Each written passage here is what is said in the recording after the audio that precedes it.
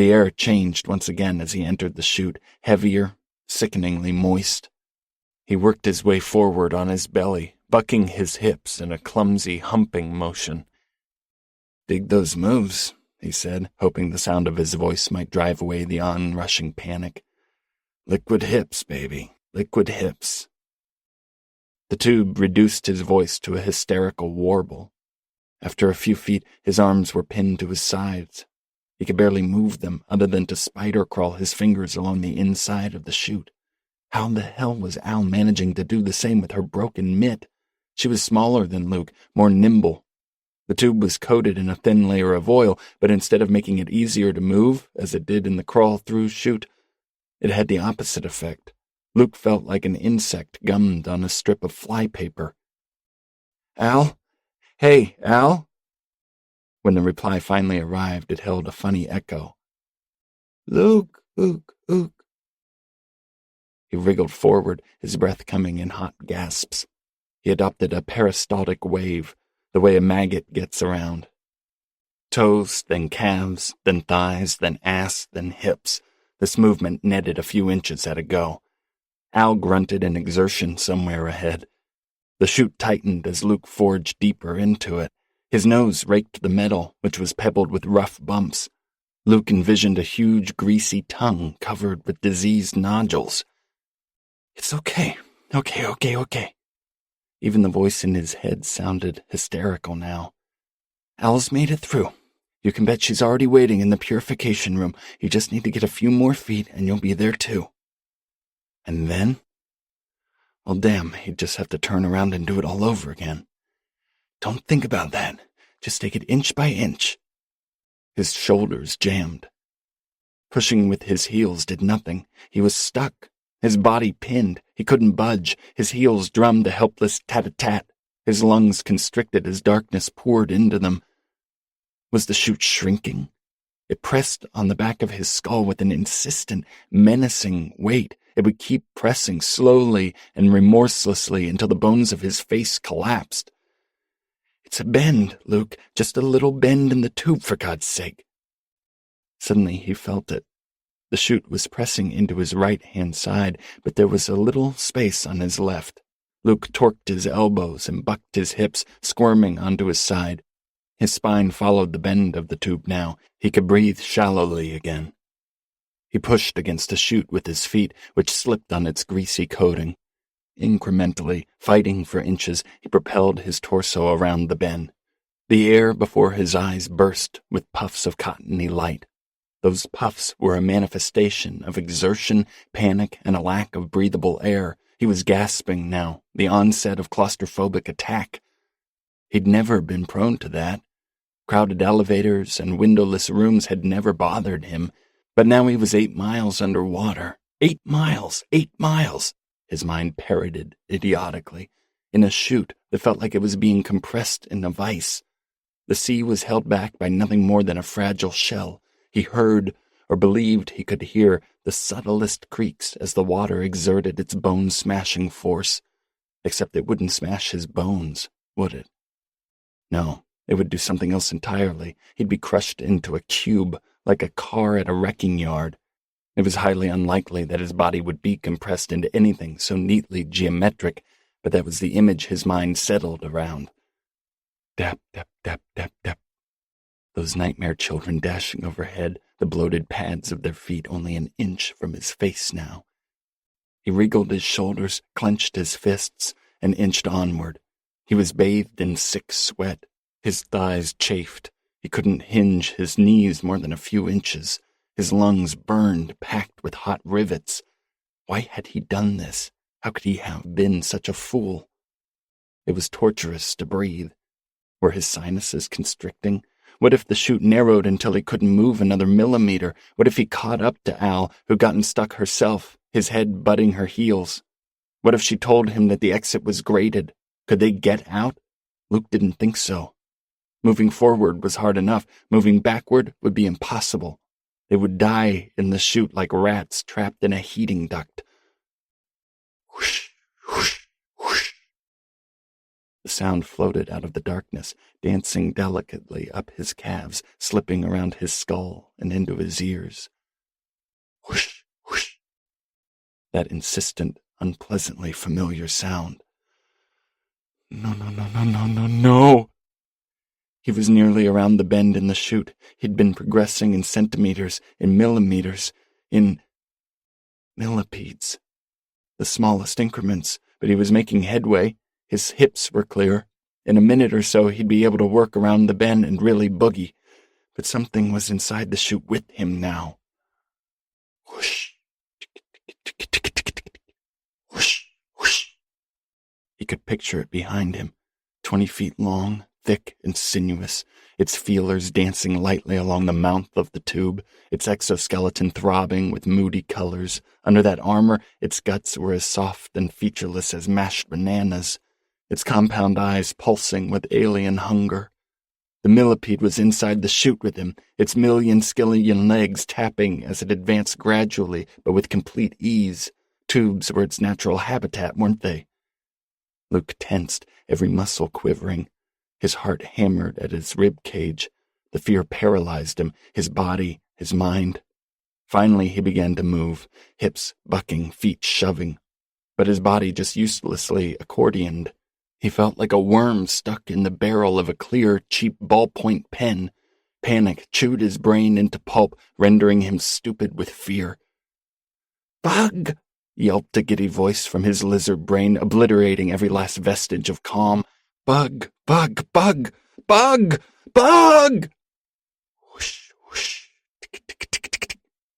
He felt it now, at his feet, its antennae, long and thick as extension cords, picked along the exposed skin of his ankles, its mandibles, gnashed like scissors, its proboscis, they had those, right? Was a thick needle dripping venom. Would it punch through the soles of his shoes, injecting poison into the pads of his feet while he thrashed helplessly? Would that poison kill him or only paralyze him? Would he feel it chewing through his boots, snipping off his toes like jujubes and funneling them into the clotted hole of its mouth? The sound switched direction. It was coming from ahead of him now. Whoosh, whoosh, whoosh! Oh, Jesus. Oh, God, no. His feet would be bad enough, but for it to devour his head, its legs twitching through his hair as it scuttled over his forehead, his face carrying the insectile stink of a roach nest, noxious nectars drooling out of its mouth as its mandibles fastened around the fragile nut of his skull, its proboscis injected through one twitching eyeball. "Bug! Bug! Bug, bug, bug, bug, bug!" Luke shook all over, screeching now, gripped by out-of-body terror. A vein of white-hot fire ripped up his spine as his overtaxed synapses detonated in his brain pan. Fingers. Feelers. Something was gripping his shoulders and was hauling him into... 12. "It's okay, Doc. Doc, you're out. You're out." Luke lay on the floor of what must be the purification room. Grainy light trickled down the walls, illuminating the canisters screwed into them. He tried to sit up. His body wouldn't comply, his muscles limp as wrung dish rags. A tidal wave of embarrassment crashed over him. Mindless terror had cracked him right open inside the chute, and over what? There wasn't a goddamn thing inside it except for the cloying stench of his fear. "I'm sorry, Al. I lost my head for a second there." Al touched Luke's shoulder. "I was jumpy by the time I made it out, too. Enclosed spaces, right?" She displayed her broken hand. The fingernail of her index finger was peeled back, hanging on a tenacious strip of skin. "I wrecked my hand some more, too. Thank God for adrenaline, huh?" Luke swallowed the burnt chalk taste in his mouth. "That stuff's a godsend." Al walked to a control panel on a near wall and flipped it open with her good hand. "Son of a bitch! God damn it! The relay chip's missing." "What does that do?" "Regulates the warning system, for one." Luke stood. "Did somebody take it?" I don't see it laying around here anywhere, and I can't see how it'd just pop out. I was thinking Dr. Toy might have taken it, some nutty sabotage attempt. But would that bastard, no matter how rat-shit crazy he's gone, go through what we just did to cut off his own air supply? So, maybe we're not losing air, then? Impossible to tell without that chip. Thankfully. Al forded deeper into the room. Luke trailed her. It was perhaps 50 steps long, the longest room Luke had been inside down here. Thousands of canisters were screwed into the walls. They glowed faintly, like enormous eggs. At the very back of the room lay a lone crate, the size of an old army footlocker, fashioned from molded black plastic. Its latch shone silver in the dim. Seeing it, Luke's feet churned to a dead stop. Something the matter, Doc? No, Luke said. Jesus Christ. Nothing.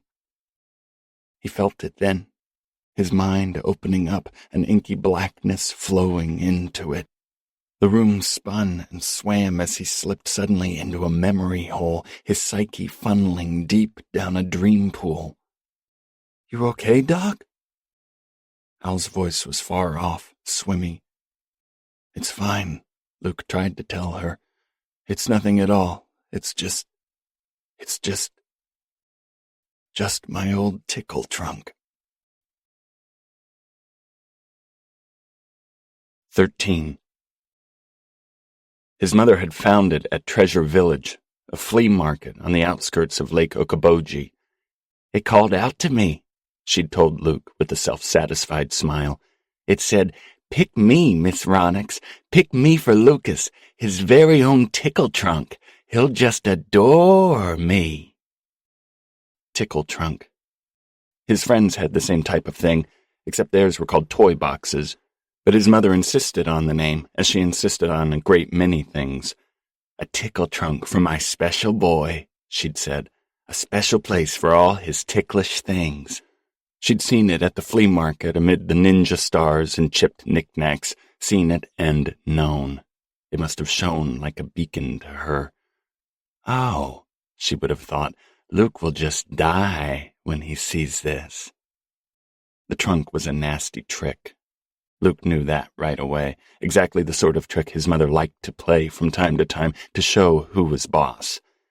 But of course she presented it as a gift, a token of love and affection. Tickle trunk. That name. Luke pictured a trunk lined with disembodied fingers, hundreds of them, calloused and bony with nicotine-stained fingernails. And if he wasn't careful, those fingers would snatch him, drag him inside, and tickle and pinch him until he screamed. The trunk appeared joyful. It was big enough that Luke's 7-year-old body could fit inside, and was decorated with smiling clown faces. His mother urged him to name them the same way Clayton would name his poor mice. "Look, there's Chuckles," she'd say, pointing them out, "and this one can be Coco, and there's Mr. Tatters and Flopsy and Pumpkin Pie." The trunk's lid was rounded like that of a treasure chest. The clowns' faces stretched over its top, as warped as reflections in a funhouse mirror. If you looked closer, you'd notice most of the clowns weren't smiling so much as leering. Their lips were swollen and too red, as if they'd been painted with blood. And if you looked very closely, the lips of a few of those clowns, the ones his mother had named Bingo and Pit-Pat specifically, were parted just slightly to disclose what looked like a row of discolored, daggery teeth. The trunk had a huge silver latch. If you got trapped inside the trunk, if that were to happen somehow accidentally or not, the latch would keep you locked in. Its interior smelled like the white balls Luke's neighbor Mr. Rosewell scattered under his crabapple tree to keep mice away. That, plus another smell, impossible to name. The trunk was lined with cracked brown skin. Luke imagined it'd been stripped off an alligator or a Komodo dragon. The skin was tacked inside the box with dull brass rivets. Luke didn't like the box. No, his feelings were stronger than that. He hated it on sight. He wondered if whoever had sold it to his mother had given her a steep discount just to get it off his hands. Luke hadn't wanted it in his room, which was of course where it ended up. His mother insisted. Now you've got a spot for all your stuff, she said mock brightly. A place for everything and everything in its place. He grudgingly threw his toys into it, all but his most precious ones, which he couldn't imagine leaving inside. His foolish prepubescent self had been scared that when he closed the lid, the trunk would release an acid that would melt them into a runny goo like beaten eggs. Its lid would open and close, a pair of greedy lips, gummy strings of what had been his matchbox cars and army men stretched between them. "Feed us, Lucas," he'd imagined it whispering in a guttural voice after all the house lights had been switched off. "We're so hungry, so hungry. Feed us any old thing, we don't mind. It's all meat. Come closer, why don't you, so we can tell you what we really want." He hated sleeping with it in his room. Clayton had been spending most nights down in his lab by then, so it was just Luke and the trunk and the shadows cast by the backyard maple bending over the walls. Sometimes he'd awaken with a shudder and swear he'd heard the trunk moving on its casters, the sound of marbles rolling across a pane of glass.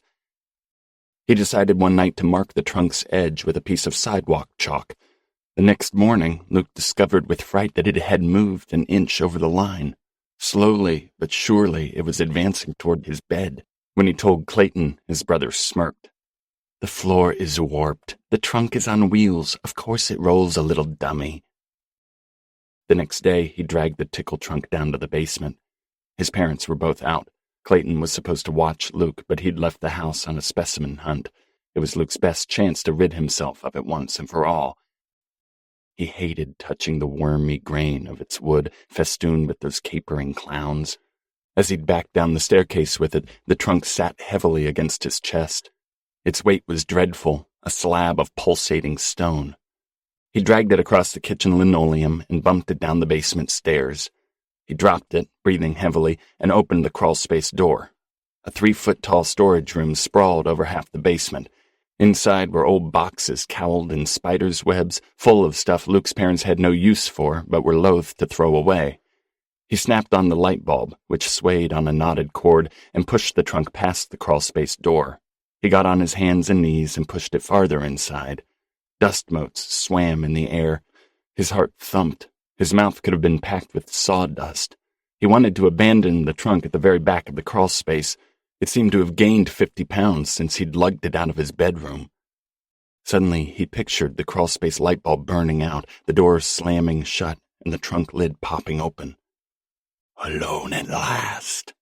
That guttural whisper, but real this time, not just in Luke's mind. "Come here, Lucas, and let us whisper in your ear. No? Okay, we'll come to you." Anxiety coated Luke's brain in a suffocating glaze as he pushed it to the very back of the crawlspace. It was early afternoon. Sunlight streaked through a dirty casement window. If it weren't for that fragile link to the outside world, Luke might not have gotten it that far. He let go of its handle. For an instant his hands wouldn't come unglued, and started back toward the door. The trunk sat in the fall of weak sunlight, bloated and sullen. "There," Luke said with a triumphant little smile. "You stay where you belong." That night his mother forced him to go fetch it again, in the dark. She'd immediately noticed it was missing. Luke was positive she had been waiting for Luke to try something sneaky. She crossed her enormous, fat-girdled arms at the dinner table, eyeing him down. "The trunk, Lucas. You've moved it." Luke didn't look up from his plate. He pushed peas around with his fork. "I put it downstairs. It's just, there's not enough room. The trunk's big, and our bedroom, with me and Clay both in it, it's really too—" "What do you suggest? Move into a mansion?" Harsh, barking laughter. "Do you think your father could afford that?" Luke swallowed, forced his head up. "I don't like it, Mom. I'm sorry. Thank you for buying it, but—" Her mouth set in a hard line. It was the only part of her body that hadn't gone permanently soft. "You've hardly given it a chance.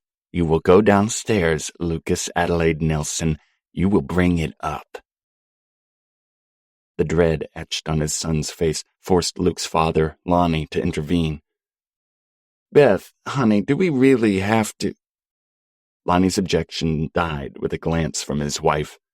He gathered his menthols and his cup of tea and slipped into the family room. What are you waiting for? His mother's arms remained crossed. An engraved invitation? Luke sat rooted to his chair. It wasn't a matter of wanting to move. He physically couldn't. His mother gripped his wrist fiercely and marched him to the basement door. Go, his mother said. Now. Luke didn't argue. He had a vague but dire notion that, given reason, his mother could conjure torments worse than whatever the trunk held in store. He trooped down the squeaky, sway-backed stairs. He waved his hand around until his fingers brushed the light cord.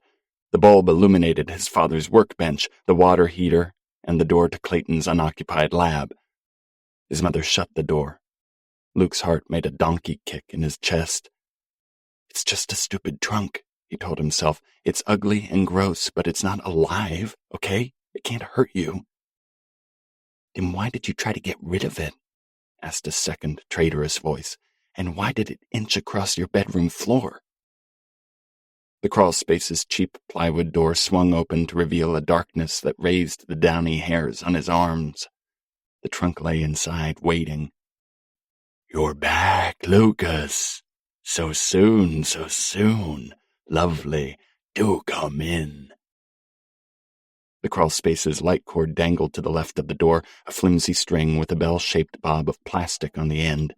It took a few adrenaline-pinching seconds to find it. Had it been moved? He overbalanced, nearly toppling face first onto the floor. His fingers brushed the cord. He'd reached too far at first. The trunk sat where he'd left it, at the very back of the crawlspace. Boxes were stacked on either side, forming a rough corridor. He hadn't noticed the alignment that afternoon.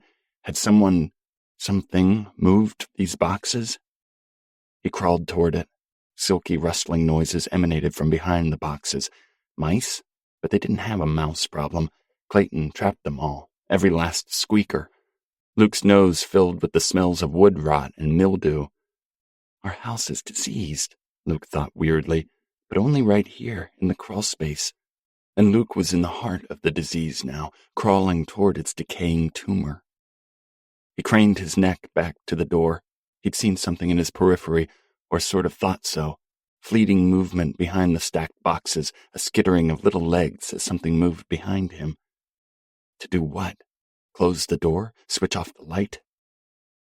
Lucas, you're such a precious boy. So soft, so pretty. Come closer. Fuck you, Luke thought. He'd never uttered this word aloud. God only knew what his mother would do to him, but it felt good to say it in his head. Fuck you, box. I can burn you and say it was an accident. I can flood you until your wood bloats and rots. I can leave you on the stoop on garbage day when Mom's gone, and the garbage man will take you to the dump where seagulls will drop gooey turds all over you. The trunk waited for him, unmoving, unblinking. Luke's head jerked. He saw it again, something moving behind the boxes. They were in rows like big brown teeth, and he saw, or thought, he'd seen something scuttling between the gaps. A pair of pants. Were those pants? They were wadded up like the skin of an enormous serpent on top of one box, and something else that might have been a lampshade, and something that looked like... The trunk's latch snapped open. It made a silvery snipping sound.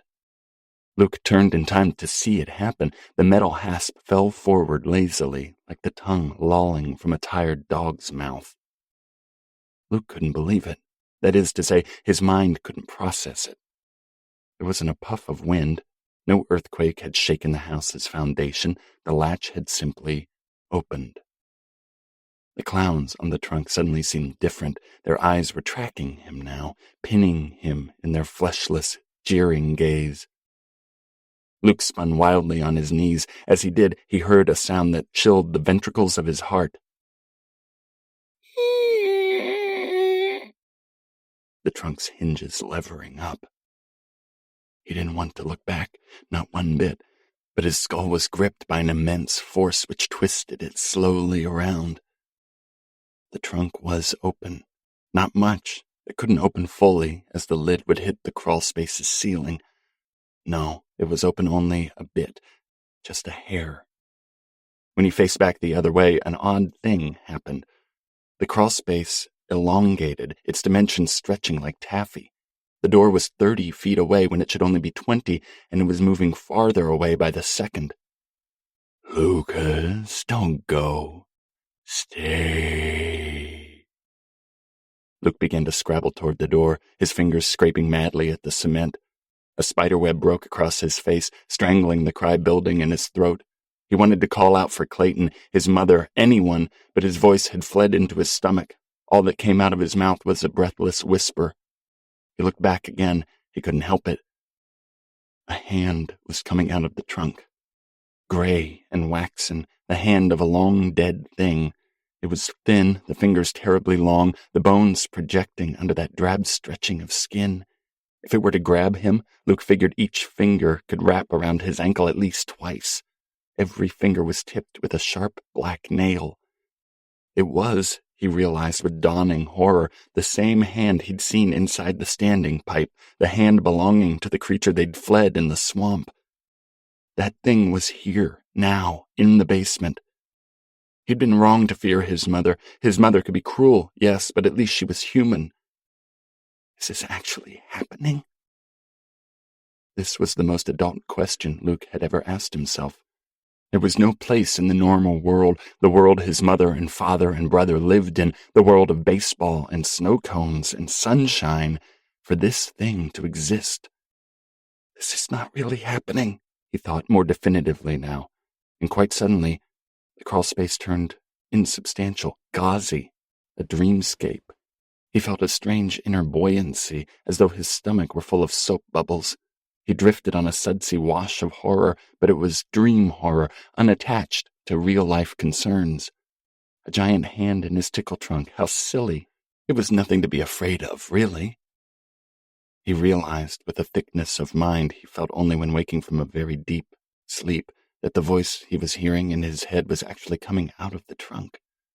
An insidious, narcotizing mimicry of his own voice.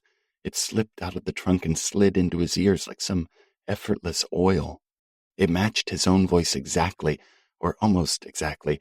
It held a coppery undernote that rasped over the vowels and consonants like a straight razor over a barber's strop. Nothing to be afraid of. Not really happening. Luke turned to face the door again and started to crawl desperately. His fingernails and kneecaps scraped the cement, opening the skin up. The door galloped away in heart-clutching increments. He chased it the way a car pursues a heat shimmer on the highway, always tantalizingly close, but you never quite catch it. The hand spider walked down the trunk.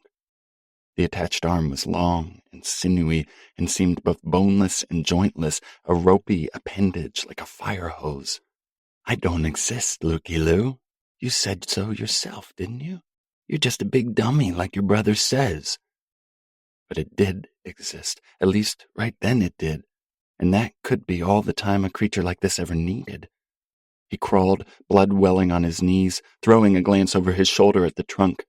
The crawlspace light went out. Luke didn't know if something had switched it off or the bulb had chosen that exact moment to go out. It didn't matter. The darkness galvanized his blood. Maybe the darkness was better in a weird way. He raised his back, pumped his legs, and scurried across the crawlspace. The wooden beams raked his spine, but he didn't feel any pain.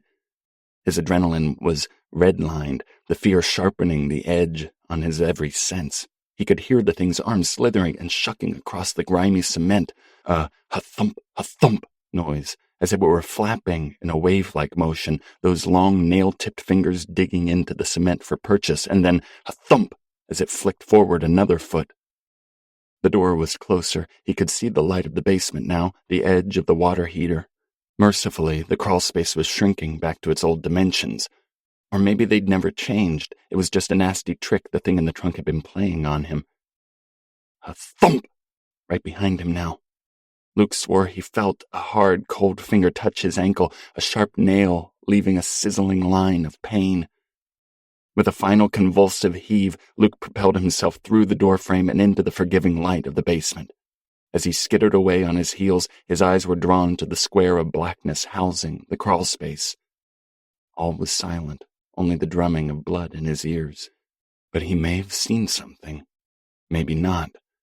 Eyes, black, ageless, regarding him from the dark. "Some other time, Lucas. We have all the time in the world." The adrenaline curdled in his veins. Luke hurtled upstairs, bawling. His mother was too shocked to insist he go back down. But she got her hangdog husband to bring the trunk up. Luke sat on the front porch, chewing his fingernails to the quick as his father had hauled it up 2 flights of stairs, quiet as a church mouse. Afterward, he'd given Luke a sheepish grin, his shoulders sunk forward and his hands deep in his pockets. "What are you gonna do?" his expression said. Luke had never known his father any other way.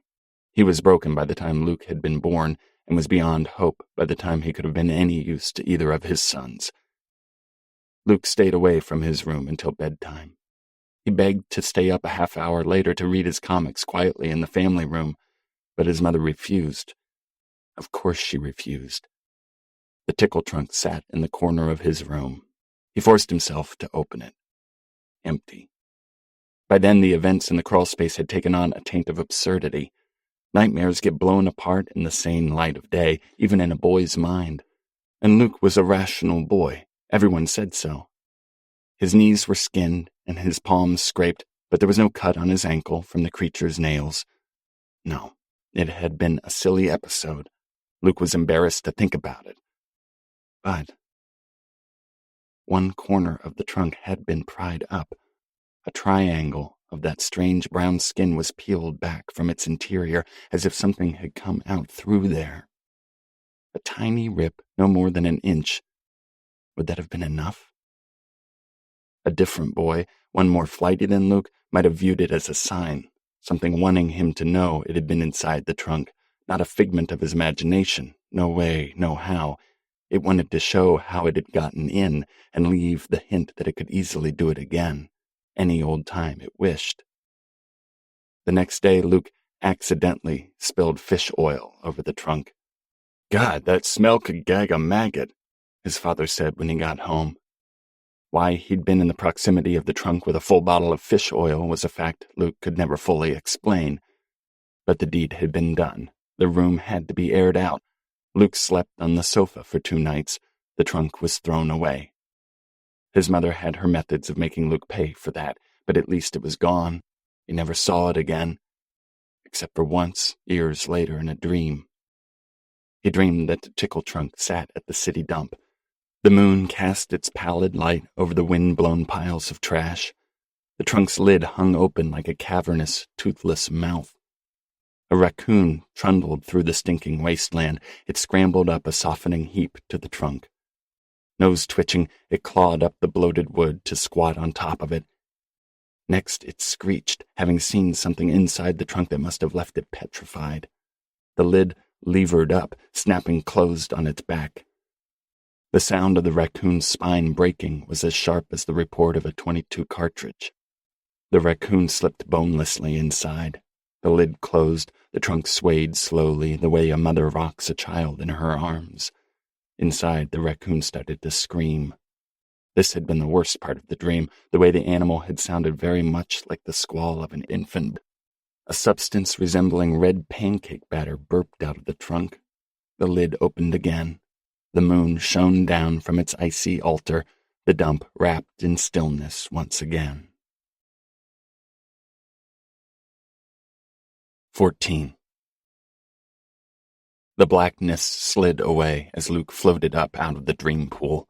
This long-buried memory had flooded back to him whole cloth, the sights and smells and fear that had filled his veins that afternoon in the crawlspace, a terror as bright and sharp as lemon juice squirted on a paper cut. "Doc?" said Al, shaking him with her good hand. "You still with me?" He was back inside his own skin now. He stood in the tryst with Alice, staring at a supply crate that rested in the deepest, most shadowed point of the purification room. How long had he been checked out? It didn't feel like more than a few seconds, and maybe that was all it had been, each second stretching out inside his head. 8 miles above, all over the world, people were forgetting their pasts. Trapped down here in the charmless dark, Luke couldn't escape his own. "I'm okay," he said shakily. "My memories are so vibrant down here. I find that I'm getting a bit lost in them. Sorry." Al said, "Good to have you back then," and turned her attention to the crate. It didn't look like the tickle trunk, not one bit. It was plastic and black and ribbed. Its dimensions were roughly the same, but its lid was flat. No, it didn't look anything like the tickle trunk, yet it held the aura of it. "It's like bullies," was Luke's strangely apt thought. "They can be hulking and potato-fisted or weaselly and slender. It's that cruel quality in their eyes that identifies them as part of the same tribe." Which was idiotic to think. This crate had no relation to his old trunk. Luke used to chastise his own son, often far too harshly for his childish fears, the monster in the closet, the fanged thing under his bed, the fig men. But here he was, an adult, filled with dread at the sight of a crate that projected the same air of coy menace as his old childhood nemesis. "Ooh, little old me," the crate seemed to say in a cutesy-poo voice. "Menacing. No, I'm just a crate, Lukey-Loo. I'm a tool that stores other tools," switching to a Popeye growl. "I am what I ams, and that's all that I ams." Al stepped toward it. "No," Luke wanted to say, but why? It was nothing but a crate, a tool that stored tools. Al reached down and cracked the lid. A jumble of spare parts. Rooting through them, she found a plastic case. She opened it and shook out a small chip. Bingo. Al closed the lid and latched it. She gave a final considering look, the skin tightening down her throat, before turning back the way they'd come. The chip slotted neatly into the control panel. The air quality changed. Where before it had held a steely aftertaste that built up like plaque in the back of Luke's throat, now it was, well, marginally better. Al slumped against the wall. "I don't get it," she said. "That chip just vanished. It wasn't burned out, wasn't busted. It was gone. Same thing would happen on board a sub, too. Things would go missing. A guy's books or personal photos, the little tchotchkes that tethered someone to the surface. In most cases, it was petty thievery, no reason aside from boredom and opportunity." A hollow knock emanated from the recesses of the purification room, back where the crate sat. "Knock once for yes, knock twice for no." "A few times, though, things went missing and never did get found," Al went on. "Was this one guy, Fields, a machinist, carried a photograph of his dead mother in a locket, wore it strung around his neck. Woke up one day, it's gone. He tore that sub apart to find it, peered into every cranny, even went through the trash. Nada. He figured someone stole it, hooked it off his neck in the night, but sometimes things just go missing, fall through cracks, you know?" The knocking intensified. Luke peered in that direction, but his view was walled off by an impenetrable expanse of gloom. The canisters glowed whitely, a clutch of huge insect eggs laid in the walls. "Could be the systems kicking over," Al said, reading his thoughts. "Lots of weird noises in a sub, too. Knocks and clunks you can't explain. Only pressure and the ocean's currents, but it can sound a little like ghosts, huh?" "Right. Booga booga." Their laughter sounded both canned and forced, as if they were recording a laugh track on a soundstage. "You ever had a man go missing, Al?" "On a sub, you mean? That'd be the ultimate locked door mystery, huh? I heard about something that went down on another vessel, the SS-228 Stickleback. A guy went missing. They turned that sub inside out, never found him. How do you vanish from a submarine 1,000 feet underwater? Turns out this guy got into an argument over a game of cards. Another guy, a sonar tech, hits him with a closed fist. Guy falls and hits the bulkhead all funny. Fractured skull. He dies. So the sonar tech and his buddy, a cook, chopped up the body and fed it into the garbage disposal. Those things could chew up cinder blocks. MPs dredged the disposal, found bits of the guy's spine and rib cage. A new noise floated to their ears, a crisp, somehow silvery sound. The sound of a latch coming undone, maybe. 15. Luke saw it in his mind. The crate's hasp falling open just like the tongue lolling from a tired dog's mouth, the lid opening the tiniest bit, just a hair. Al, I heard it too. Al had this what-the-fuck look on her face. There wasn't a soul back there, only the crate. And whatever was inside the crate. Which was nothing, Luke told himself. He'd seen inside it, hadn't he? Nothing but tools and an unnaturally long hand tipped with jet-black nails. And circuits and nothing else, not a goddamn thing else. Al stood and moved toward the noise, her boots going tack on the steel grate. She took 5 steps, then 10. Tack, tack, tack, tack. Her body knit with the darkness carpeting the deeper recesses of the room. That darkness seemed to drink at her body, sucking her in. Luke stood. Al, why don't we... But she'd already melted into the gloom. Tack, tack, tack, tack. The silence stretched. Luke's breath came out in whistling gasps. Al, get your dick-swinging ass back here. Let's bug the fuck out. Tack, tack, tack. An enormity of silence. Then Al's voice wafted over the dim. Jesus Christ. No. No. Jesus Christ. Tack, tack, tack, tack, tack, tack. Al flew out of the darkness and barreled into Luke, nearly knocking him down. Her face was set in a rictus of terror. Her mouth, frozen open in fear, emitted a series of choked, hiccuping wheezes. Luke had never seen a grown person look so petrified.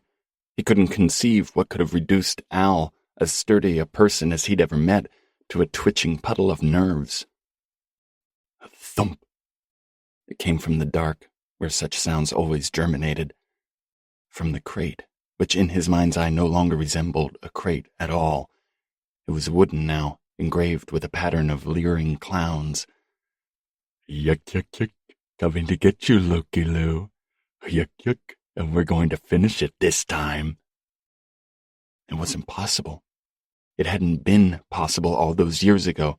It had been a manifestation of his overburdened imagination, something his mother had planted, he'd often thought, to coldly chart the effect it would have on her younger son. The trunk was empty. The crate was empty. There was no... A thump. Closer now, closing the distance. How could it get down here? Luke childishly asked himself. The answer was equally childlike in its logic. That's a stupid question. It got down here because it's a monster. That's what monsters do. Luke gripped Al's shoulders. Her body rocked unstably, eyes wide and horrified. What did you see? Luke hissed. For God's sake, Al, what? He's alive, Al whispered. He's still alive.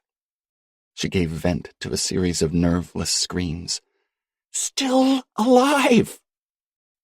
Luke's mind settled around the image with shocking ease. The young sailor, Eldred Henke, crawling out of the crate, his body bloated with seawater, the skin hanging off his bones like hunks of wet wool, his face torn apart by searing metal, squelching toward Al on his water-rotted feet, leaving blots of pulpy black flesh in his wake, lisping, You did this to me. You did this. They were clearly seeing something very unalike. Whatever horror lay inside that trunk was different for each of them, but Luke wasn't sure that mattered. Whatever it was that was making them see those things was no doubt capable of doing to them what it might so easily have done to Westlake. It could tear their brains apart. Go, Luke shoved Al toward the tube. Go, go! We've got to move now! A thump! Al cast a dazed glance toward the noise, her face a mix of shock, disbelief, and primal fear. Luke noted the vacant cast to her eyes. She looked utterly barking mad. Prepare the lifeboats, mates. The SS Sanity is capsizing. We're going down. A thump! This time so forceful that the metal grate shivered under their feet. They retreated to the chute, that gaping mouth of darkness. What was your original face before you were born? It was a Zen koan Luke used to recite in veterinary school. Since then, it had a habit of popping into his head at times of direst emergency, like that time Zachary choked on a strip of undercooked bacon and Luke had to give him the Heimlich. What was your original face? He'd never been able to picture his original face, but he realized that was the point of the exercise. It created a mental distraction, a pinprick of tranquility at the dead center of all that twisting fear, an eye of the storm within which he could operate. We can get out of this, he told himself now. I've saved lives before. Animal lives, okay, but a soul's a soul. I can save us both now. You've lost lives, too, his mother reminded him. Lost the most important one. That was true, too. And he was as scared as he'd ever been, a terror more keen than he'd felt at the standing pipe or even in the crawl space. At least then he'd had the whole world to escape into. Now, only one congested tube. You go first, he told Al. Al? Al stared gape-jawed into the darkness behind them. A thread of saliva spooled over her bottom lip and down her chin. A thump! A great sinuous flex, as though the darkness itself had gulped. Luke swore he saw something pale and snake-like thrust itself forward. Al! He shook her roughly. Come on, God damn it! Her eyes cleared. She nodded to say she was listening. Luke said, Raise your arms, okay? Keep them above your head like a diver. That should make it easier. Pull yourself, even with that busted hand. It'll hurt like hell, but I'll set those bones again if you need it. And remember the bend, right? Al kept nodding. Okay, yeah, okay. Go, now. Al ducked inside, her head and shoulders swallowed by the chute. When the soles of her boots wriggled out of sight, Luke cast a final look back. There was a border within the room, semi-solid, where light met darkness. 8 appendages stretched over that border. 1, 2, 3, 4, 5, 6, 7, 8. 8 fingers, just the tips. 8 fingernails, black, sharp. Each finger was spread an unnatural distance from its neighbor, 6 inches apart at least. An enormous hand spidering nimbly forward. One of those fingers wiggled at him. Hello, Lukey-Loo. After all this time, together again. Luke hurled himself into the chute. He willed himself to breathe steadily. If he hyperventilated and passed out, he was certain he'd awaken to find that ghastly hand curled possessively around his ankle. The chute closed over his head. The sea pressed down on him. Breathe, Luke, for God's sake, just breathe. He settled into a system, anchoring his feet against the slick metal and pushing off with his toes, inchworming through the chute. It was like doing 1,000 consecutive calf raises. His muscles screamed. A thump! It was at the mouth of the tube now, 5 feet away, maybe less. It was easier to breathe with his hands over his head, opening up his lungs. He hit the bend, but, knowing it was coming, was able to contort his body. His toes skittled on the metal, which was maddeningly clingy and oily at once. What was your original face before you were born? He willed himself to calm down. His calves were quivering. For all he knew, he'd ripped the tendons clean off the bone. Screech! Nails on metal. The hand was inside the chute, scratching toward him, tapping and feeling its way forward like a blind and hungry tarantula. Luke stretched out, his fingers creeping, his toes muscling his aching body forward inch after painful inch. He pictured the chute elongating the same way the crawl space had years ago, an endless suffocating tunnel, the perfect kill zone. No, it had an end, and he was reaching it. He could hear Al stumbling out someplace ahead. The air tasted a bit less polluted. It couldn't be far now. Screech! On his boot now. A fingernail scratching down the sole, gouging the rubber. Luke bit back a shriek. Don't fall through the trapdoor and into the snake pit now, sonny boy. You fall now and it's game over. No more tokens. And surged forward on a tide of adrenaline. Another push. Another, calf muscles twitching, sweat soaking his overalls. Another push, mouth wide and gasping, fingers reaching. The chute ended. Alice's strong hand clutched his wrist and yanked him out. They stood in the tunnel, panting. The hatch was 10 feet away. A mellow coin of light shone through its porthole. LB would be out there, waiting. They ran for it like kids fleeing the boogeyman, which, in a way, they absolutely were. Luke hazarded one last look back. He couldn't help himself. He almost wanted to thumb his nose. Nah, missed me, now you've got to kiss me. The hand was visible at the end of the chute. Huge, even bigger than he remembered. Its 5 fingers. No, it has 8 fingers. 8, like a spider. Its fingers rested on the swell of the tube, each a good 5 inches apart. Luke's mind performed a few lunatic calculations. What was the distance between the access chute's mouth and the crate? 100 feet, at least. That hand had crawled across the purification room and through the chute. How much farther could it reach? Perhaps the hand was attached to an arm that unspooled endlessly. No, it had to eventually attach to something, didn't it? A body? A host? When Luke tried to envision that body, an image flared briefly in his skull. His mind sprinted swiftly away from its nightmarish outline. The hand raised up ever so slightly, rocking side to side, waving goodbye. Ta-ta, Lukey-Loo. We'll be seeing each other again real soon. We'll be close by. We've always been close. Bye for now. TTFN. 16. LB yipped excitedly as they staggered out of the hatch. They looked to have aged a half a decade since they'd stepped through it. They were slick with the kind of adrenal perspiration that squeezes from the pores like the sweat off foreign cheese. Their overalls were stained with that unnameable oil coating the chute, the fabric ripped from their escape.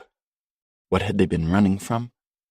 Al's overalls were torn across her belly, a slash like a sagging mouth that revealed her abdominal muscles.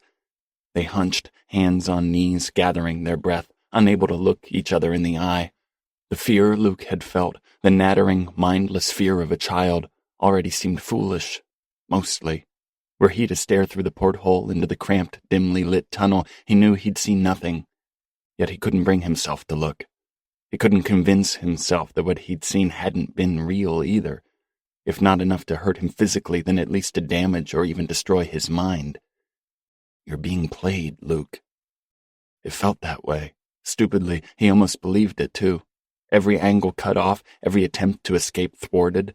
He felt much like a rat down a hole with terriers chewing after him and the rat catcher somewhere above stomping his feet to make the ground thunder, as if some calculating force was funneling him toward a dire certainty, the contours of which Luke could only dimly grasp.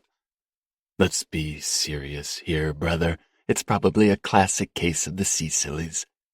Clayton's voice. You mustn't discount that possibility, oh brother of mine. Luke hadn't discounted it. Or that could be the gets taking hold. It could happen just this way. A person began to imagine things, that they are pursued by faceless hunters, their childhood nightmares come back to snatch them, the world warped and their brains warped right along with it. And if 2 sad souls catch it at the same time, Clayton chimed in, well, it can certainly accelerate their mutual deterioration. They both start grasping at the same straws. They're plagued by the same phantoms, wouldn't you agree? Luke glanced at Al. He didn't see any sores on her face or hands. If she was spotting already, he couldn't see it. As for Luke, he could feel a stress pimple beginning to hatch under his lip, but that was about it. LB rucked under his elbow, prodding him with her snout. She licked his palm, her head cocked at a quizzical angle. I know this dog, Luke thought, scrupulously itemizing his surroundings. Her name is LB. She's a chocolate lab, a bit small for her breed. We are 8 miles below the surface of the Pacific. The woman beside me is Lieutenant Alice Sykes, U.S. Navy. I am Luke Nelson, a veterinarian. I live at 34 Cherry Hill Lane in Iowa City. My wife's name is Abby. My son has a chevron-shaped birthmark on his right arm. He shook his head, angry at himself. My ex-wife's name is Abby. My son had a chevron-shaped birthmark. What do you think, Doc? Al asked. Are we going bug-fucked nuts down here or what? What I saw in there, pointing toward the purification room, can't exist. I know that. But I saw it. I saw that hanky kid crawl out of that fucking crate, scuttling like a crab with his wet flesh falling off his bones. And he never took his gaze off me, Doc. His eyes were clear and cold and so fucking angry. It can't be, but it is. Down here, it is. Luke lifted his foot to get a look at the sole of his boot. A ragged trench was gouged through the rubber. He was only mildly shocked to see it. We've got to find that generator, Al. Al nodded, content to have a plan. We can do that. They returned to the main lab, returned to the buzz behind the door marked LW, dulcet now, even harmonic. Al's gaze flitted toward Westlake's lab. Luke sensed it took a great effort for her to pry her eyes away from it. Clayton was inside his lab. Luke saw him through the porthole and hammered his fist on the glass. "Clay, open up! We've got to talk!" Clayton's hand was bandaged to the wrist now. Viscid fluid leaked through the gauze, thick and translucent, the consistency of 5-minute epoxy. It had gummed to the sleeve of his overalls, forming a white crust like the stuff that forms at the edges of a horse's mouth when it's been run too hard. Clayton approached the hatch, a strange smile pasted on his face. He draped that curtain over the porthole to shield his lab from view. "God damn it, Clay!" Luke hit the glass hard enough to rake the skin off his knuckles. "We need your help! You need ours!" "Screw it. Leave him in there," Al said. "It's where he can do the least harm. Think of how long we've been down here, Luke. Look at how it's affecting us already. Look at what it did to Westlake, too. Your brother and Dr. Toy. We can't trust anyone who's been down here that long." They headed down the tunnel that led to Westlake's quarters. Al said she was pretty sure the generator was stored in that area of the station. "How's your hand?" Luke asked once they'd made it to Westlake's room. "It's fucked," she said simply. "You did what you could. It feels a lot better, but it's still busted up. I'd love to pop a few heavy-duty pain pills, but they make me sleepy and I prefer to stay awake." "That's a good idea," Luke said grimly. "Or if we do, we should sleep together." Al cocked a Spockian eyebrow at him. Belatedly, Luke realized what he'd said. A flush crept up his neck. "Pretty small beds down here," she said with a nod at Westlake's cot. Trapped in the tension of that moment, Luke wanted to kiss her.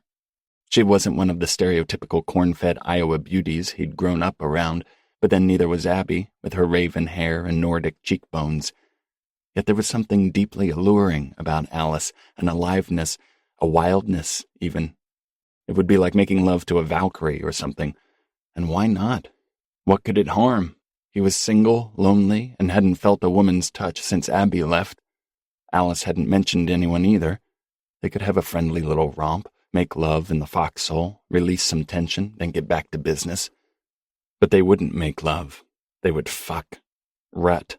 Luke was certain of it. Fall upon each other like wolves, tearing and ripping and biting. There wouldn't be an ounce of tenderness or concern for each other's body or needs. It would be a brutal release, a letting go of the pressure they'd existed under for too long, no different than two swollen clouds splitting open with rain. The treist would warp the act, making it loveless and mocking. Afterward, they would be sweaty and bloody in places, ashamed for reasons they couldn't pinpoint, weaker, mistrustful, and less unified than before. "I'd do the honorable thing and sleep on the floor," Luke finally said. "I'm real gallant that way." The spark that had been kindling in Al's eyes was snuffed. She gave him a strained smile and offered an awkward curtsy. "Thank you, my lord, for keeping me safe from predation."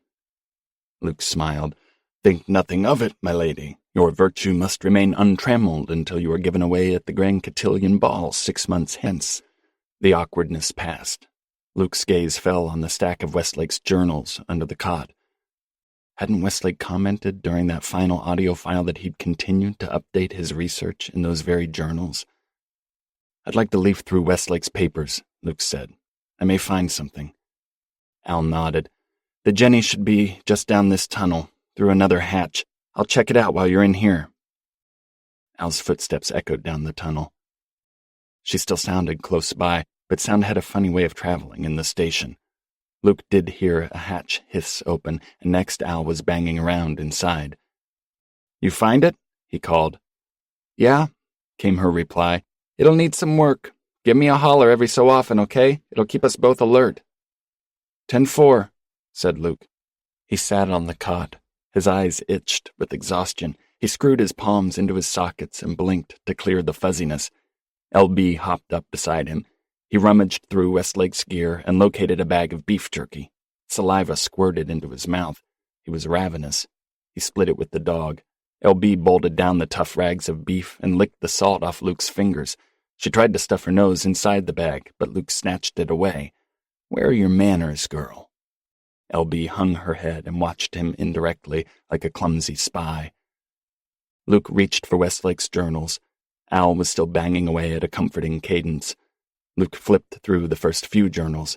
Scientific jargon, formulas, stuff Luke couldn't comprehend. He set them aside. He unzipped his duffel bag and pulled out the journal he'd found in the storage tunnel. Psych report. The cover was smeared with that weird ooze. He flipped it open. The first page and many pages thereafter were filled with Westlake's neat and careful handwriting. 17. Wednesday, June 18th.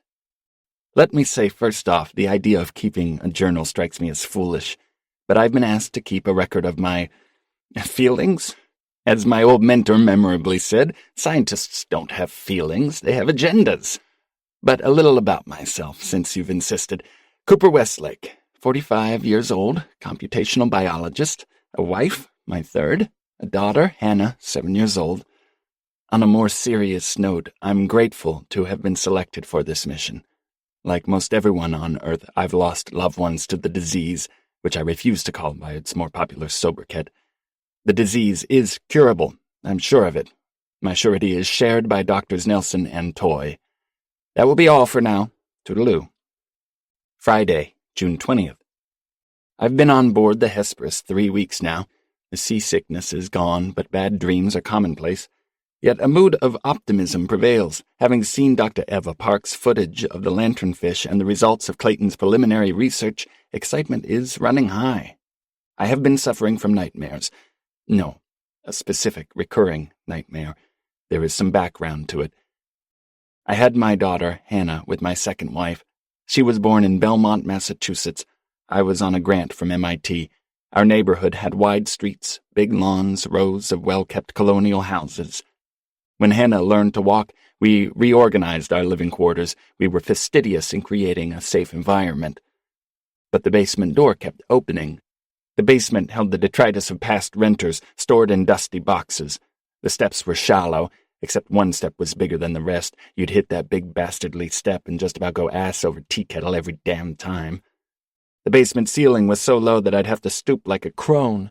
There was a sick, fruity odor that thankfully didn't waft up to the next floor. It smelled a little like death, as if a cat or dog had died of starvation down there, or maybe of fright. There were spiders, too, big amber-bellied bastards. Spiders and the odd skittering movement that may have been a rat. I laid down traps but never caught anything. Still, every time I went down, I'd hear something pattering through that warren of old boxes. So yes, the basement door kept opening, and it attracted my daughter. The first time it happened, my wife alertly swept Hannah into her arms and shut the door. She gave me a recriminatory look, as if I'd left it open. The next time it happened, I was alone, keeping my eye on Hannah without keeping a direct eye on her. As a parent, you develop a sixth sense. When my eyes ticked up, the door was open. Hannah was perched a few feet from the basement stairs. I shot up and gathered her in my arms. She shrieked. Most worryingly, her arms reached toward the basement, as if she'd wanted to fall, as if she believed something down there would catch her. Afterward, I found a wedge of scrap wood and pounded it under the door until the clockwork of veins at my temples thudded with blood. The last time it happened, a blizzard was raging, snow slicing so heavily that we could barely see our neighbors' porch lights. I was distracted. My grant was in jeopardy, the car needed a new muffler, off in my own little world. I wondered afterward if it had sensed that and taken advantage. It? How had the wedge popped loose? I'd pounded it in hard, driven by rage and fear. The wood had cracked, pressure holding it in place. Hannah stood at the lip of the stairs. The darkness was such as I've never known. My daughter said one word. Nana. Nana was her grandmother on my ex's side, a narrow-shouldered, bird-like thing, but Hannah loved her, and fairly so. The woman doted on her. Nana. One word spoken clear as a bell. Hannah's arms stretched toward the darkness. I saw it then. Some ineffably old thing dressed in the skin of Hannah's grandmother, the bones showing through in spots, staring up at my daughter and smiling through a mouth of rotted teeth. Come then, Honeybug, come hug your darling Nana. I caught Hannah at the last instant. My index finger slipped inside her diaper, between the cleft of her buttocks. I felt the terrible weight of her body straining against the diaper clips. She would have fallen headlong. That, or something may have caught her. My eyes fled down the steps, even though every muscle and nerve ending in my body fought it. I saw nothing, just the steps trailing into that twitching darkness. But I felt something howling up the staircase as loud and clear as if a banshee had shrieked at me. Not a sound, but a sense of need, of hunger. Something was starving in that basement, something that had been born starving, maybe. It was never full, would never be satisfied. I grabbed Hannah tightly. There came a harsh snick, like the jaws of a bear trap snapping shut, that, and perhaps a ringing note of laughter. We moved out within a week. Shortly thereafter, my wife and I divorced. The usual boring reasons, an accumulation of petty resentments and personal weaknesses. But a sentiment existed beneath those usual ones, unique to us. For 2 years we'd lived atop an unknown but festering horror that could have erased us.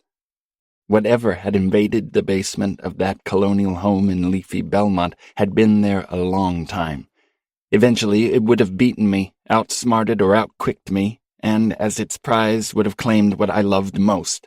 It was old, ageless, maybe, and far more cunning than I. How can a rational man run away from a basement? How could he admit that he was illogically frightened of nothing? But that sense of threat never abated. It was akin to that taste you get at the back of your throat before a big storm sweeps through. It's imminent, it's coming. All you can do is find safety. Which brings me back to my recurring dream, which is this. I am perched at the edge of those basement steps, about to fall.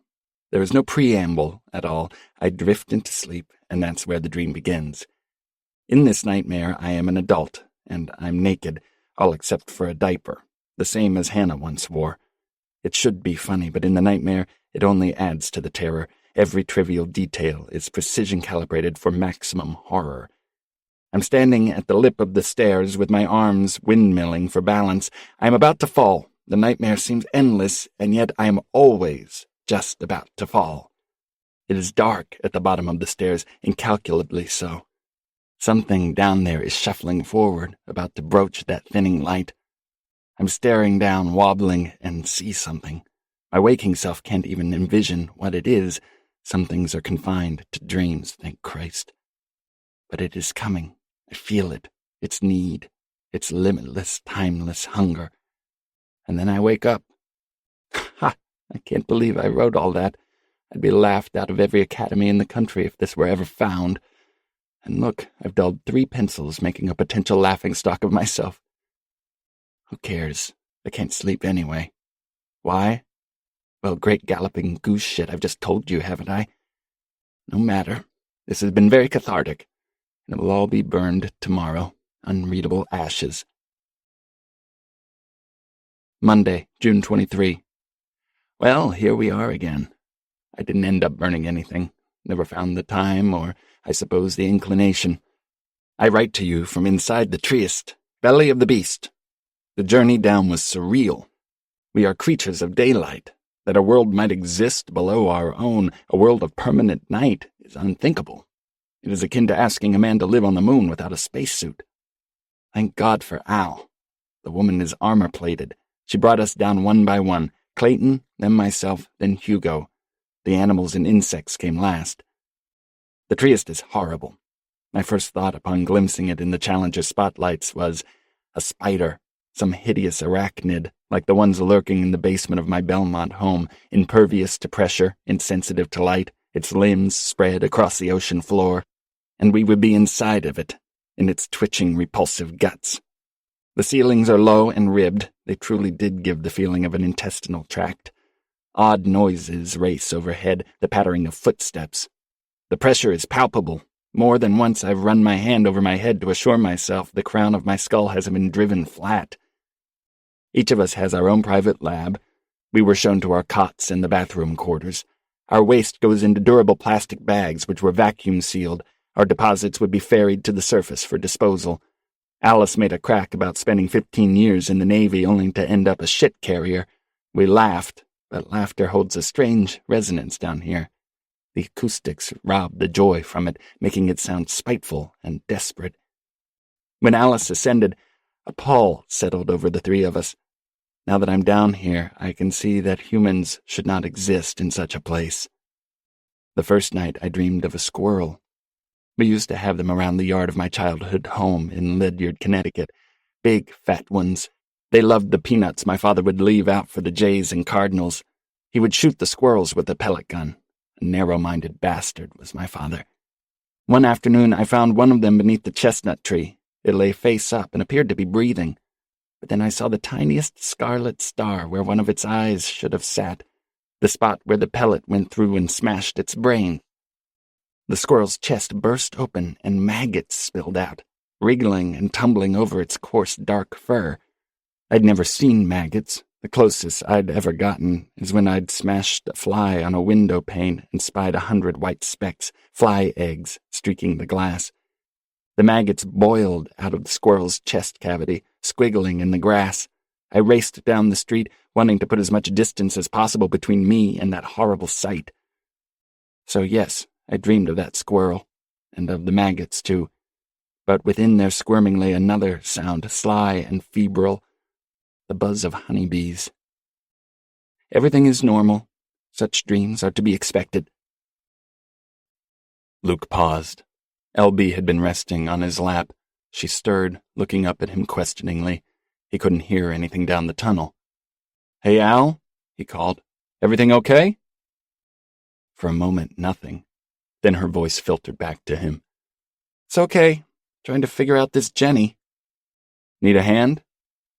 "Funny, Doc. Real funny. I could use 2 good hands, but I'm managing with this one." Luke petted LB, giving her those long strokes down her back that every dog enjoys. She whimpered gratefully and settled her head against his stomach. Luke yawned so wide that his jaw cracked. He picked the journal up and started to read again. Thursday, June 26. As a child, I banged my thumb with a hammer. The thumbnail went black as a layer of blood formed between the nail plates. The entire nail peeled off. Underneath was a gummy residue of old blackened blood. That's how my mind feels down here. A layer of blackness exists between my brain, the functioning gray matter, and my skull. It makes thinking difficult. The three of us have kept to ourselves the past day or so. It's hard telling the days apart with no sunlight to mark the passage of time. The first few days we'd shared meals together. Conversation was sparse but cordial, but the fondness established between us on the Hesperus dried up. We'd been having difficulty locating the ambrosia. The sensors picked up nothing at all. Clayton had been working with the smallest shred, culled from Dr. Parks's specimen and parceled out between him and Dr. Fell's. It was nearly gone, either vaporized or collapsing from some organic malaise. The seafloor was empty. Had the station been built in the wrong spot? Was there any more ambrosia to be found? Hugo, in particular, is far from a happy camper. He complains bitterly about the temperatures, admittedly frosty, the food, and other petty inconveniences that should be expected when one is living at the bottom of the Pacific. Hugo is agitated, too. His eyes scan the tunnels as if he's tracking something, a runaway lizard or guinea pig, perhaps. I've seen him blink, flinchingly, as though tiny balls of heat lightning were popping in front of his face. Yesterday I encountered him in the animal lockup, a glazed expression on his face, drool bubbling from his lips. The sea sillies, I believe Al called them. As yet the bees register no adverse effects. The dogs seem jumpy and sensitive, however. Clayton claims it's natural, but I'm not sure Clayton understands emotions at all, canine or otherwise. As for my own mental well-being, I feel as one ought to when 8 miles underwater, in a conglomeration of spidery metal hoses that could collapse on my next breath, combing the ocean floor for scraps of effluvia. I had another nightmare last night. I suppose I should speak of it.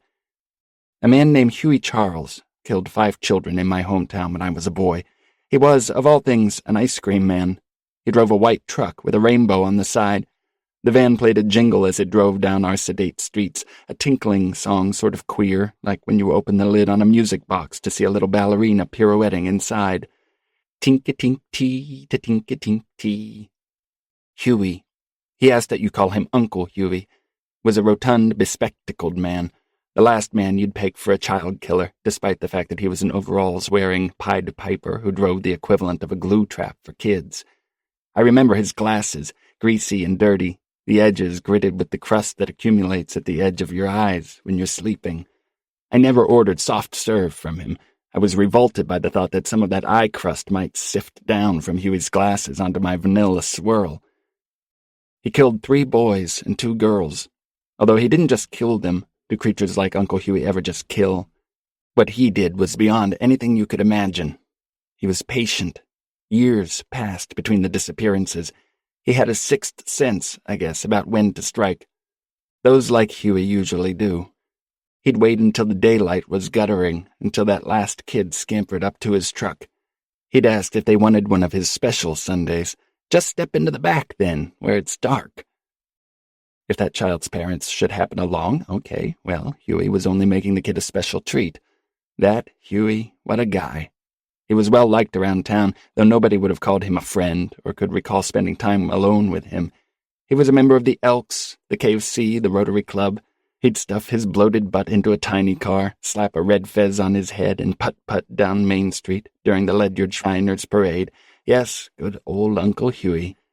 Now, if that child's parents didn't happen along, well, I imagine a certain look must have come into Uncle Huey's eyes, and the time that child realized the danger in that look was the same moment it ceased to matter. He took them to the woods, lots of woods in that part of the country, deep, dark, silent.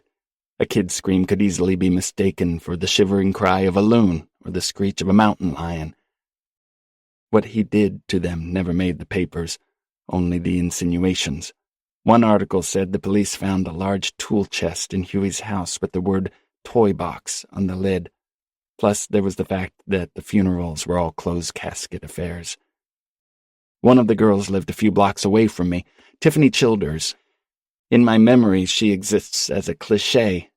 Blonde hair spilling over her shoulders in ringlets, a star spray of freckles across her cheeks. They never found Tiffany's head. That little tidbit did leak out to the public. Loose lips at the coroner's office. Anyway, the dream. I'm in the woods. An orange band of light limns the horizon, casting its light between the firs. Huey's truck rests on the periphery of my sight. I can see the rainbow on the side. I walk toward it, not wanting to, but helpless. The truck's making that tinkling jingle. Ta-ta-tee, tinka-tinka-ta-tee. It's awful. Not even a song. It's just a discordant collection of notes, an ugly sonic slap. The truck's back doors are thrown open. The sun, gashing through the trees, highlights the slashes of blood on the white paint. Things are hanging inside, dangling down beside the soft-serve machine and next to the sleeve of sugar cones. Parts of bodies. They hang on snarled lengths of copper wire. They brush against one another in a breeze that skates across the forest floor. They make a faintly musical note, like wind chimes. They shouldn't, but they do. I look down and see that I'm wearing a white uniform, Uncle Huey's ice cream man uniform. I am fat, my belly swelling to the point I can't see my belt buckle. Suddenly I realize I cannot see very well either. It's as though I'm staring through a crusty, grease-smeared window. I become aware of the sound of my own insectile thoughts. Imagine lowering a boom microphone into a tub of night crawlers, that squishy, squirming sound. That is the noise inside my skull. And the worst part is, I'm at home with that sound. I awoke back in the Trieste, in the tunnels. I'd gotten up and walked out of my quarters. I've never sleepwalked before, ever. I was caressing a pipe running down the tunnel, caressing it as I might the leg of my own daughter to soothe her to sleep.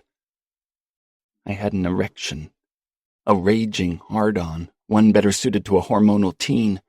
Even my second wife, the most inventive hellcat I've ever shared a bed with, couldn't bring me to such nail-pounding hardness. Morning wood. That's all it was. Morning wood. Monday, June 31st. Success! We've discovered trace elements of ambrosia. The sensors picked it up 2 days. Time has surrendered most of its meaning down here, ago. With good news, though, comes bad. Hugo has isolated himself. Surely you know this already, having watched it on the monitors. He has locked himself in the animal quarantine quarters, abandoning his lab. He's got the Cecilies, all right.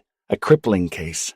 Clayton and myself debated capturing him to make sure he didn't punch a hole in the wall with the first sharp object he could lay his hands on, but he doesn't strike us as dangerous, only terrified and mistrustful. Not long before he locked himself up, I encountered Hugo in the main lab. He'd switched on the spotlights and was staring over the ocean floor. It is, admittedly, a soul-sapping vista. Your heart trembles just to see it. "If you look long enough," Hugo said, "you can see it move." Hugo's hair was unkempt, his overalls stained, and his odor quite foul. "See what move?" I asked. "The floor out there," said Hugo. "It moves in waves. It stares at us with 1,000,000,000,000 eyes."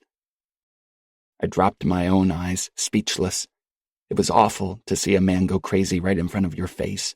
But I didn't blame Hugo one bit. Minds crack down here. Pressure bursts pipes, as the saying goes.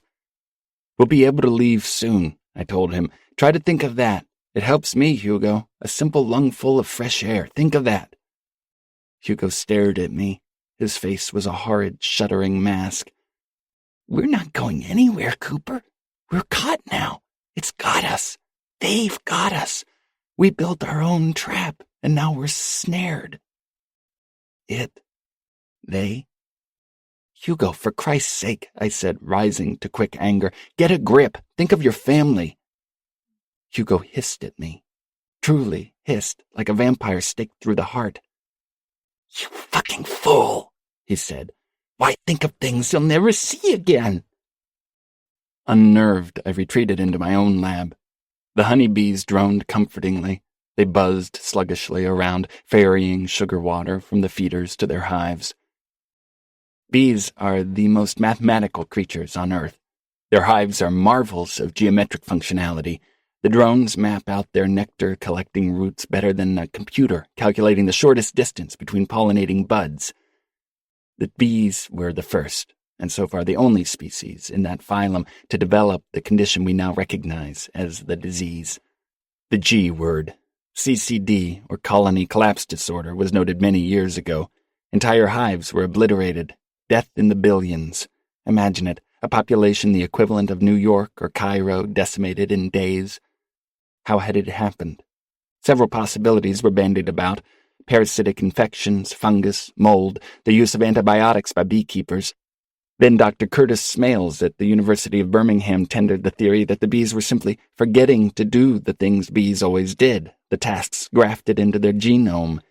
Life in a hive is perfect in the way things in nature often are. The drones collect nectar, build the combs, make honey, and defend the hive. The queens produce offspring and royal jelly. Dr. Smales noticed that the hives suffering from CCD were populated by bees that were no longer fulfilling their roles. The queens stopped giving birth or did so randomly. Drones flew miles from the hive, collecting no nectar, coming back empty-handed. They would fly into ponds and drown, sting other creatures for no reason, and die. They'd become fatalistic. Bees are ritualistic, and they were abandoning their rituals. No, we realized in time, not abandoning, but forgetting. Thus bees became the first bellwether of the disease. The honey bee in the coal mine, you could say. My specimens were healthy when we arrived, but they are now displaying the initial symptoms of CCD. Honeycombs going untended, decreasing numbers of larvae. The bees fly without purpose, bumping into the lab walls. The floor is littered with expired specimens. If this continues, they'll all be dead in a matter of days. The footsteps overhead, racing along the ceiling. It sounds so much like the running of children. of Hannah's own footsteps in our Belmont home. It's disorienting, like so much of life down here. I don't like it. June 32nd? Maybe, baby. There is a hole in the station. Teeny tiny, no bigger than a pinprick. It appeared on the wall nearest the hives. The hole is dark, nearly the color of the metal itself. I wouldn't have noticed were it not for the strange pull it emits. It's not an unpleasant sensation. I can only liken it to a scalp massage, except the fingers are inside one's skull, manipulating the gray matter. I covered the phenomenon with a long strip of duct tape. I didn't want to touch the hole. It seems unwise. Having done so, the pull lessened. I confess, I missed the pull. July something something. Day, date, immaterial. We were able to harvest a sample of ambrosia. Clayton did it. I wasn't there. A tricky procedure, but Clayton, of course it had to be Clayton, nerves of steel Clayton, corralled it through the vacuum trap. Good on him. We got less than a thimbleful. It was split between Clayton and myself. We did not speak while he portioned it out. We haven't really spoken to one another for days, a week, I couldn't tell you. Silence is our element now. Silence and darkness. I have stopped attending my psychological counseling sessions, too. I suspect Clayton has done the same. And Hugo, of course. I have not told Clayton about the hole. I like to look at it, I must say. The ambrosia, I mean, it's strangely entrancing. The hole is entrancing in much the same fashion. The hole has grown. It consumed the tape placed over it, a slow suctioning, the tape stripping from the metal and tugged through the engorged opening. A sight were you to watch it from start to finish. I did not, being asleep for some of it. That would be reminiscent of an infant's toothless mouth devouring a velvet ribbon. I've performed tests, captured on audio files, knocking and howling sounds.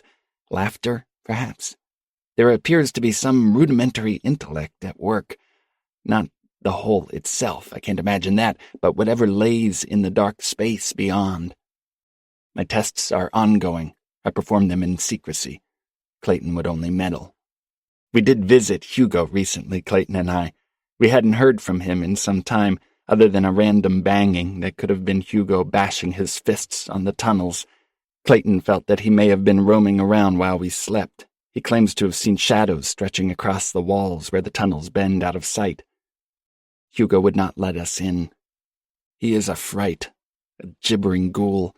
His mind has come unglued. He screamed at us through the porthole, refusing to unlock the hatch. He held up a piece of notebook paper that said, "You are not who you say you are."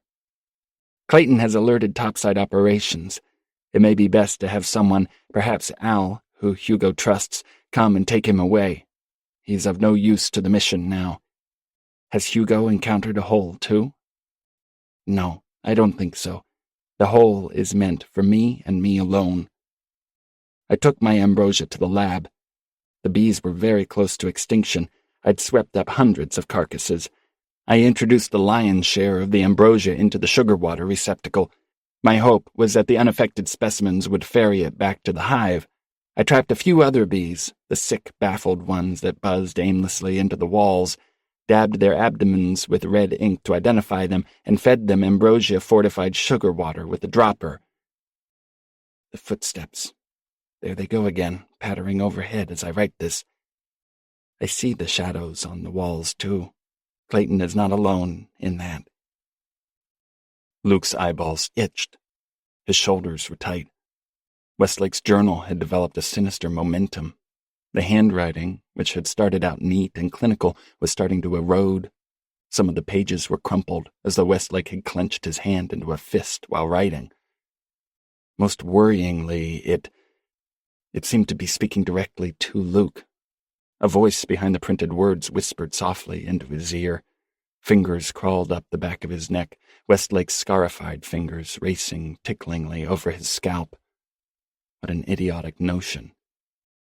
Nothing is idiotic now, he told himself. The worst mistake you can make is to think it's idiotic. He could still hear Al down the tunnel banging away. It held a rhythmic note, like the pump of a piston in a slow-running engine. Bang, bang, bang. His eyes snapped open. He'd let them slip shut, lulled by that banging, which matched the beat of his own heart. A shadow twisted across the wall where the tunnel bent. He watched the hatchway, thinking something. Fingers, 4 small fingers, a boy's small fingers, might wrap around the gray metal. When that didn't happen, his eyes fell back to the journal. The pages hooked his gaze, tugging insistently. Westlake's voice, cold and raspy with death, said, "You need to know, Lucas, because down here anything can happen. Anything at all." 18. Science Day. This place repulses. There is nothing to nourish the soul, nothing but man-made angles and inert materials. Nothing is cut from nature, holding the supple appeal of objects that God has touched. God's finger doesn't reach down this far. Today I wept while brushing my teeth. I wonder why I even do it now. I bought the toothbrush months ago on a shopping trip with Hannah. She'd pirouetted down the aisles, flipping silly items into the cart. A piping bag, adult diapers. She thought it was hilarious when I'd take them out, sigh dramatically, and set them back on the shelves. The toothbrush is old now, its bristles bent. But I bought it in a well-lit supermarket 8 miles up and however 1,000 miles distant, on a day when the sun shone brightly and I'd played foolish games with my daughter. And now I'm here, crouched in the loveless belly of this spider station. Hannah is part of another world, one I have no grip on, and so I'd stared at my toothbrush with its sad dab of minty paste, and I'd cried. The tears came effortlessly. Some days I cry without quite realizing it. The hole is growing. Days ago it ate my microphone. Hungry, hungry hole. I hear voices. They are not made by anyone aboard the station. A bee stung me, on the arm. Who cares, right? You're a scientist who works with bees, Westlake. Surely you've been stung before. And surely I have. But the pain was much sharper this time. The bee had a red ink marking on its abdomen. I watched it fly away in the narcotized manner that all bees possess after they've stung. Their guts are unraveling out of their bodies, which makes them fly wonky. I pursued it in a frenzy, knocked it down and stomped on it. Its body exploded under my boot with a satisfying gooey pop. There, fucking thing. There you go. I couldn't find the stinger in my flesh. A terrifying thought came to me. It had burrowed into me. There was an inflamed red bump that itched awfully. I dressed it with ointment and a Band-Aid from the medical kit. I did not tell Clayton. We rarely speak. There is open hostility when we do. I believe he is spying on me and told him as much.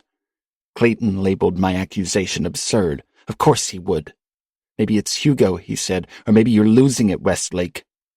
I nearly slugged him.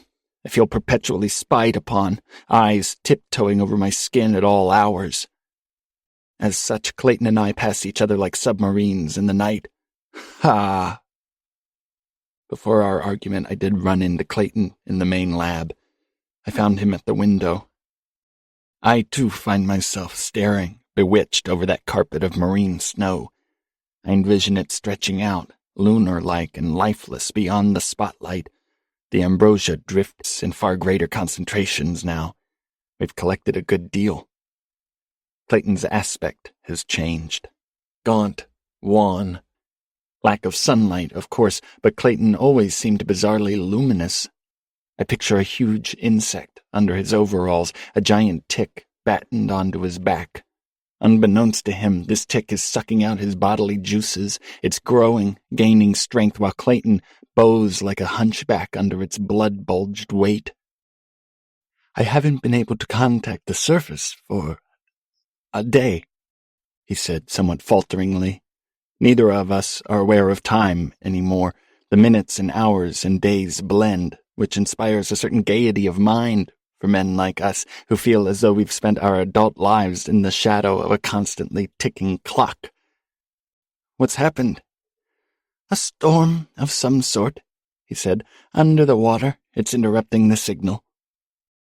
I took this in stride. Part of me was heartened. I was worried they might send a team down to round up Hugo. If so, they might snoop around my lab. I don't want that. The ambrosia's effect on the colony has been remarkable. Both hives are thriving. The drone can be heard outside the lab now. Bees festoon the bench, the walls, and roof. The question is, has the ambrosia cured the disease, at least insofar as it manifests in honeybees? Cured it, or has it actually altered their basic cellular structure? Are they even bees anymore, as we commonly conceive them? The bastard bee that stung me. The itch is worsening, a painful, maddening sensation. I have not scratched it yet. I'm terrified to. The skin has swollen so badly that the Band-Aid has torn loose. A puffy, awful ant-hill throbs on my arm. The hole in the center is a deep and pestilent yellow. I will not scratch. I will not. Update. I scratched. Ha. July? Want to hear a story my mother told me? My mother was a Bible basher. Bashy bash bash that Bible, Ma. Ignorant dilettante scaremonger. This story wasn't in any Bible. Don't know where she got it. Her crazy-ass stepfather. Yes, so.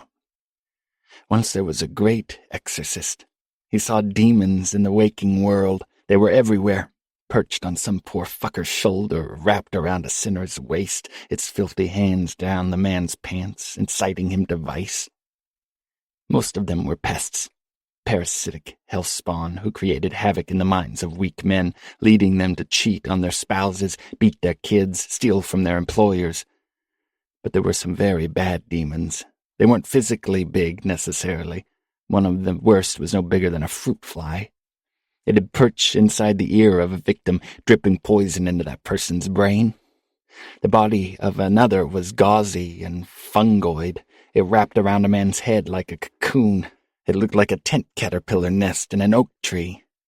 Nobody could see them but the exorcist. He banished them, the same demons more than once in some cases. And there was a place, my mom said, a nexus where they congregated, a deep, dark place. When the exorcist banished a demon from its host, it fled back to this spot. Sometimes the demon would remain down there a long time. It was difficult to get out, you see. The demons would swirl around, nipping and snarling, waiting for the opportunity to ascend to the human realm again. These demons killed the exorcist. Eventually, inevitably. He didn't fling himself out a window like old Father Karras. Each encounter left scars on the exorcist, not physical, but psychic.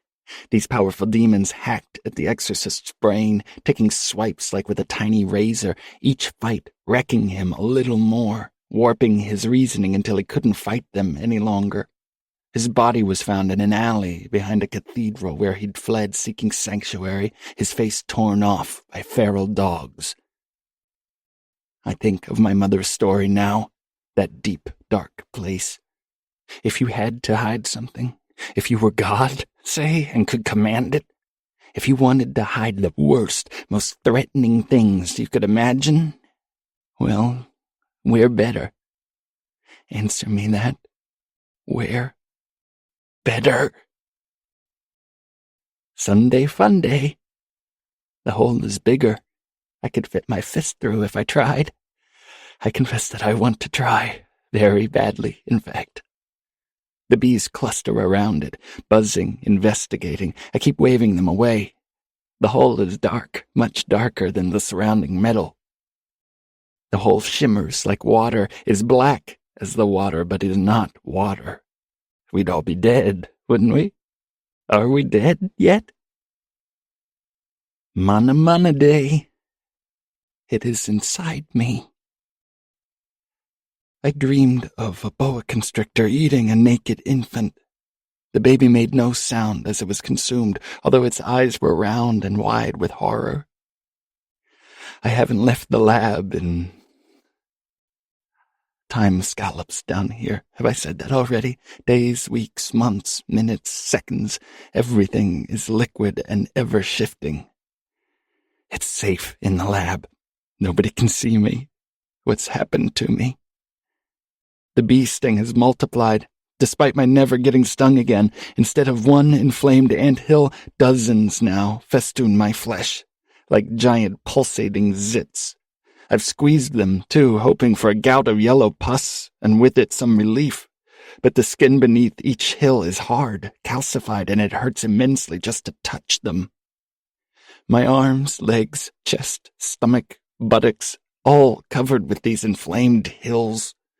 Fresh hills have appeared on my armpits and recently my big toes. So far they have not appeared on the soles of my feet or my hands. If so, I fear I'll be immobile. The merest brush with any obstruction brings forth blinding pain. My palms are unmarked as yet, too, meaning I can still write. I haven't seen anyone for some time. Every so often a staccato knocking sound will pierce the drone of the bees, but I don't know if it's Clayton or Hugo or something or someone else. One knock for yes, two for no. I have no use of Clayton or Hugo anyway. To hell with them. I have my study. I left the lab only once. I cleared the massing bees from the porthole window and saw the main lab was empty. I dashed out. Not a single bee fled my lab. Once out, I realized there was nothing I wanted. I wasn't hungry. I haven't wanted to eat for a long time. I needed no equipment. My gaze fell upon the window. Darkness pressed against the glass, an insistent swirling. Shreds of ambrosia sucked over its surface like remoras. The urge struck. Find something heavy. A crowbar was the object that sprung to mind, and smashed the window until it splintered and the sea rushed in. I retreated to my lab, to my colony. It is monstrous. It has tripled, quadrupled in size. The bees carpet the walls and bench and ceiling, a humming, droning, fuzzy black and yellow carpet. They do nothing but collect and build. I have provided the material, 3 sacks of refinery sugar slit open with a scalpel. The bees have abandoned their hives. They are building new structures. A beehive is a marvel of mathematics. A home of hexagonal cells, the sides of each cell meeting at precisely 120 degrees. The hexagon is the perfect shape for storing the most honey while using the least beeswax. Every honeybee is born with the knowledge of how to build a honeycomb. They instinctively know that hexagons are the building blocks of their homes. But these bees are building something else entirely. 2 hanging cathedrals. They descend inverted from the ceiling on opposite ends of the lab. Each is baffling to behold. The human eye can't stare at them for too long, in the same way one cannot stare into the sun. Strange and frightening edifices. One almost resembles a stalactite, with bizarre corkscrews spiraling off at unnatural angles. The other dwindles in a cochlear swirl, with sharp jutting appendages that hold the articulations of robotic limbs. The bees build their hives night and day. Honey is produced but not harvested. The honey, dark and thick as motor oil, drips ceaselessly from each hive, forming sticky pools on the floor. The queens lay somewhere within. I hear them sometimes, an angry, commanding buzz that rises above the general hum. Night. The anthills covering me have worsened, broadened, heightened, connected together on my flesh. They have a uniform look, vaguely hexagonal, like honeycombs.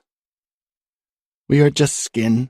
My second wife said this in one of her fouler moods when I had the bad timing to comment on her lovely figure. Me and you and everyone were all just skin and fat wrapped around bones. Yes, I told her, but I happen to fancy the way you're wrapped. My own wrapper is beginning to peel. Ha! The pain is exquisite. I am half delirious with it. The instinct arose to show Clayton my condition and seek aid, but I like it too much in my lab with my bees and my wonderful hall. The hives stretch ceiling to floor now. The bees have begun to build into the floor grating. Satellite combs are appearing at the edges of the lab bench in the manner of toadstool ringing an elm tree. The bees are changing, too. Larger is the most obvious difference. Some are the size of hissing cockroaches. They are aggressive toward one another. Bees are communal by nature, so this is strange.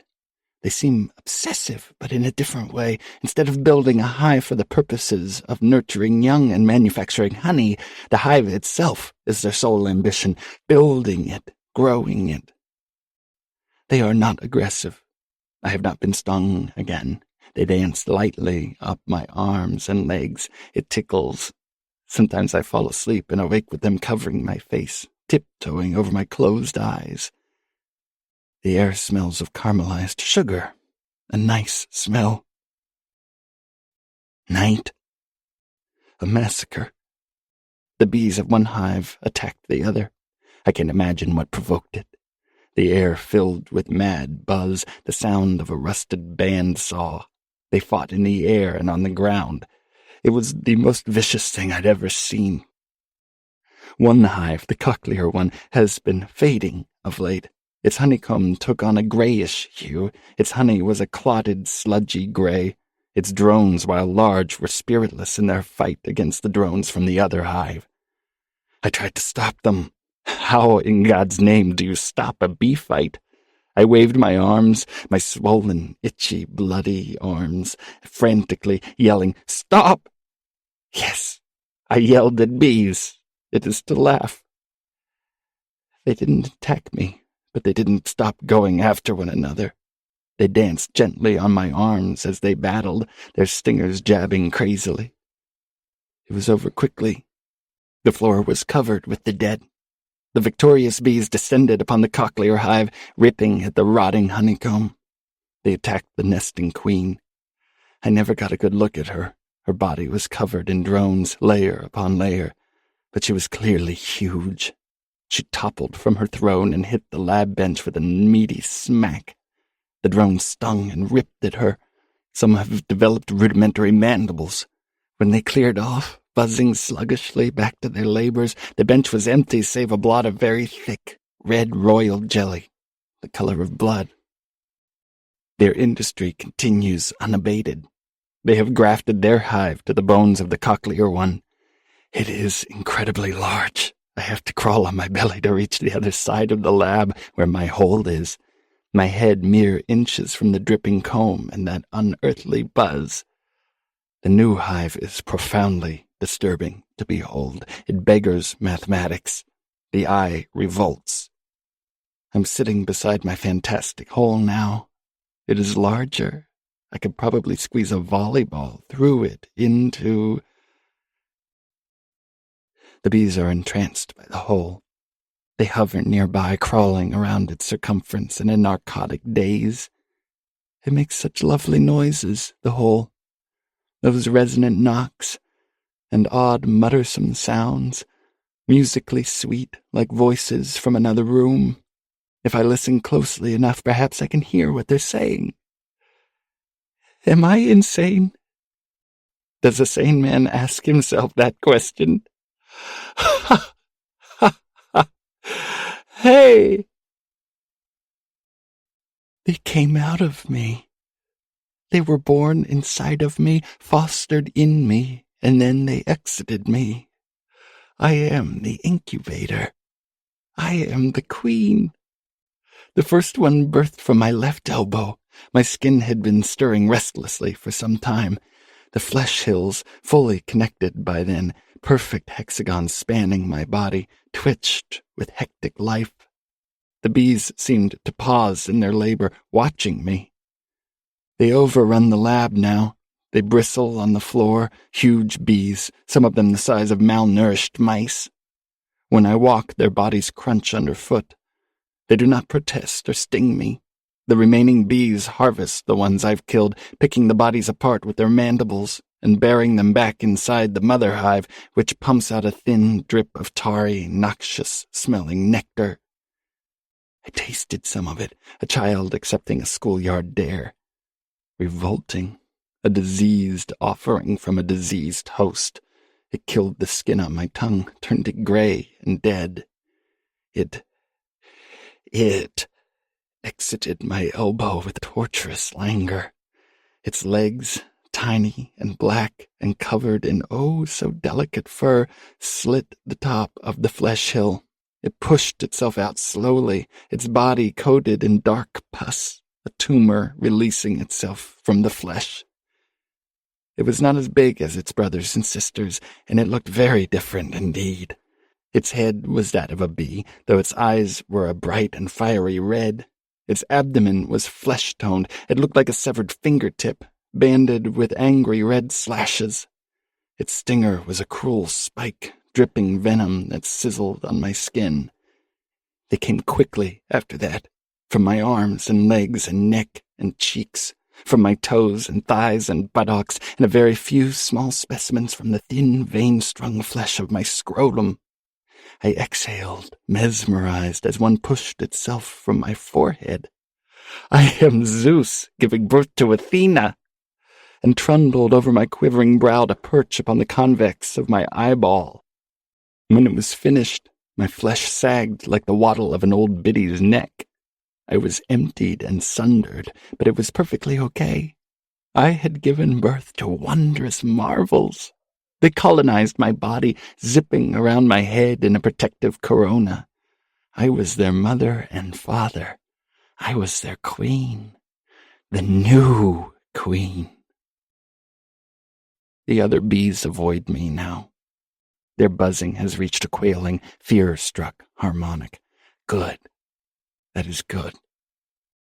Not long ago I advanced on the mother hive. Drones teemed over its surface. My hands plunged through their soft buzzing bodies, sinking into the comb. It did not feel firm, as I'd expected. Rather, it stripped away in my hands like the flesh off a long-dead corpse. The bees did nothing to protect their hive. The new bees, my children, battened upon them, sunk in their stingers, and tore their heads off. The old bees did nothing to defend themselves, submitting like weary soldiers at the end of a prolonged skirmish. The comb turned dry and brittle as I ripped toward its center. My arms were coated in that revolting nectar. Here and there within the combs I'd discover some abnormal and awful sight. My hand sunk into a baseball-sized pocket of wriggling yellow larvae, the ball coming apart like cheese curds. Next I tore into a vault of festering bee parts, their pulped anatomies tumbling into my upturned face and stuck to the loathsome nectar coating my arms and chest. I knew I was nearing the queen by the sound echoing through the moldering combs, an anxious squeal. The comb was caving in around me, the entire structure collapsing in sticky, suffocating rags. I encountered a small army of defending drones, queen protectors. They were incredibly large, rat-sized in some cases, but they were bloated and blind and seemed as resigned to their fates as the others. I knocked them to the floor and stomped them amid the stinking comb. The ones I didn't kill were dispatched by my progeny, who took great sport in pulling their limbs off and bursting their milky, sightless eyes. I tore through a final vault of coppery comb. It ripped apart like stinking cheese, and beheld the queen. A horror. She was immense, the size of a rump roast or a large puppy. She lay in a pool of black, viscid jelly swimming with her birth, gelatinous gray grubs that squirmed in that sticky tar, issuing crazed mules like children hungering for their mother's teat. She saw me and knew. I could tell somewhere in her insect brain that she realized her time had come. My progeny darted, harassing her until she let out a bleating buzz, her jelly-smeared wings shuddering against her bloated frame. Consumed with disgust, I wrapped my hands around her. The queen's body was ribbed, its texture strangely giving. My fingertips sank in without resistance. I squeezed. The queen bleated again, more shrilly. Grubs sputtered out of her backside. I squeezed until her convex eyes swam with blood. Yes, she was full of blood. And finally, with a shuddering sigh, her body ripped apart in my hands. The separate parts thrashed for a few moments before going still. things went very dark and quiet. When I regained my senses, my tongue felt furry, as if I'd eaten something alive. When, where, why, what, how, hey, yo! The lab is quiet. Only my progeny are left. They crawl and frolic around the hole, which is enlarging ever more, flicking their delicate wings. I don't have nightmares anymore, doctors. Thought you'd like to know that. I'm cured. Ha! I've no need of nightmares now. They've invaded the waking world. This is not about the disease. The Getz never was.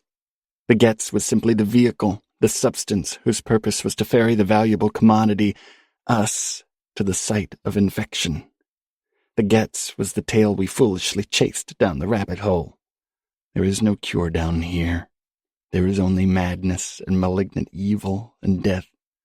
I should say, if we're lucky, death. We've been tricked, played. Our love and hope and desire to do good for mankind, our need to understand, to conquer, brought us here against our every instinct. I am known. I mean to say, whatever lurks down here, and yes, oh yes, oh yes, oh yes, something is down here. Knows me. Knows my history and loves and fears. It has been studying me for a long time. My whole life, even. It has met me before, and vice versa. It has arranged, through some slyboots method, to bring me down here. I am in the basement with the beast. It is the same one, I fear, that lurked in our home back in leafy Belmont. That same beast, or somehow connected to it. The creature that tried to take Hannah. Hannah! The same beast whose ageless need and hunger howled up those dusty stone steps, the one I fled from like a coward. But you can't run. It will find you, hunt you down, and find you. It will lay a trap in the basement of the world and bait it with the sweetest fruit, and it will wait. It's been waiting a long time. It has waited long enough. I put my fingers through. Just the tips. Couldn't help myself. Swear to God, I could not help it. Funny. Felt funny. Not bad funny. Not good funny. Not joy buzzer funny. Just funny. 2 fingers. Pointer and middle. Same 2 fingers I'd stick into the bathtub to test whether the water was too hot before bathing my infant daughter. Same 2 fingers I'd used to finger-bang Sue Reynolds behind the utility shed in the 9th grade. Stinky Sue. Rosie Rottencrotch. Slutty Sue. The only one who'd sleep with Craterface Cooper Westlake. They began to change. My fingertips shift and swirl. They are the most unique feature of our bodies. Our DNA is expressed in the whorls. And I was seeing them change, and with it a profound change occurring inside of me. I cut them off, just the tips of each finger, scalpel, chop, chop. It didn't hurt at all. The sound of the blade hacking through the bone was only minorly unsettling. I've heard much worse by now. The severed fingertips kept moving, kept squirming like fat little grubs. The bees tried to spirit them away for their strange gains. I shooed them off, picked the tips up with tweezers, and deposited them through the hole. Have me, if you want. A small piece, a tribute. Won't that be enough? The voices seemed appreciative of my gift. But they are growing louder again. Hungrier. Hungry, hungry hole. I dreamed I was drowning, wanting to die very badly. Tried to take a breath, flood my lungs. Couldn't. I washed up on the shores of an immense black ocean. The water was thick as molasses, sucking at my bare feet. Hannah was there, singing the song I'd once sung to put her to sleep as a baby. Hush, little baby, don't say a word. Papa's gonna buy you a mockingbird. And if that mockingbird won't sing, Papa's gonna buy you a diamond ring. Hannah's eyes were huge ovals, dead black, stretching from her eyebrows to the base of her nose. A bee's eyes.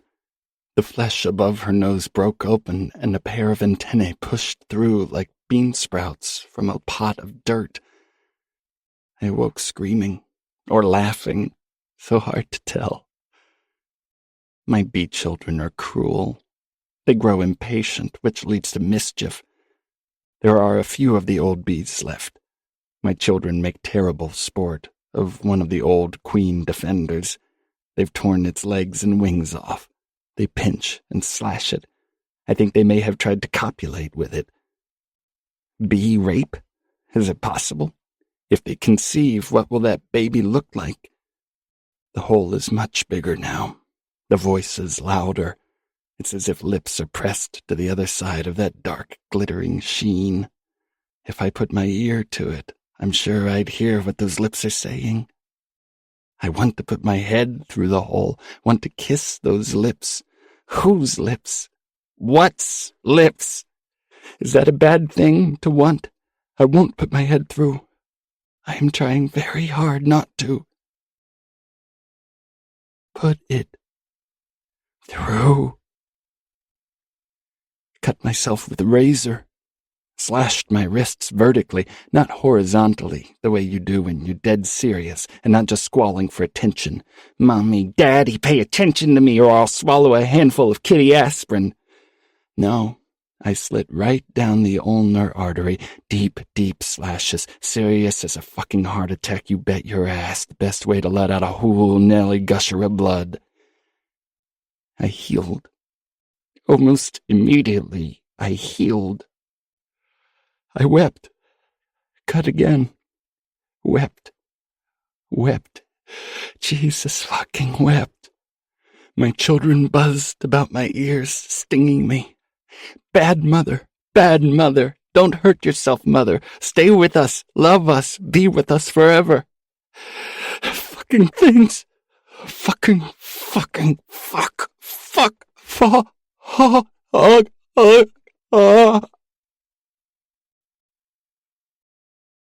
Amazing. Simply amazing. It is beauty. The purest beauty imaginable. The fig men are drawing near. The fig men are here. Lucas, come here. Lucas, come home. Come home, Lucas.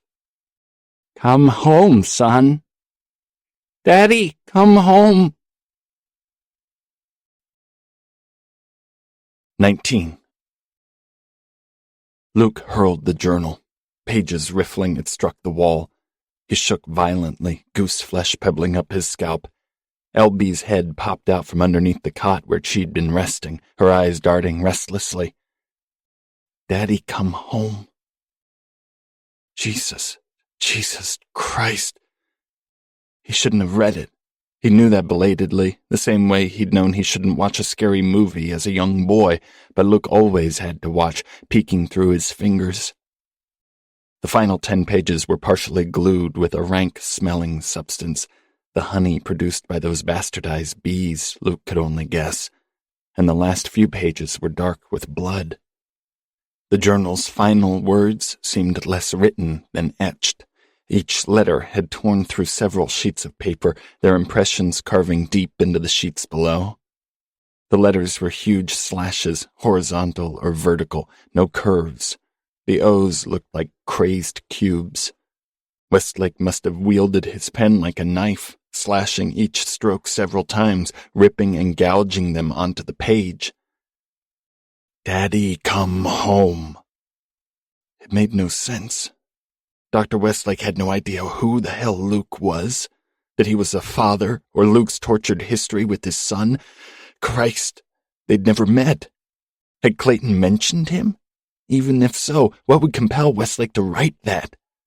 The fig men are here. This cut even closer to the bone. How would Westlake know about the figmen, the monsters in Zachary's closet? It made no sense. Luke thought about the words written in blood inside the Challenger. The Agme are here. That's how he'd read it. But Al thought the second word was men, hadn't she? Could the A Luke had seen actually have been the capital letter F and a lowercase I combined? Could the blood from a letter F have dripped down, joining the top of that I, to become what looked to be a sloppy, too big A? Jesus, had Westlake actually written, "The figmen are here"? The figmen didn't exist. There was no such thing. There was something his son's fevered imagination had cooked up, something Luke himself had fixed, trapping the figmen in obsidian cocoons. He remembered how the act had made him feel like a minor superhero, the human shield. Could the journal be a deeper manifestation of Dr. Westlake's psychosis, rantings and ravings divorced from the truth? Luke wanted to believe so. The honey could be something he'd mixed up in his lab, boiled sugar and some manner of toxic chemical. Physically speaking, the gunk on its pages was the only thing that separated Westlake's journal from your standard loony bin manifesto. It was full of the same delusional thinking, paper-shredding pen strokes, and yes, even blood. Home. Come home. Luke had been home, safe if despondent in Iowa City. The treeist, though, wasn't anybody's home. Not the home of anything human, anyway. LB clambered onto the mattress and rested her head on Luke's lap. As he massaged her ears, Luke felt the energy coursing through her bunched muscles. Did he really believe it? The bees, the hives, the madness lurking behind the hatch to Westlake's lab? The hole? Westlake had gone insane, succumbed to the same pressures that had consumed Dr. Toy, the mental erosion Luke himself had felt from the moment he'd set foot inside the station. Could he possibly believe the journal? Would he do that up on the surface? Presented with those pages, wouldn't he dismiss them as the ramblings of a madman? You would, of course, he told himself. But you aren't on the surface. You know what is on the surface? Westlake's corpse. Do you remember what it looked like? Put that image in your mind, Luke, and ask yourself, what's behind that hatch now? Luke could answer that question easily. It doesn't matter as long as I don't fucking open it. But what if someone else opened it? I believe Westlake, Luke realized with piercing clarity. Not all of what's written, but I believe the ambrosia drove him insane. I believe him enough to realize we're in very serious danger here. Let's assess things, he said to LB, who pricked up her ears. We've got a broken communication link. We can't contact the surface, and they can't contact us. We've got an escape vehicle with no power and a current ring that could rip it to shreds if we try to ascend. A crazy person who's locked himself up, another person, now deceased, who must have gone batshit too, my brother, who'll stay here out of pure stubbornness. We've got Al and you and me, the sane ones. LB chuffed, seemingly in agreement. She was a wonderful companion. Luke wondered if, without her, he might have already slipped around the bend. He was getting the dog off the damn station. Lord knows she'd been through enough already. Would you like that, girl? Early retirement? LB blinked and licked his cheek. Okay, Luke thought. What's the list? 1. Get the hell off this station. Mission be damned. 2. Take Clayton, drug him if necessary. 3. Get back home. Bring LB. 3 objectives. It calmed Luke to break the situation down into small goals leading to one ultimate goal: sunlight, fresh air, home. Granted, there were obstacles. 8 miles of water and pressure. His brother's legendary stubborn streak, a sub without power, and the thing or things inside the station with them. Inside, or partially inside, or struggling to gain entrance. The thing his brother had willingly invited in. The ambrosia. The thing whose lips Westlake could hear whispering on the other side of his beloved hole. That things, had wrecked Westlake. Oh, maybe it hadn't touched him directly, but it had ruined him regardless. It must have done the same to Hugo, even Clayton. His brother's mind was stony, but even stone eroded under constant assault. Luke's own resolve was definitely weakening. A phantom hammer tapped along the block of his brain, searching for the seam that, when struck, would crack it in half. Come on, LB. Let's find out. 20. Luke had taken a few steps down the tunnel when it struck him that he hadn't heard any noise for quite some time. When he'd last consciously checked, he'd heard Al hammering away. It had possessed that steady, confident rhythm, the sound of a carpenter pounding a nail. Now the silence was eerie. Luke wondered if Al was working on the generator's finer mechanisms. That could be quiet work. Maybe she'd even drifted off to sleep, a little power nap. A nap. That sounded nice. Luke's eyes stung with exhaustion, except hadn't they promised each other not to fall asleep? The storage room was shadowy. The generator sat in a fall of light slanting through the open hatch, a large cylinder made up of several disc-like batteries wired end to end, which made sense. You couldn't use a gasoline jenny in a closed space. Everyone would die of carbon monoxide poisoning. Al? The room was dead empty. Where the hell could she have gone? Why hadn't she come back for Luke? A bolt of panic jackhammered up his spine. What if Al had slipped into one of those same dream pools that he had fallen prey to already? He stepped out of the room. LB's snout was aimed farther down the tunnel, where Al must have gone, her tail pointed straight up, quivering. What is it, girl? LB's haunches tensed. She growled, then took off. No! Luke couldn't imagine losing the dog. If she disappeared into the warren of tunnels, he'd come apart. He tore after her. Her tail vanished around a bend. Luke pursued heedlessly, not knowing what was around that corner, and in that moment not caring. He flashed around the bend, encountering nothing but stale air, then ran through an open hatchway. Had Al left it open? And hurtled headlong after the dog. The tunnel described a wide ambit that descended so gradually that Luke wasn't sure it was happening at all, then tightened into a choking spiral. Luke was hit by a wave of nausea brought on by the disorientation until the tunnel abruptly ended in a crawl-through chute. LB's rump was wriggling through the far end. She tumbled out, her nails skittering, and raced on. Luke dove into the crawl-through. It was laughably wide in comparison to the access chute he'd been forced to navigate. He shifted onto his back, gripped the rungs, and swiftly hauled himself through. Dropping out of the chute and rounding the near corner, he came to another dead stop. LB was hunched before a hatch. The hackles stood up on her shoulders. Easy, girl. Luke ran his hand down her back, feeling the muscles jump. It's okay. It's nothing. Where was Al? This was the only way she could have come. Luke inspected the hatch. It was locked from the other side. Al couldn't open it. So where? A face rose up in the porthole, malevolent and familiar. 21. Dr. Hugo Toy was pallid and shrew-like, his features pinched together on the pasty canvas of his face. But he doesn't look crazy, Luke thought. Last time, yes. This time, no. Dr. Toy looked like a man living under an incredible pressure that had warped his bones. Luke now understood how that pressure could make a man look crazy. He held up his hands, a peaceful gesture.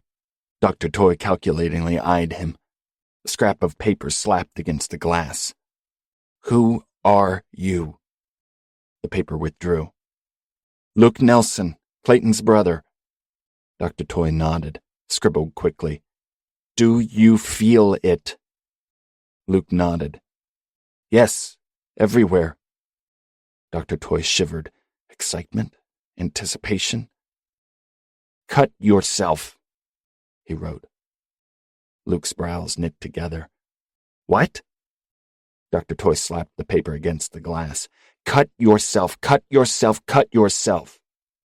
Luke said, Why? I want to see you bleed. Show me your blood. Luke figured he might as well comply. What were a few drops of blood? He crouched over the grate. Its lattices were serrated. He raked the tip of his index finger over one. His skin opened on the third stroke, blood welling down the cut. He showed it to Dr. Toy. Wipe your fingers on the window. Luke did so. Dr. Toy leaned in, nose flattening against the glass. The blood appeared to mollify him. He wrote, I'll let you in, but I'm tying your wrists. I have one of the dogs, Luke said. She can stay outside. Luke shook his head. No way. Dr. Toy bared his teeth. Okay, he wrote back in thick, angry letters, but I tie her up too. Dr. Toy set his shoulder to the wheel. The hatch opened inward, less than a foot. Turn around, he said. Put your wrists through the door. Listen, I'm not. Shut up. Do it. Luke turned and thrust his wrists through the gap. Dr. Toy used duct tape. It made that telltale whonk noise as he stripped it off the roll. Tight? Yeah. Good. He dragged Luke inside and shut the hatch. The dog. Screw the dog. You said I say a lot of stuff I don't mean. Dr. Toy led Luke to a folding chair and shoved him down. Luke could see LB's snout bobbing frantically at the bottom of the porthole. You lying bastard. Dr. Toy smiled, unruffled. Glimpsed in full, he was a reedy man whose long, articulate limbs seemed to be constructed from knotted wires. He was slightly wall-eyed, his left eyeball drifting lazily toward his nose. The room was about 12 feet square, with a low ceiling. Symbols covered the walls. Toy had fashioned them out of duct tape. They didn't look scientific, more pagan. The rest of the room was scattered with papers, most of them balled up in evident frustration. The smell was atrocious. Luke spied a heap of soiled overalls in one corner. On the surface, that heap would have attracted flies. Down here, it just reeked. No access to the facilities, I'm afraid, Toy said, displaying a slight congenital stutter. Does the smell bother you? Doesn't it bother you? Toy shrugged. I was raised by a nurse. She spent her days emptying bedpans and changing adult diapers. She didn't want to encounter bodily fluids at home. She posted a slogan over our toilet. If you sprinkle when you tinkle, be a sweetie, wipe the seedy. But if she ever did encounter tinkle, even a drop, she once threatened to make me clean it up with my toothbrush, and I'd have to use that same toothbrush until the bristles dulled and it was time to buy a new one. Your mom and my mom would have gotten on like bandits, Luke thought. Fecal matter, Toy said. Her term for it. Not doo-doo or poo-poo or even that old standby shit. Fecal matter. Please understand, I wasn't raised to be a man who'd shit in a corner. But good manners have a way of bleeding away down here. Toy shook his head as if to dispel a troublesome thought. What are you? I mean, what do you do? Your job? I'm a veterinarian. So Clayton Nelson's brother is an animal sawbones. Fascinating. Did you get your start fixing up his specimens? You'd have been at work all day. When Luke didn't reply, Toy said, Chaos. He swallowed as if to center himself. That's why I locked myself up, in case you were wondering. That's right, Luke remembered. That's one of Hugo the Horrible's specialties, isn't it? Chaos theory. Oh, it started normally enough, Toy said. We set up shop. 3 men, 3 labs. Instability systems was my role. Basically, was it feasible? The ambrosia, did it cure anything, or did it simply create havoc under an illusion of cure? He picked up a crinkled sheet of paper and smoothed it over his knee. I was working with theories, yes, known theories that apply and have value on the, pointing upward, up there, yes, but down here, nothing behaves as it should. Theories and mathematics just dissolve. Even the most chaotic events, if you break them down, have a pattern and order, and if they don't, then at least the level of chaos can be calculated, compartmentalized, and understood. Dr. Toy grinned widely. He seemed manic, weirdly chipper. His demeanor struck Luke as that of a convict who'd been kept in solitary confinement for years and now, finally given a chance to speak to another human being, he couldn't help prattling on. He showed Luke what he'd written. A hen-scratched theorem, incredibly complex. Picture a rock rolling down a mountainside, or a bead of mercury running down the backside of a spoon, or skeins of frost bristling across a window pane. The movement would seem random, yes, but it's not. If we could catalog all the variables in the universe, we could know with utter certainty what happens next. The next skip of that rock, the way the mercury will slip, the direction each skein will branch. But we don't, so chaos. He stopped pacing and stared at Luke, his eyes wide as if seeing him, really seeing him for the first time. What's on the other side of the hole is chaos, but not like any I've ever known. Unorderable, unnameable, untheorizable, and that's what pure evil looks like. A chaos whose variables are endless, so huge even the universe can't contain them. Chaos incarnate.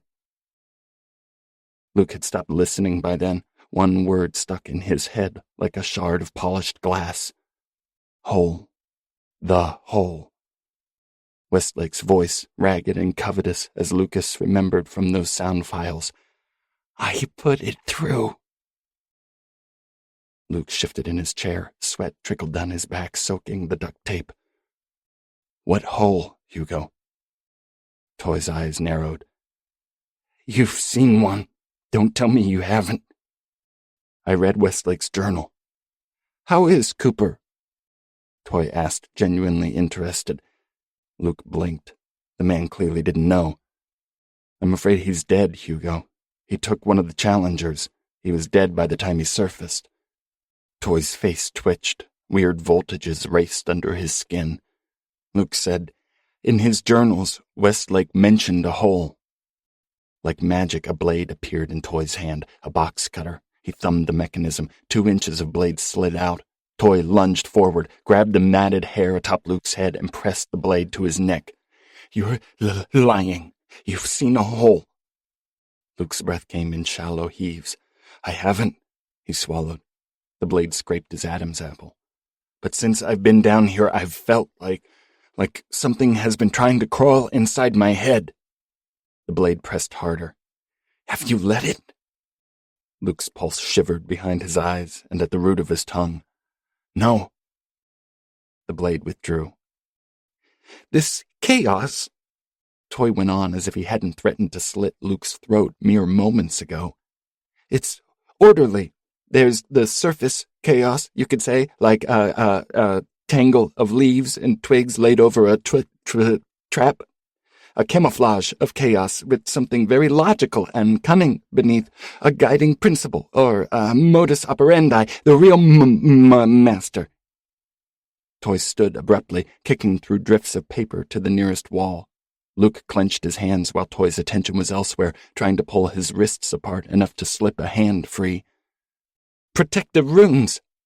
He pointed at the duct-taped symbols, laughing stiffly. I studied them as an undergraduate. Druids and that bullshit. It's all from memory. I don't know if they have any effect at all. I don't see any holes. Toy smiled without humor. I wonder if that's because they don't want me. They. Luke said, Westlake's journal. I read it. Oh, yes? Then, almost as an afterthought, but with genuine sympathy, Westlake. My God, poor Cooper, that poor man. Dr. Westlake said a hole appeared in his lab wall. He claimed he heard sounds coming out of it, voices. The voice in the sea, as your brother would claim, Toy said acidly. Some pressure-treated harpy wailing for Cooper to stick his head out and kiss her. Westlake's voice again. I want to put my head through the hole. I want to kiss those lips. A hole ate into the wall of my lab, too, Toy said. Small at first, growing steadily bigger. I spoke to Clayton about it. Predictably, he called me a fool. I told him to come into the goddamn lab. I'd show him. He refused.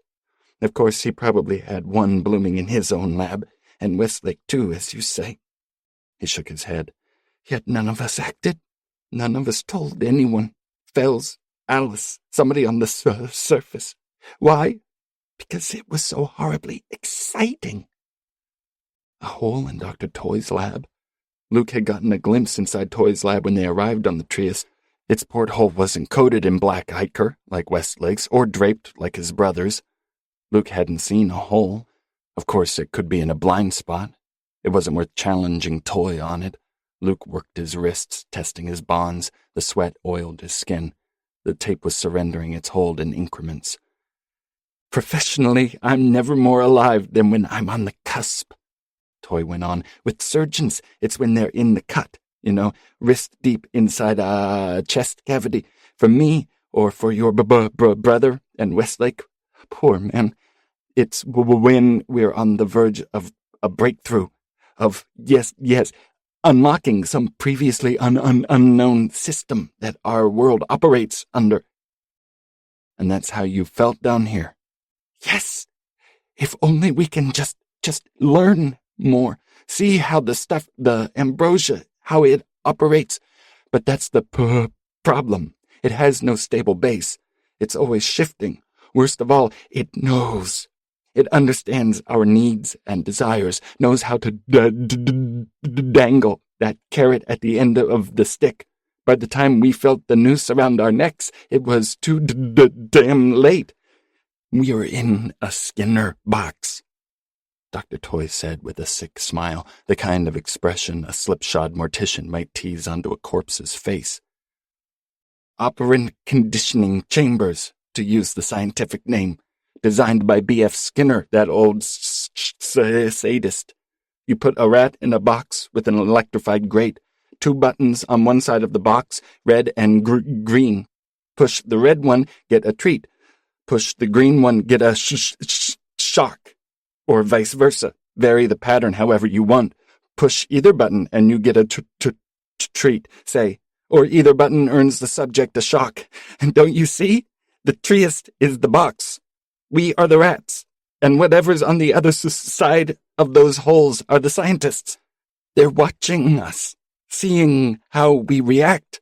We're the grand experiment. Luke continued to work at his bindings. He clenched his hands to stretch the tape. He could slide his wrists back and forth a little bit now. Why did you need to see my blood? Toy's focus was drifting. What? You made me cut myself. Toy waved his hand impatiently.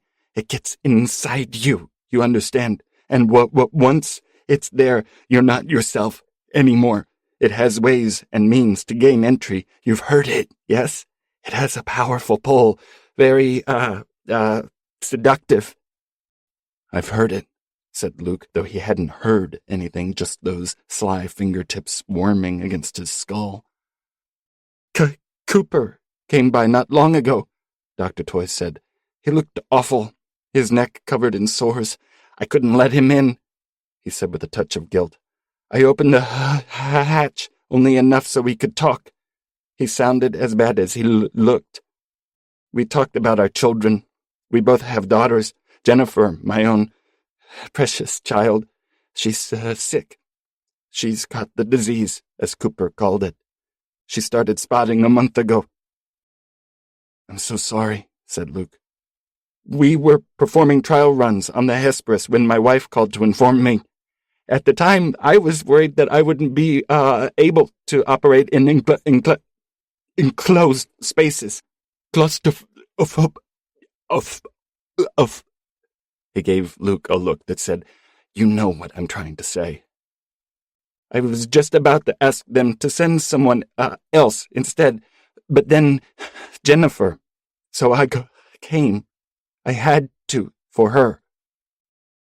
Alice has found a generator, Luke told him. We're going to power up the Challenger and get out of here. Will you come?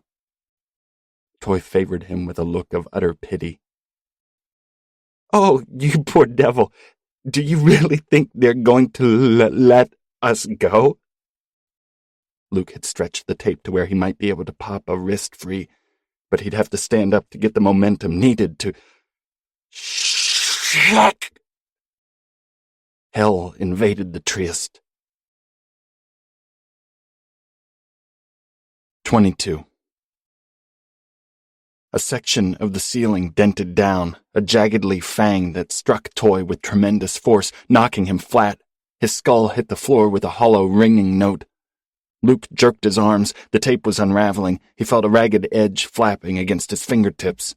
Toy rolled onto his back with a groan. His nose was broken, the cartilage shoved off at a rude angle.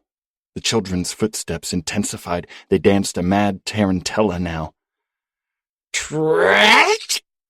Another section levered down and slammed into Toy's legs at mid-calf. The sound of his tibias snapping was horribly loud. He shrieked, sat up, slammed his head into the lowering shelf of ceiling, and slumped back, dazed. The folding chair's rear legs collapsed under Luke's weight, spilling him backward. His shoulder hit the ground with a sickening crunch. He struggled to his knees, sliding his bound arms down around his buttocks and under his thighs. He rolled onto his back and straightened his arms, but his duct-taped hands wouldn't clear his heels. Dr. Toy sat up again, numb with shock and clutching uselessly at his shins.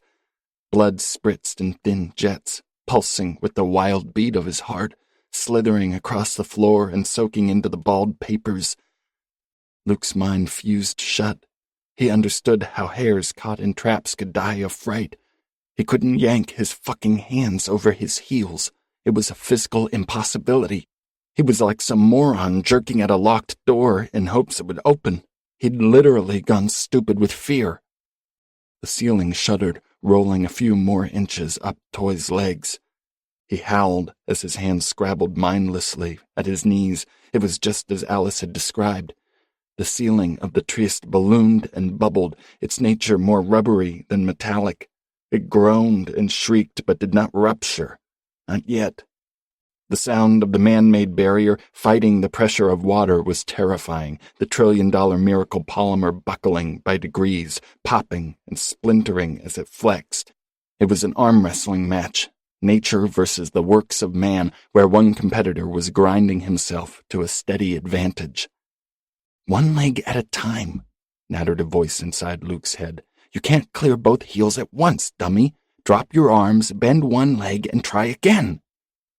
Luke straightened one leg, crooked the other, and was able to jerk his bound wrists around his dropped heel. He rolled onto one knee, the posture of a man proposing marriage, with his hands under his crotch. From that position he was able to twist his wrists until his hands were free. The ceiling shivered again as Luke crawled over to Toy.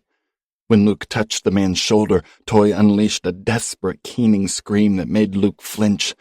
The metal consumed another few inches of Toy's shins, shattering bones and flattening flesh. What had Al said? Pressure equivalent to 27 jumbo jets?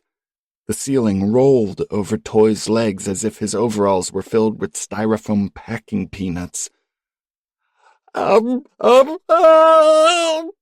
He screamed, a senseless string of syllables.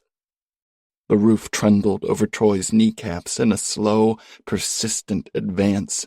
It was no different than watching a man gradually run over by a steamroller. Toy's bones were pulverized like shards of crockery.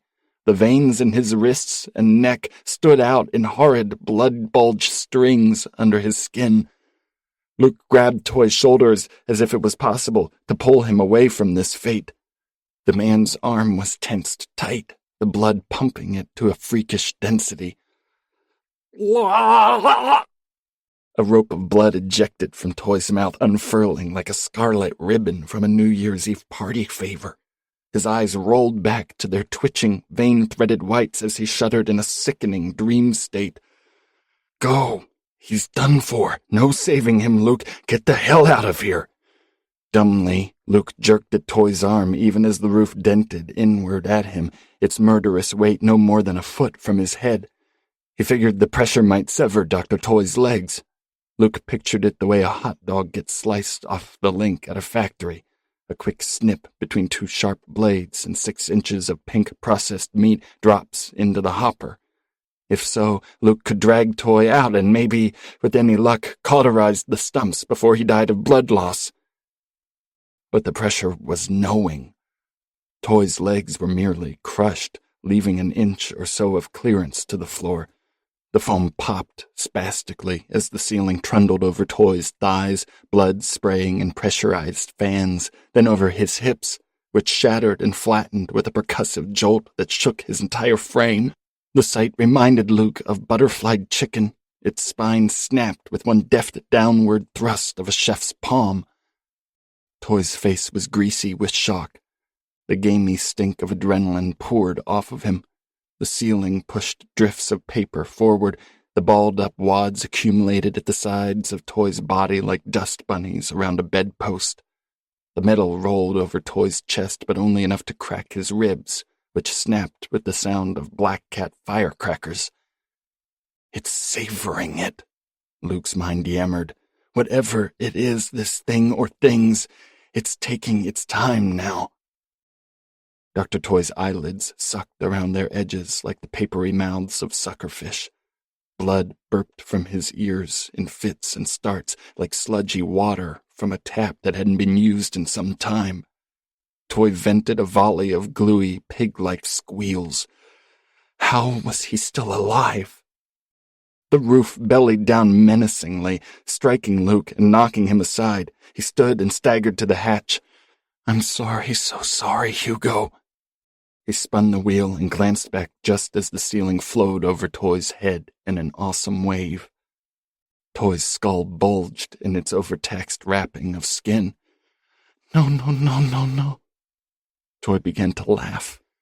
The sound was muffled by the frantic pop-pop of the space-age material, but Luke heard it perfectly.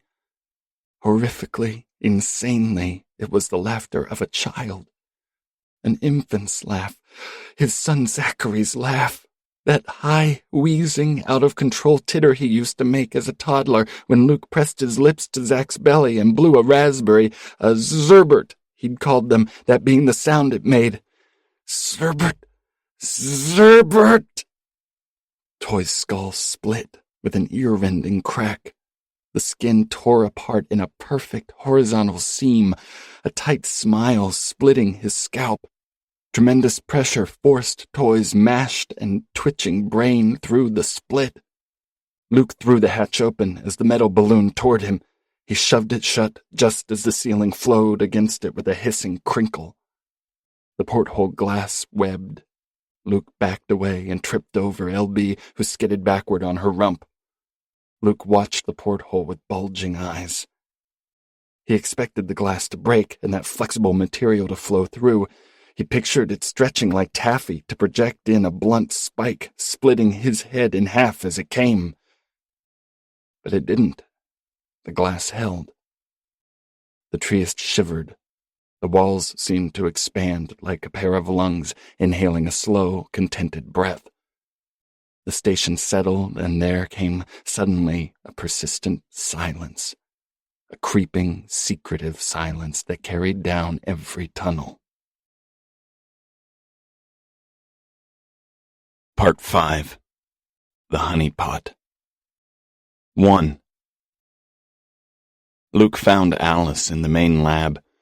He'd backtracked from the horror of Dr. Toy's quarters in a daze, his entire body trembling, to find her standing in front of Westlake's hatch. The walls creaked dimly, issuing those spastic crackling noises, but the station wasn't shuddering on the verge of collapse as it had seemed to be in Toy's quarters. No, the Triest felt quite solid at the moment. "It's as strong as it needs to be," was Luke's preposterous, overheated thought. "It exists, it and everything in it, at the benevolence of something far greater and more terrible than itself." Luke's mind was still reeling. His hands were clamped on his skull as if to prevent his brain from ripping in half. He pictured his frontal and parietal lobes tearing apart from each other like the stitches popping along an overtaxed inseam. He couldn't stop thinking about how calculated Dr. Toy's death had been. There was a methodical brutality about it. There was no way it had been a mere accident. The Trieste had killed Hugo Toy. It had done so in the most horrible, gloating fashion, and it had made Luke watch. Al's face was slack. Her lips curled in a ghostly smile as if she heard somebody's voice and appreciated what that person was telling her. "Oh, yes, Monty," she said. "I'd really like to try for what's behind door number 3. Her fingers played over the keypad. She punched 5 digits, pressed enter, and got the red fail light. Her features twisted in anger. "No, I am sure. Totally 100%. I want door number 3. Her voice rose to a girlish squeal. "I'm feeling lucky, Monty. No zonks." It dawned on Luke. Alice was dreaming. No, she was trapped in a dream pool. In this particular dream, she was a contestant on that old Monty Hall game show, Let's Make a Deal. Luke's mother used to watch reruns of it while shoveling lukewarm porridge into her mouth, laughing spitefully when a hapless contestant risked his new color TV or tropical vacation for a shot at what lay behind door number 3, only to get zonked with a wheelbarrow full of creamed corn, a llama, or a pair of clown shoes. "Greedy Gus!" she'd shout at the screen, flecks of porridge flinging from her lips. "Greedy Gus got greedy, so that's what greedies get." Al tried a different code, pressed enter, and got the fail light again. Her body vibrated with rage. "Door number 3, Monty," she seethed through gritted teeth. "Show me what's behind the goddamn motherfucking door, for fuck's sake." The drone from behind the hatch rose to an eager buzz. The porthole was smeared with that viscid substance. "Honey, Luke," he thought. "It's honey." And behind it, in the feeble light of Westlake's lab, Luke swore he saw things zipping about. Luke set a hand on Alice's shoulder. "Al?" She brushed his hand away. She laughed, a flighty, quizzical titter. "Hey, Al, come on. Hey!" Luke squeezed Al's shoulder, still highly adrenalized after what had happened with Dr. Toy. Al's eyelids flickered. Her eyes were filmy, as if they'd been soaped. Her lips spat out a loop of idiot babble. Door 3, 3. God damn it, Al! Luke shook her roughly. Al staggered back, her spine rattling on the wall. "The what?" she squawked. But her eyes were clearer. Her expression was that of a woman roused from a bad dream. The buzz died down. Those zipping shapes zipped no more. Al regarded Luke reproachfully, the same look Abby had given Luke the night their son went missing. "Where the hell were you?" "Me?" Luke said. "I was right where you left me, in Westlake's room. I've been looking for you." "Bullshit!" Luke recoiled. It was less the word itself than the icy tone Al spoke in. "I checked Westlake's room. You weren't there." "You couldn't have checked, Alice. You'd have seen me sitting there reading." Al raked her unbandaged hand down her face. "Why are you lying to me?" "Something's wrong here, Luke. Tread carefully." "I'm not lying, Al. You were working on the generator." "I got it working, but I couldn't move it," she said. "It's too heavy. I needed your help, but when I went to find you, poof, you were gone." Luke took a step back. He was worried that Al might lash out. Confused anger was kindling inside him now, too. Hot coals burned at his temples. "It wants you to fight, kill each other, maybe." "I'm sorry, Al. I went to find you. The generator was there, but not you." "I went looking for you, but you weren't. And then... Did you fall asleep, Al?" Luke raised his arms, just an innocent question. "Could that have happened? It was dark in that room, and we've been up a real long time. Did you, just for a minute, shut your eyes?" Al bit her lip. Her gaze kept flicking to Westlake's hatch. "Al, Dr. Toy is dead." Her gaze oriented on him again. "What do you mean?" "What else could I possibly mean? He's dead, Al. The station killed him. No, Luke realized, not the station. The station didn't have the ability to kill, in the same way a pistol didn't kill a person, only its wielder did. The station was simply an instrument, the Skinner box, overseen by whatever was administering the shocks.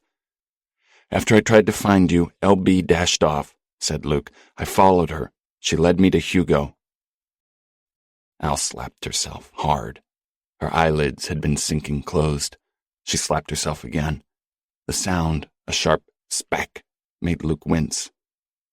She jetted air between her teeth in a series of hard gusts, like a weightlifter preparing for a record lift. She nodded, as if to say, "Okay, I'm good now," and then said, "Tell me what happened to Dr. Toy." Luke gratefully let the terrible event pour out of him. Sometimes the only way to disburden oneself of the poison is to share it with somebody else. "That poor bastard," Al said, her cheeks pink from the slaps. "Jesus Christ." Luke told Al what he'd read in Westlake's journal, too. He felt ludicrous telling her. They were the confessions of a rubber-roomed madman. And yet, listening to him, Al became very quiet. Ambrosia drifted past the huge window as Luke spoke. Shreds piled up like snow against the side of a barn. LB growled at it, a low huff that puffed the loose skin of her upper teeth. "A hole?" was Al's first question once Luke finished. Luke nodded. "That's what Westlake wrote. Small at first, but growing bigger. He could hear voices from it. Sounds crazy, I know." Al's expression wasn't disbelieving. It was fearful. "Luke, listen. I think... Yeah, I might have fallen asleep. I sort of remember tightening a few wires on the generator, then sitting down to catch my breath. If I nodded off, the thing is, my dream picked up right there. It began in that storage room, with my body in the exact same position as it was when I nodded off. And so I got up in my dream and walked down the tunnel to find you, thinking I was still awake. You weren't there. You're saying you were, which makes sense if I dreamed it, and then you find me here, trying to get in there." She nodded at Westlake's lab. A shudder racked her frame. "What I'm saying is," she went on, "if I sleepwalked to the lab, how did you miss me? I would have stumbled right past Westlake's room, right?" Luke nodded. "You would have, yeah, and I would have seen you, unless you fell asleep too. You were sleeping as I walked past." That was the only possibility that made sense. Luke had somehow drifted off while reading Westlake's journal, slipped into a dream pool without even knowing it. They'd both been asleep when Alice walked past Westlake's room, right past Luke, neither of them aware of it. How else could it have happened? Unless the Trieste was reorganizing itself, arranging into new configurations like puzzle pieces, snaking in different directions to ensure they wouldn't have seen each other. "We have to get that generator," Al said. "Get the Challenger powered up and get our asses out of here, and stay awake." "What about Clayton?" "Watch him, Luke. Hawk him. He's been down here way too long." 2. It was a slog dragging the generator to the Challenger. An hour, 2, 4. Luke couldn't say how long. Time drew out like a blade. The generator wasn't all that heavy, but it was cumbersome. It had handles on the sides and tiny wheels to help it roll. Luke thought they made it look like the Oscar Mayer Wienermobile, that familiar staple of small-town parades. A light sweat broke out over Luke's body before they'd even muscled it out of the storage room. It trundled across the grates like a shopping cart with a wonky wheel. Luke was bathed in sweat by the time they reached the crawl-through chute. Working together, using the handles, Al was sure they would be able to slide it into the crawl-through like a torpedo into the firing tube. But it would require both of them to lift it, meaning the generator would fall out the other end with nobody to catch it. "The fall could break it," said Al. "Do we have anything to cushion it?" A light bulb clicked on in Al's head. "Strip," she said. "What?" "Your overalls," she said, unzipping her own. "I'll lay them on the other side as a crash mat." Luke removed his overalls. His body looked sickly in the tunnel's light. The blackness of the sea falling through a porthole above cast a circular shadow over his heart. Al's body was muscular and milky from a life spent underwater. She had a tattoo of a propeller on each hip bone. "Old superstition," she said, catching him looking. "Sailors used to get propellers tattooed on their ass, one on each cheek, a good luck charm against drowning. If your ship goes down, they help propel you to shore." They stood for a long moment, eyes on each other. Luke felt the warmth radiating off Alice's body. There was appreciation in their gazes, the appreciation that prevails among soldiers sharing a bunker under heavy fire. But there was a raw hunger, too.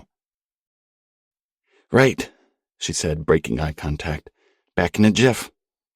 She darted through the crawl-through in her tank top and fitted shorts, arranged their overalls on the other side, and slid back. They hefted the generator and slid it into the chute. It fit easily, with room to spare. Alice powered it through, pushing it with her feet. Luke followed shortly behind her. The generator nosed out of the crawl-through and hit the floor with a crunch. They inspected it. It looked okay. They put their overalls back on and continued. The tunnels seemed to be lengthening with a sly stretch and pull. They were narrowing, too, their ceilings lowering. The station's geometries were shifting subtly. The beat of what sounded like footsteps came irregularly. These were not the mincing footfalls of the waterlogged children. These were plodding, dogged, and they came from somewhere inside. "Maybe it's the thing from the crate, darling," Luke's mother piped up. "You must assume it's got big feet to go along with its big hands." "Shut up, Mom," Luke thought. Who could it possibly be? Clayton was the only one left. Maybe it was Clay. Maybe he was stalking them. He really did want Luke to be here, and now he didn't want to let him go. Luke propped open the storage hatch. They shimmied the generator through, Luke doing most of the work on account of Al's hand. A flashlight was clipped to the wall. Al grabbed it, flicked it on. It did very little to illuminate things. The generator snagged on the grate. Luke hissed, a release of pent-up anger and fear, and gave it a kick, which only sent a spike of pain shooting up to his knee. He collapsed, breathing heavily, his eyes stinging with sweat. A stone lodged in his chest. Panic, but only a dull murmur of it now, mingled with a heavy sense of despair. The station wouldn't let them go. Its overseers would erect roadblocks, allow them to feast on false hopes, then shred their escape plans. Somehow something would thwart them. Luke had become convinced of that. A small and silly matter which would only sharpen the agony, a blown fuse, a stripped wire, a setback that wouldn't daunt them for a moment on the surface, but down here it would end them. "Or you may decide you want to stay," said a cold, dark voice in his head. "Why not? It'll be fun. Oh, the things we could show you." Luke rocked the generator. His arms screamed and his shoulders nearly popped out of joint. The damn thing tore free with a screech of metal. He and Alice rolled it the final 10 feet to the Challenger. Al unspooled 3 heavy-gauge cables and flicked a switch on the Jenny. "If we're lucky, we'll have enough juice to skedaddle," she said. "But I want to pump every volt I can into the Challenger. That'll take a few hours." "You're going to be able to do it with your hand like that?" She nodded. "Just pushing buttons and flicking switches. I'm fine on my own. Plus, it's better if you keep an eye on your brother. I'd rather keep him in plain sight." Those footsteps thudded again, closer now, just outside the storage area. The hackle stiffened down LB's back. The footsteps drew nearer, producing a thudding echo on the grates. Luke imagined someone, something, standing, hunching, in that dissolving edge of light. The outlines of this person or thing shifted restlessly, solidifying momentarily in Luke's mind before adopting a new guise. The footsteps stopped. In the silence came a low, liquid breathing, unrushed and calm, the breath of a man on a leisurely hike. "Clay?" Luke called. The breathing stopped. Next, the source itself was gone. The presence vanished, evaporating like steam off a hot bath. "It's just the station," Al said. "Groans and moans." "The station, sure," Luke said, accepting her reasoning as it made more sense than the alternate. "How are you feeling, Al?" Al held the flashlight under her chin like a boy telling a scary story around a campfire. "I'm feeling fine as cherry wine, Doc," she chuckled. The walls sponged up her laughter. "We're going to be okay, Luke, aren't we?" "I think so. We just have to get a little lucky and hope someone up there is watching over us." "Go on. Find your brother. Take the dog, too. And Luke, stay awake." 3. The main lab was deserted. The lights burned at quarter power. Luke flicked the switch to activate the exterior spotlights. They didn't turn on. He flicked them again. Still dark. The viewing window reflected his haunted eyes. He felt it out there, that sucking, hungering nothingness. He found a flashlight in a drawer. He turned it on and trained it on the sea floor. The beam illuminated that mounded whiteness, marine snow piled in layers. There are places on Earth where light is unwelcome, Luke thought. Light has no power down here. Darkness is king. Light flees the dark, or it gets devoured. He watched darkness eat into the glow of his flashlight, dissolving its weak radiance like acid. The beam winnowed and broke apart until something snaked into the dregs of that light, lashing fretfully. Thick and reddish, an enormous night crawler flicking against the window. LB yipped in fright. Luke backed away, then was hit with another image, so much larger and so terrible that his soul withered at its prospect. And yet he didn't see anything. It would have been impossible in that blackness. He only intuited it. Luke caught a sense of something out there. Its presence was enormous, mind-filling. In that moment, he saw how things would look if the sea were drained, the station surrounded by monolithic alabaster cliffs that went up and up until their faces welded with the blackness above. The trench unfurled flat and featureless to the base of those cliffs, and in his mind's eye he could see this thing on those towering sheets of stone. It clung to the cliffs with many limbs, spanning all around the trench the way a spider fans its limbs across a web. It had no head to speak of. It was all limbs, all tubes, and each limb was the thickness of an oil tanker. Those limbs convulsed as it detached from the cliff, lowering its terrible body onto the ocean floor. Its limbs smashed down into the ghostly muck, sending up combers of marine snow that rolled in awesome white waves. "Lucas." Luke spun around. The flashlight pinned Clayton in its beam. Luke inhaled sharply. Even LB let out a low yowl of concern. "You look pained," Clayton said. Clay's body appeared to have shrunk. It was as if the incredible pressure of the water was gradually crushing him down. His chest seemed thicker, his legs, too. Luke had the awful image of an accordion being squeezed with inexorable force. Clay's face bore the same hints of compression, where before it had seemed aristocratic, with the high forehead and flinty cheeks. It now had a fleshy, porcine look. His eyes were squeezed between wadded-up skin, making it seem that he was peering through slits of fatback. "Are you all right, Clay? You don't look well." "Never better, brother." His lab was open. Light spilled across the floor. That familiar dripping noise invaded Luke's ears. "Drip." "Come inside," Clayton said. "You'll catch your death of cold." Another one of their mother's pet phrases. Luke's memory raced through a few others. "Useless as tits on a bull. Snowball's chance in hell. Lord love a duck." The phrase she'd screamed after Chester Higgs had beaten her with that hoe. "It's not that cold." Clayton nodded dismissively and turned back to the lab. "Clay, wait." Clayton wore a sweater, the kind fishermen wear.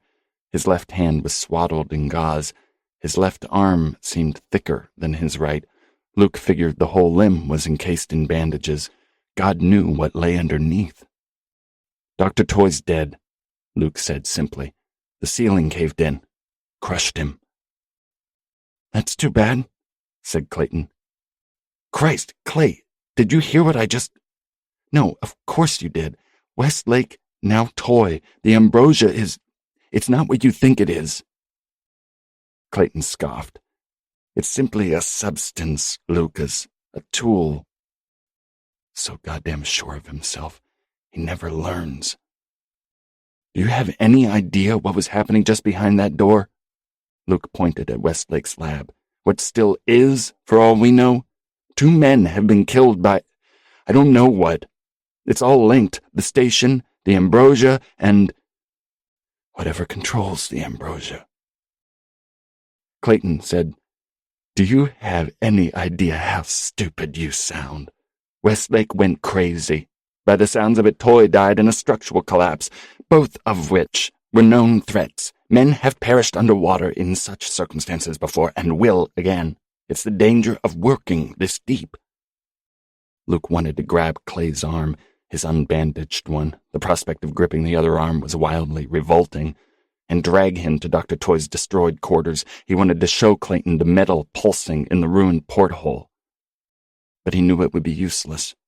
Westlake and Toy were fools. That's what Clayton would say, and to an extent he was correct, if the only measuring stick for their intellect was his own immeasurable gifts. But they had been smart men, serious men, and they had shattered utterly. This place had done that to them. "What if you're wrong?" Luke said. "Just this once. What if this stuff is of no benefit at all? It can't cure the gets, can't cure anything. What if you can't control it? What if it's controlling you, Clay? If it knows you, your habits, your flaws, maybe it's playing you. What if..." Westlake's voice. "We are in the basement of the beast." "Clay, what if it never lets you go?" Clay's reply was shocking. "I don't really care if it cures anything." "Wait, what?" "I don't care," he said, enunciating each word. "People need to die, of cancer and AIDS and whatever else. There's too many of us, too many by half. It's a planetary imperative, not enough resources to sustain the hordes. We need a grand curative. We call the gets a disease, but it's not. Mother Nature has taken out her broom. She's sweeping up the trash." Luke's skull throbbed. "Jesus, then why agree to come down here if you disagree with the whole purpose?" "Because I'm fascinated, Lucas. I really just want to know how it works." Luke found it almost impossible to grapple with his brother's misanthropy. It wasn't that he was hateful, as the mother had been. You required a working emotional barometer in order to feel anything at either pole, be it love or hate. Clayton's barometer was zeroed out. His emotional weather patterns were unvarying. No shudder-rattling storms, no radiant sunlight, just an endless string of gray, edgeless days. Luke had never really known Clayton. It would have been like trying to comprehend the mindscape of a meticulously disguised alien, a creature composed of sentient goo poured into an empty shell that he'd called his brother. "If you don't give a shit," Luke said, "then why the fuck didn't they send down someone who does?" "Because none of those people can do what I can do." "You fuck! You miserable fucking specimen of humanity!" Clayton's expression suggested he took this as a compliment. It was perfectly acceptable to be a miserable representative of a species you cared nothing for. "Trip! What is that, Clay?" Luke said coldly. "What the fuck is that noise?" Luke shoved past his brother, adrenaline tweaked as he stalked toward the open hatch. LB was stuck tight to his heels. 4. The lab was bright and ordered, not a hair out of place. Positively Claytonian. Luke's gaze fell on the cooler containing the guinea pig. The guinea pig and the strange shape wrapped in durable black plastic. Ploop! The sound was coming out from behind the Einstein poster. Old Albert with his tongue stuck out of his mouth. A sense of unreality washed over Luke. It was so plainly obvious, wasn't it? How had he missed it? "Hell, on my last descent I brought a poster of Albert Einstein for your brother," he remembered Alice telling him. Oh, shit, I don't. How could you? You Shawshanked us, he said softly. Oh, Clay, you sly dog, you. You cannot move it, Clay said, getting himself in front of Luke. Do you understand? It's forbidden. Who was he, Bluebeard with his locked room full of severed heads? What did that make Luke, then, his cringing, servile wife? Luke took a step toward Clayton. A challenging smile tweaked his lips. LB came forward, too, her eyes resting on Clay with bright menace. You can't move it, Clayton spoke carefully. Trust me, you don't want to. The buzz drifted through from the main lab, adding to the riot in Luke's head. It was as if wasps had built a nest between his ears, stinging the insides of his skull. I think I ought to know, Luke said, deathly soft. I'm not a scientist, right? Why keep your secrets from me? Unless, you're working on a new dog-neutering system. A hollow laugh. You're not working on that, Clay, are you? Get away from me. Shouldn't I know, brother? I came all this way. I never asked you to. Oh, I think you did. Luke's throat was dry, and the words came out in a choked rasp. I think you've done plenty down here without even knowing it. Next, they were grappling with each other. They waltzed awkwardly around the lab bench, locked up like professional wrestlers, not yet committed to actual violence, just testing their strength. Luke's fingers sunk into the bandages on his brother's hand. His flesh had a sickening give, spongier than skin should ever be. Luke was dismayed to discover that Clayton's strength overmastered his own. It was that age-old truism, no matter how old two brothers got, the older brother still had the upper hand in any physical confrontation. Clay's elbow clipped the bridge of Luke's nose. The room exploded in cold blue fire. Luke's synapses lit up like a pinball machine. He stuttered backward on his heels and fell, a shockwave juddering up his spine. Clayton's face shaped itself into an expression that did not often grace it. Concern. He stepped forward, his hand instinctively outstretched. Luke, I'm so... LB sprang. Her skull rammed into Clayton's breadbasket. The wind woofed out of him. He tottered backward, arms held out to ward off LB's jaws. She was harrying him now, not nipping but really biting, aiming to do some serious damage. LB, heel! Luke shouted. Heel! The dog paid him no mind. Clayton's hip hit the edge of the lab bench, spinning him sideways. He fell backward, arms thrown out to check his fall. His fingertips snagged on the poster.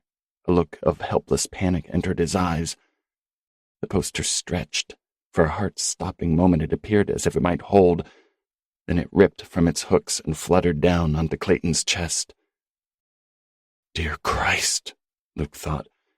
It's worse than I thought. More awful than I ever could have imagined. 5. A hole, halfway up the wall. Except it wasn't really a hole, was it? Whatever Westlake had seen, however he'd contextualized it, he'd been wrong. Its surface was darker than the sea beyond the wall. It shimmered like the placid surface of a lake stirred by a breeze. Upon casual inspection, it may have seemed solid. It held back the water, didn't it? But Luke knew if he were to touch it, his fingers would pass through into... His mind couldn't grasp what might occur next. It couldn't even form an outline. The not a hole was rung by smaller ones, the same way moons ring a planet. A few were the diameter of nickels, others were quite a bit larger.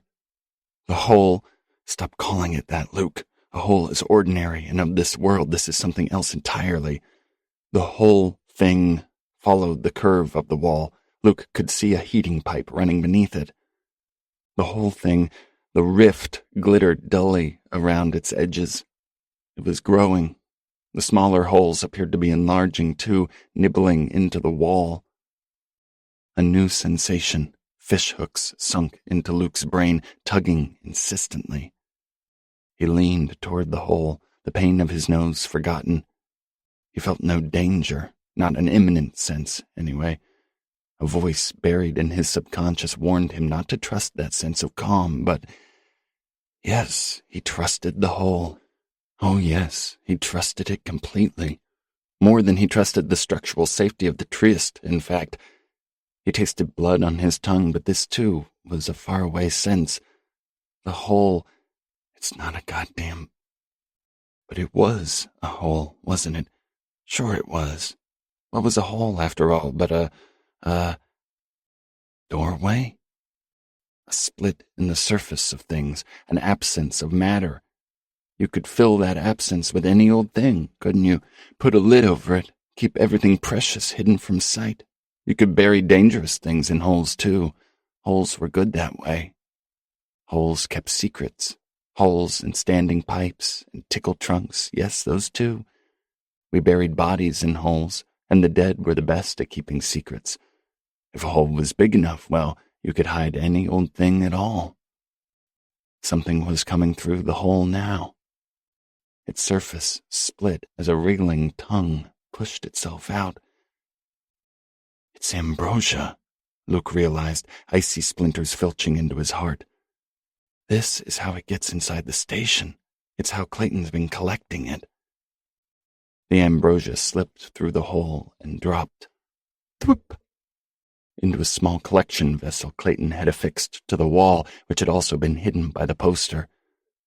It was the first time since Luke had been down that he'd experienced something undeniably not of this world. Everything else could be fobbed off as the product of his overheated imagination or of Westlake's runaway psychosis. Even Dr. Toy's death could have been a structural mishap. But this, the hole, the ambrosia sliming out of it, stood outside all earthly logic. "Don't look at it directly," Luke heard Clayton say. Luke was on his knees now, crawling toward the hole. He found this distressing in a distant kind of way. "Hey, Luke, your arms and legs are moving on their own. Isn't that kind of freaky?" Something was drawing him forward, pulling him closer to the doorway. He was struck with the profound urge to touch it, reach into it. He imagined it would feel warm and embracing. It'd crawl lovingly up his flesh as some strong current drew him deeper to the wrist and then the elbow and eventually the armpit. And it would feel like home, wouldn't it? Like the summer sunshine he remembered from childhood, slanting in golden abundance from a cornflower blue Iowa sky, hot but not uncomfortably so, cockle-warming, as the old men at the Hawkeye barbershop would say. Yes, it would feel just glorious. A hand closed over his wrist. Clayton gripped his arm fiercely. Luke wanted to rip out of his brother's grasp and continue toward the door. It really was more of a door, wasn't it? He'd open the door and see what was on the other side. It would be simply wonderful. He was certain of it. "Look at me," Clayton said. "For Christ's sake, Lucas, look!" It required an epic force of will for Luke to keep his eyes locked on Clayton's. When he did, the pull of the doorway lessened the tiniest bit. "I have to put the poster back up," said Clayton, his voice solidifying. "Don't look at it. I know it's hard. It wants you to look." A relentless pressure in Luke's skull was torquing his head toward the hole. "Talk to me, Lucas. Sing a song. It helps." Luke hunted his mind for one of the silly kids' songs he'd sung to Zach. There were dozens. Their lyrics danced on the tip of his tongue. But something else inside his head, a persistent presence, had other ambitions. "Why not take a look, Lucas?" An insistent voice, the voice of the hole. "What's the harm?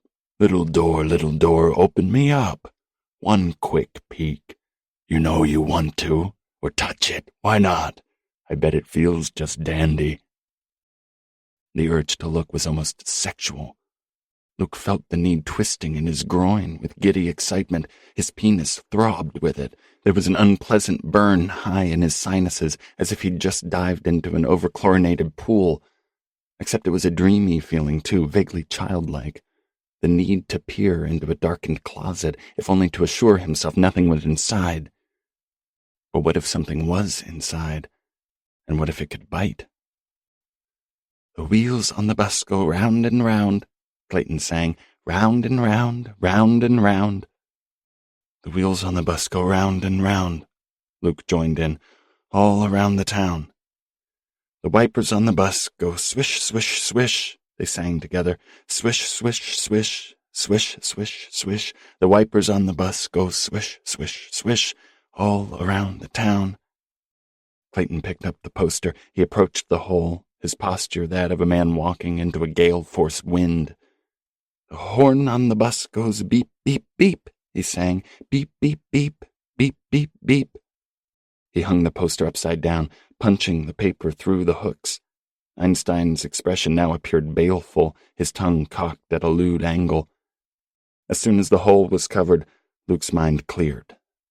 The brothers retreated to the far side of the room. They sat in silence, breathing heavily. I know this must be a lot to take in, Clayton said finally. It's just like Westlake said. Luke's voice was barely above a whisper. His journals. You knew he wasn't crazy. You knew all along. Clayton's face, oddly compressed and sun-starved, gave him the look of a man in the final stages of tuberculosis. He wasn't crazy, Luke. He was just weak. 6. When did you first see it? Luke said. Clayton leaned against the lab bench. He shot a furious glance at LB. Keep that dog away from me. You understand?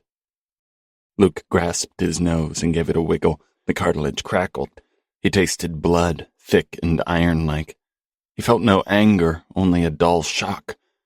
But the shock was tempered by the sense, deeply buried but sincere, that the holes did exist. He'd known it even without seeing them, so the adjustment now was easier.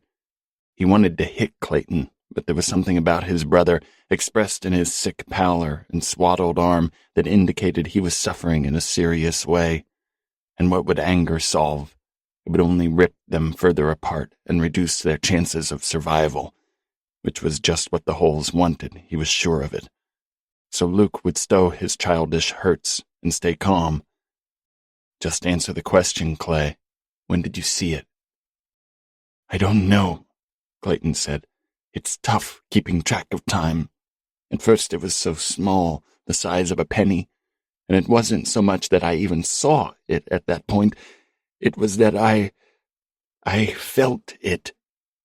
Clayton clearly hadn't hung the poster to stop anyone from seeing the hole. He'd hung it to stop the hole from seeing him. That his brother had continued to work mere feet from it, collecting the ambrosia as it widened and grew, sucked ceaselessly at his psyche. Luke understood not for the first time that his brother's mind was built to a different tolerance. How does the poster muffle that feeling? Clayton shrugged. I don't know the principles behind it. I only know it works.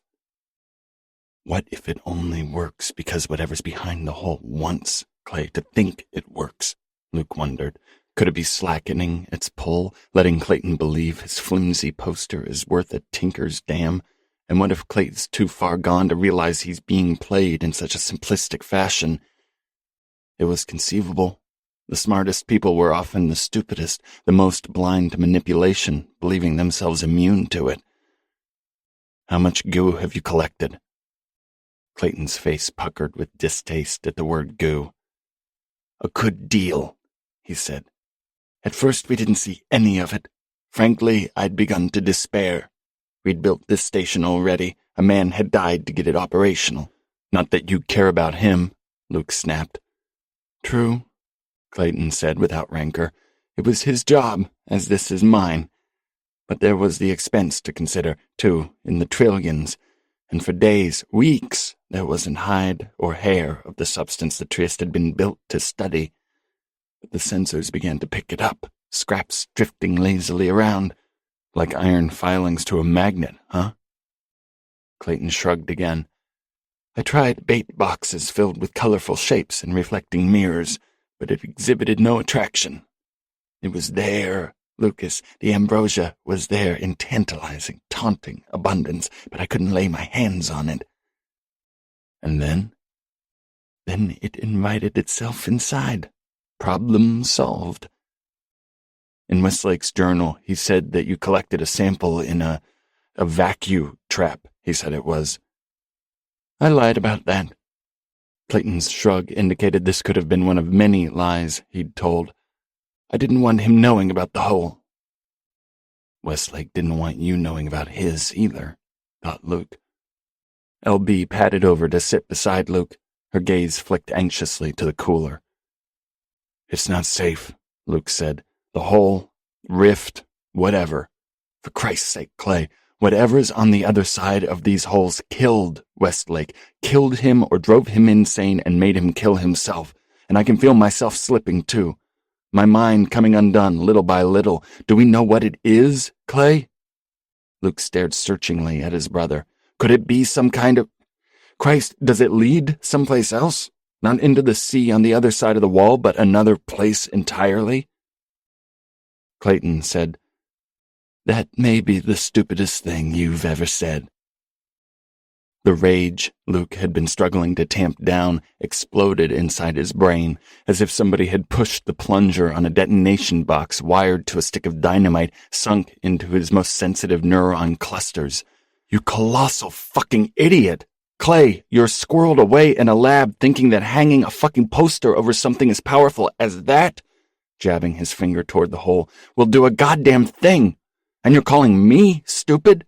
You may be the smartest man on earth, but you're fucking clueless down here, and you're too mule-headed to admit it. Well, I'm here to tell you, brother of mine, you're severely outclassed. Severely. You're an idiot child compared to this thing. You'd need 2 brains, or 3, to even begin to understand this. And even then you'd be too much of an obnoxious, smug, know-it-all prick to admit you can't comprehend it.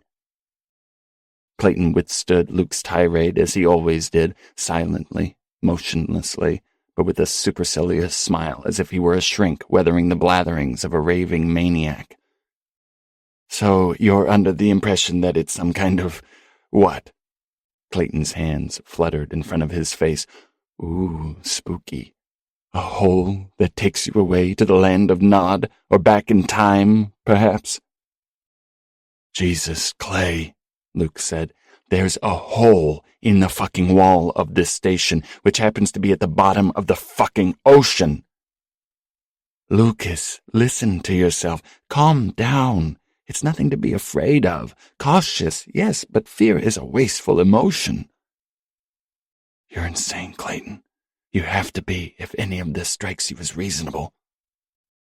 The bandages had unwound around 2 fingers of his brother's hand. The material was sodden with dark blood and something else, something fouler. Luke's breath hitched. He nearly screamed.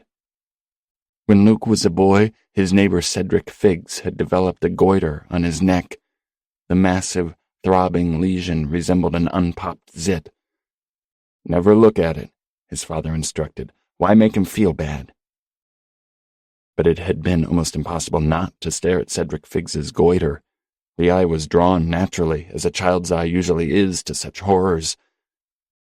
Clayton's hand was far more difficult to avoid staring at.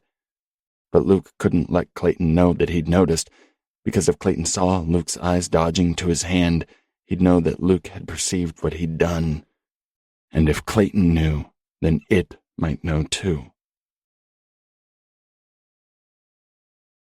7. The extinction kit. The thought blitzed through Luke's fevered mind. The one Clayton used to kill that guinea pig. Was it still under the lab bench? Luke had seen its contents. There was a vial of Telazol, an animal narcotic. Back in veterinary school, a student had gotten hooked on the stuff.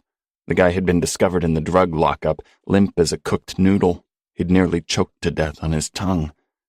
But how could he prep a hypo without Clay noticing?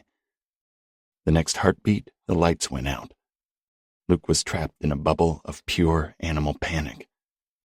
They snapped on again, not the regular lights, though. These were small red lights strung down the ceiling. Emergency backup, Clayton said. We lost power? Clayton turned to face him in the blood-red glow. For now, it should come back. It's happened a few times. Is there a power grid? A fuse box, yes. He favored Luke with a wintry smile. Maybe we can reset the breaker. Why don't I go check? Without another word, Clayton stepped into the main lab. This is your chance, Luke. Your only chance, maybe. The extinction kit was still under the bench. A much larger medical kit sat beside it. Luke found the telazol. His hands shook as he snapped the cap off the vial, a motion he'd done 1,000 times, so often it should be automatic. But right now, his thumbnail couldn't find the stupid seam. God damn it, move! He set the vial aside. He unwrapped the syringe and affixed a needle to the tip. It was a small gauge, not much thicker than an insulin needle. If it bent while he grappled with Clayton, and he anticipated a struggle, then he might not be able to inject enough to immobilize him. Prepare 2 syringes, then. Split the dose. He unwrapped another syringe and needle. His hands shook. His brother was knocking around the main lab, harsh, rattling sounds. Convenient, isn't it?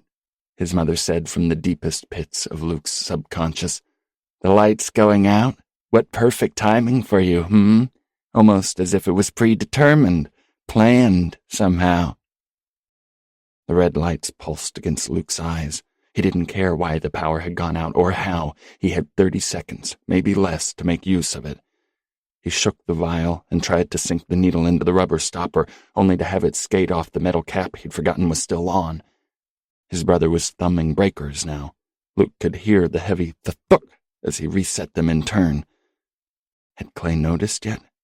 The bandages unraveling off his fingers, revealing, Don't think about it now, Luke. Just work. His thumbnail found the groove. The cap popped off. He jabbed the needle in and withdrew 3 cc's, released the excess air, and set the hypo aside. Clayton's footsteps approached across the main lab floor. Luke sunk the second needle through the stopper. Shit. Too much air in the hypo. If he injected it, an air bubble could travel to Clay's heart and flatline him. Would that kill him now, though? Would it kill what he might have become? Clayton stepped through the hatch. Luke dropped behind the bench. Lucas? Luke drew the plunger back, and this time he got the telltale suck that told him he was drawing only fluid. Clayton rounded the bench. Lucas, what are you up to? His voice had gone cold, a grating, gravelly rasp. Luke depressed the plunger. A stream of telazol pissed from the needle tip. Clayton's hand fell upon his shoulder. The ragged, gummy edge of a bandage flapped against Luke's ear. Clay's hand squeezed with terrific force. Are you being bad, my child? The voice didn't belong to Clayton anymore. In one move, remarkably smooth considering how scared he was, Luke jerked up the hem of Clayton's overalls and sunk the needle into his calf. It was, Luke imagined, like being stung by a hornet. It took a second for the message to travel to Clay's brain, then back to the sting site. Clayton roared and lashed out. His boot struck Luke's chest. The glancing blow was enough to send Luke across the floor. The grate shredded his overalls and sent glittering shards of cold down his thighs. Very bad, my child. Oh, yes, yes, yes. Very bad indeed. Clayton's eyes. Oh, God, his eyes. They glimmered in the bloody red light. There was nothing in them, not hostility or hurt or lunatic rage.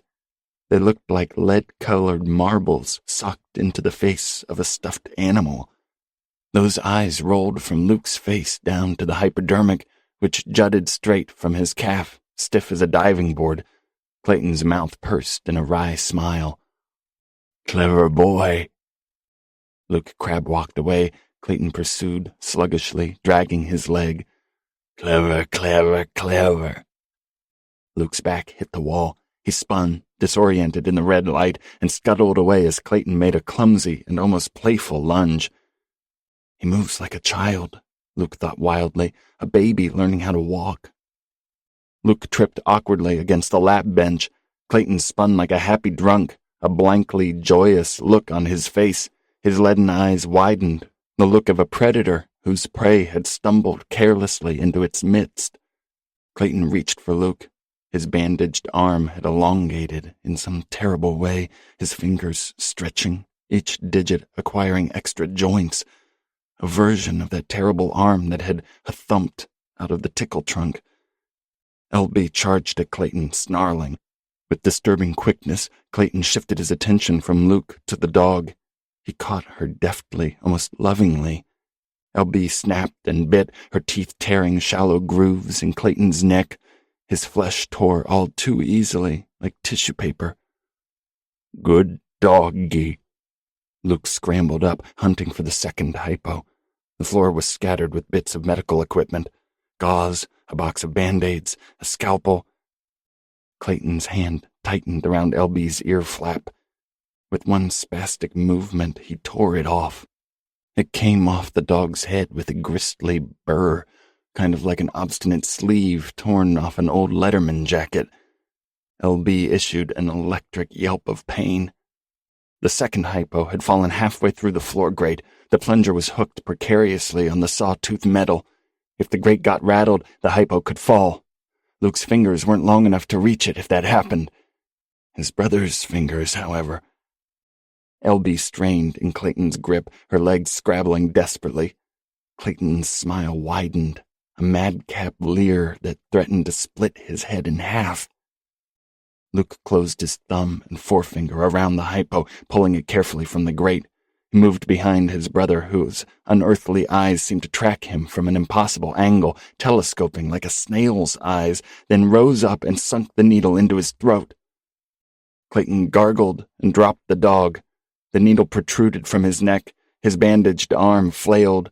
Luke ducked as the limb swung over his skull like an unmoored boom on a sailboat. Clayton staggered back and hit the wall and slid down, still clawing at the needle. He sat, legs splayed, toes pointed at the ceiling. His head dipped. His posture was that of a wino passed out in an alleyway. LB had crawled to a corner and lay there whimpering. Luke said, "It's okay, girl." Gingerly, he pulled her paw away from the wound. A ragged tear, the flesh ripped unevenly to leave an inch or so of ear. Blood stained her golden coat. "I'll fix you up. You'll be good as new." Clayton's unbandaged hand still clutched LB's ear. Luke knelt beside him, fearful that his brother's eyes would pop open. He wrenched at Clayton's fingers until he pried LB's ear free. Staring at the blood-soaked flap, Luke was rocked by a wave of despondency and loneliness as profound as he'd ever known. The only time they came close to it was years ago in that playground.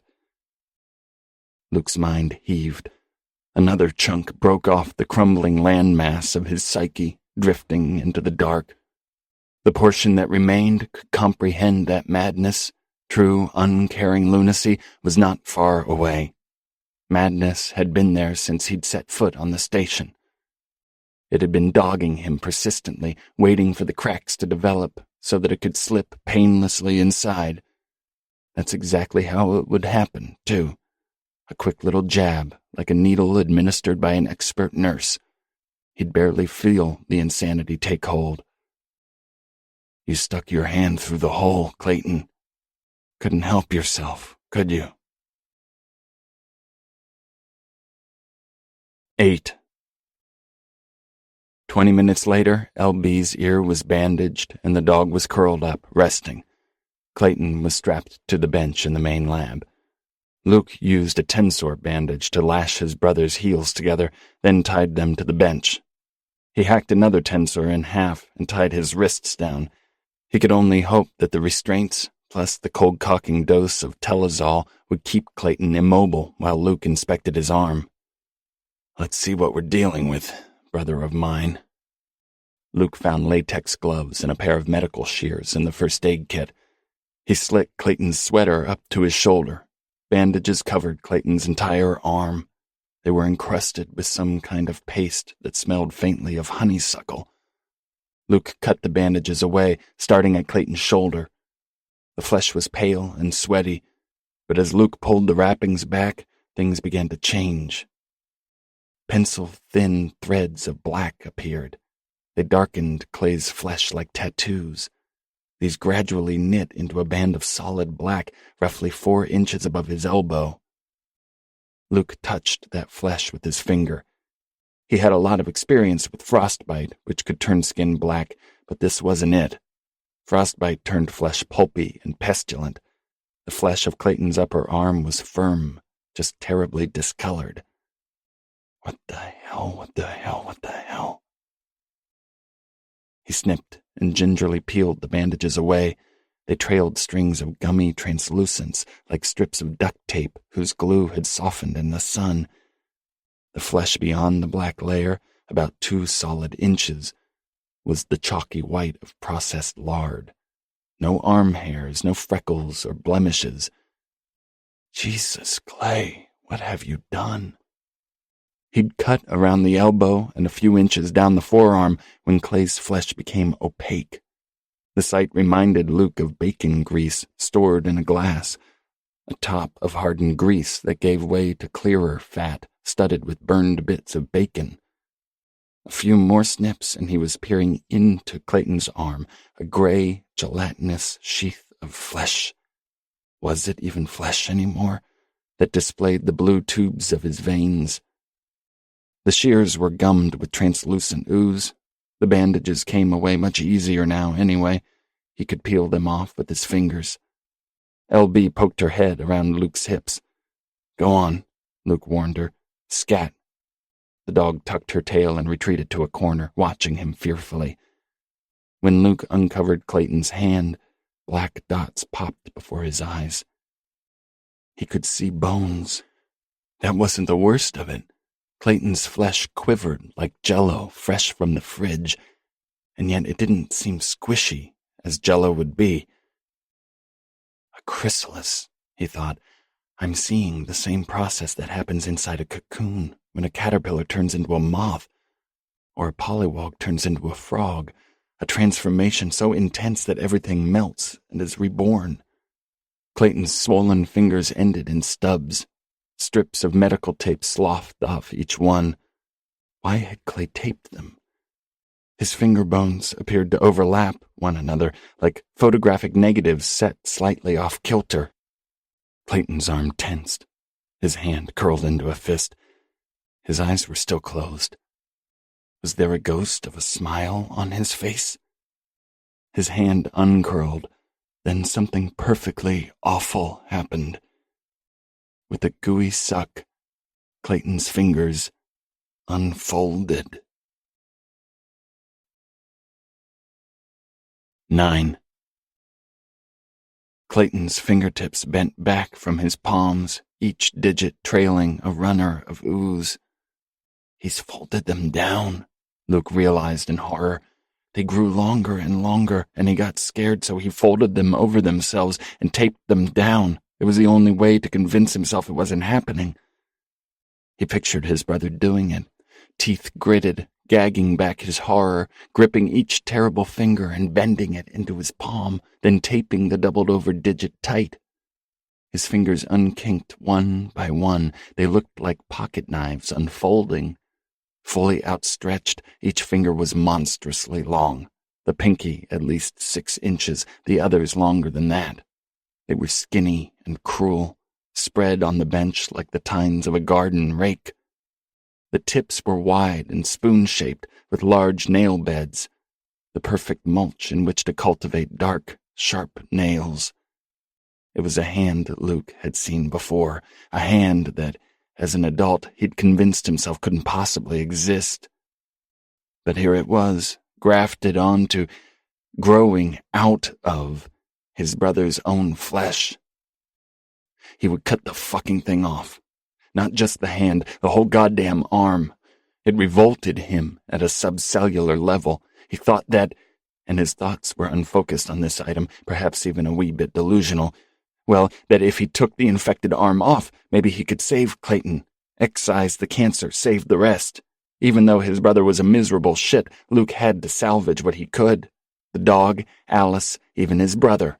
Everything else he would abandon to shriek and gibber down here at the bottom of the world, alone in its misery.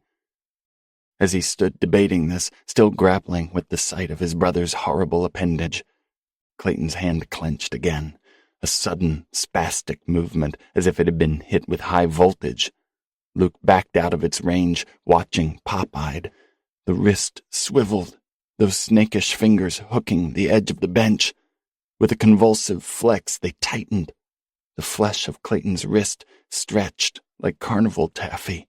The ulna and carpal bones pulled apart with a meaty thunk. The fingers crawled forward, reseated their grip, and contracted again. The realization dawned on Luke. It's tearing itself off. The skin of Clayton's wrist stretched and thinned, then began to rip apart. It did so noiselessly, like fork-tender beef. There was no blood at all. In that way, it was as clean as unscrewing a hand from a mannequin. Luke knew this sight should bother him much more than it did, but right now, right this minute, it didn't seem nearly as strange as it ought to. That his brother's hand was pulling itself off, amputating itself from the limb it had been attached to since birth, didn't seem that unnatural at all. It wasn't really part of Clayton, was it? It was infected. So in a way, Luke was happy to see it go, sort of like watching a tumor excise itself before a surgeon was forced to do it. Clayton's body juddered as his mutinous hand jerked and clenched, the last few tenacious rags of skin shearing through as it snapped forward, free now, the wrist trailing off blue ropes of nerve and veins filled with blackened blood. The hand went limp as soon as it had detached, the fingers relaxing. Gravity carried it off the edge of the bench. It hit the grate with a smack. Disgusted, Luke kicked it under the bench. A sense of numb duty drove him to bandage up Clayton's wrist stump. There was no blood at all. Events were happening too swiftly. His mind was struggling to process them. His one simple-minded ambition was to drag Clayton's body to the Challenger, but the immensity of that task filled him with a bone-deep exhaustion. And even if he dragged him there, what then? Scritch, scritch, scritch. 10. The noise hooked itself to motes of dust, which drifted lazily through the air to Luke's ears. Scritch! A playful scrape at his thighs. It was just LB. Of course it was. The dog was trying to get his attention. But no, he could see LB in the corner, watching him with obvious concern. Screech! His overalls tightened a few inches below his groin. A thrilling tension. It reminded him of his first sexual experience in 11th grade with Becky Sue Morgenthaler. Becky was a good Baptist girl. She refused to take Luke's pants off or to actually touch him down there, but she'd permit his hands to roam freely under her sweater while she grabbed his jeans midway down his thighs and pulled with aching pressure, drawing the denim tight over his throbbing erection. "Pulling isn't touching," she'd murmur. "Pulling isn't touching or sucking or anything much at all." Scritch! Clayton's amputated hand. It was on the floor at his feet, its pointer finger curled in a come-hither gesture. Every time it curled, it brushed Luke's overalls. It's just the nerves, Luke thought, nothing but nerve endings, firing one last futile salvo. I saw a decapitated corn snake bite its own tail. I watched venom spurt from its neck stump as it bit and chewed. But this was slow and deliberate. Worst of all, there was something sexual to the gesture, that finger flirting lovingly along his ankle. "Hey, big boy, pulling isn't touching, right?" Luke lunged away. His arm swung, sending bandages and vials across the floor. The hand flapped once more, a fey, mocking wave, and went limp. Luke bit back his disgust and reached down for Mr. Hand. That's how he suddenly thought of it. Not Clayton's torn-off hand, but Mr. Hand, although it really resembled a huge and horrible spider. "Go ahead, Luke," Mr. Hand seemed to say. "Touch me. Grab me." Jaw clenched, nerves jangling, Luke vised his fingers around Mr. Hand, gripping it by the mangled remains of its wrist. He held it at the end of his arm, as though it was a poisonous snake. He realized that those long, crab-like fingers could easily wrap around his own wrist. Hell, they could reach halfway up his forearm. "Go ahead," he seethed. "Go ahead and try. See where it gets you." The hand remained limp. Luke threw open the cooler lid. A sad puff of mist billowed out. With the power cut, it wasn't that cool anymore. The small guinea pig rested in a thawing mantle of frost. The thing beneath it, the one wrapped in trash bags and duct tape, remained motionless. Luke heaved Mr. Hand inside. It bounced off the cooler lid. Mr. Hand skidded down the side, then came alive, spidering about with nimble movements. It finger-walked over to the frozen guinea pig and tightened into a fist. The guinea pig compacted. Its half-thawed flesh squished between Mr. Hand's fingers. Rags of flesh splattered the cooler's insides. Mr. Hand unclenched again, lay there covered in gore. One finger twitched, coyly beckoning. "No hard feelings, right, Luke? We can be friends. Heck, let's shake on it." Luke slammed the cooler shut, gagging on his fear. He set a heavy box of lab equipment on the lid. Clayton was still passed out. Luke wanted to check on Al. It was critical to keep an eye on everything, but he couldn't possibly be two places at once. Luke pushed up Clayton's eyelid. His pupil was a piss hole in the snow. He'd be out a while, and when he awoke, he'd be groggy and safely trussed up on the lab bench. Luke could risk leaving him for a few minutes, couldn't he? "Come on, LB. Let's go see Al." 11. Luke sensed it right away, an emptiness in the storage tunnel. His footsteps faltered as he rounded the gooseneck and made his way to the Challenger.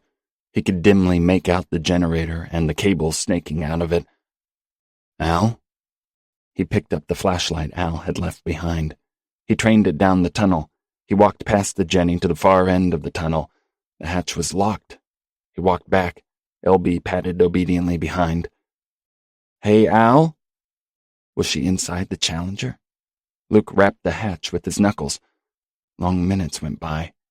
The hatch didn't open. Was the sub still there? It had to be. Alice would never. He sat, knees tucked to his chest, arms wrapped around his kneecaps. He wanted to cry, but was too tired. LB rested her head on his crossed arms and peered soulfully into his bloodshot eyes. The flashlight cut out. Luke slapped it with his palm a few times, flicked the switch on and off. Nothing. Christly fuck. At least the emergency lights were still on. "Where could she be, girl?" LB gave a non-committal chuff. Al couldn't have returned to the lab. Luke would have spotted her.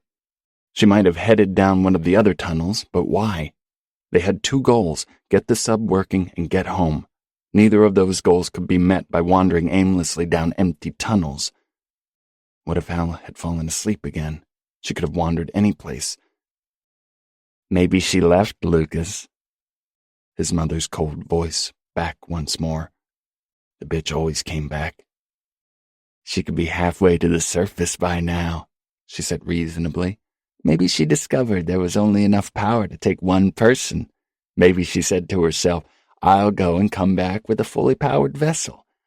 Or maybe, Lucas, and you have to consider this as a very strong possibility, she just left because she could, because she was shit scared.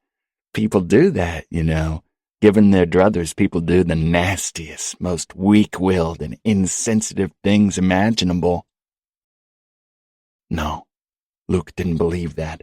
He wouldn't let his mother, his dead mother, dead nearly 3 decades now, her bones moldering in a celestial sleeper casket under 6 feet of Iowa clay, poison his thoughts. "No more, Ma. You don't have that hold over me anymore." The emergency lights flickered, then died. Darkness fell like a guillotine blade. 12.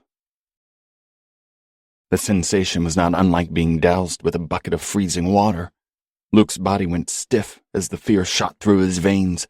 His chest convulsed with hiccupy inhales, but he couldn't let them go. The most profound darkness he'd ever known swept over him, the absolute absence of light fueled by a fearsome pressure. Workers in a cave-in mine shaft might have an inkling of this sensation, but how far down was the deepest mine shaft? A mile? At 8 miles, the blackness was some new kind of scientific thing, a darkness nobody had experienced before. Except this wasn't new, was it? It was the opposite. This darkness was ageless, and it had been waiting a very long time for Luke to inherit it. A reddish tinge painted the backside of his eyes. His final sight, the tunnel, the generator, LB's face, lingered in the afterglow before dissolving. The darkness pushed against his eyes and flitted against his shut lips, seeking entrance. It was so thick that he could feel its weight in his lungs. It was a different, horrible breed of darkness, brooding, knowing, full of all those things that as a child you were certain it must hold. But beyond that there was the sheer terror of that dark itself, its immensity, its incalculable isolation. And that's what Luke felt most keenly, his abrupt and total isolation, as if he'd opened his eyes to find himself floating in deepest space, beyond the light of a single guiding star. He staggered sideways, striking his knee on the generator, pain needled to his crotch. He shuffled forward in halting baby steps, his fingers grazed the wall. He flinched. The metal was as clammy as the rocks in a sea cave. The dog yelped, a short, breathless note. LB? He couldn't hear her nails clicking on the floor anymore. If it weren't for the sound of his own raspy exhales, Luke would have thought he'd gone deaf. Where are you, girl? No sound of her breathing. He'd lost the distinctive scent of her breath. She was gone. Surely he'd have heard her go. A hole couldn't have opened up in the floor and sucked her down. Oh, no? His mother said. LB, come on, baby. I know you're there. Don't be scared. Nothing but the overwhelming dark and a faint rustling from all sides. A hard, prolonged compression invaded Luke's chest. LB was gone. She'd been taken by the station, by its new... No, Luke, by its very, very old inhabitants. It was as if a critical part of him had been stolen, the twine binding everything together. The dog had been the first creature he'd encountered on the Trieste, his anchor. The direness of her loss cleaved him in two. Alice was AWOL. Christ, maybe she had left.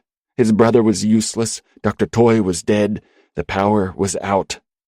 Luke was entirely alone. Alone, like your son was left alone in the woods because you lost him, because you took your eyes off him at the moment it mattered most. He heard a lush, tickling note. From where? It was so hard to tell in this darkness. There. It must be coming from beyond the gooseneck, toward Toy's quarters. But that hatch was locked, wasn't it? Yes, he'd checked only minutes ago. It came again. A moist note, like a mop dragged over a tile floor. Silence. It came again, closer this time. Otto Railsback. The name leapt out at him. Railsback, who'd welded the station together, down here alone in the dark.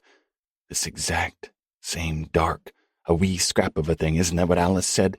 He'd finished his job, laid his head down, and died. But he wasn't dead. No. He was here now, crawling toward Luke. His legs had been torn away above the hips, the knobs of his spine projected through the bloody meat.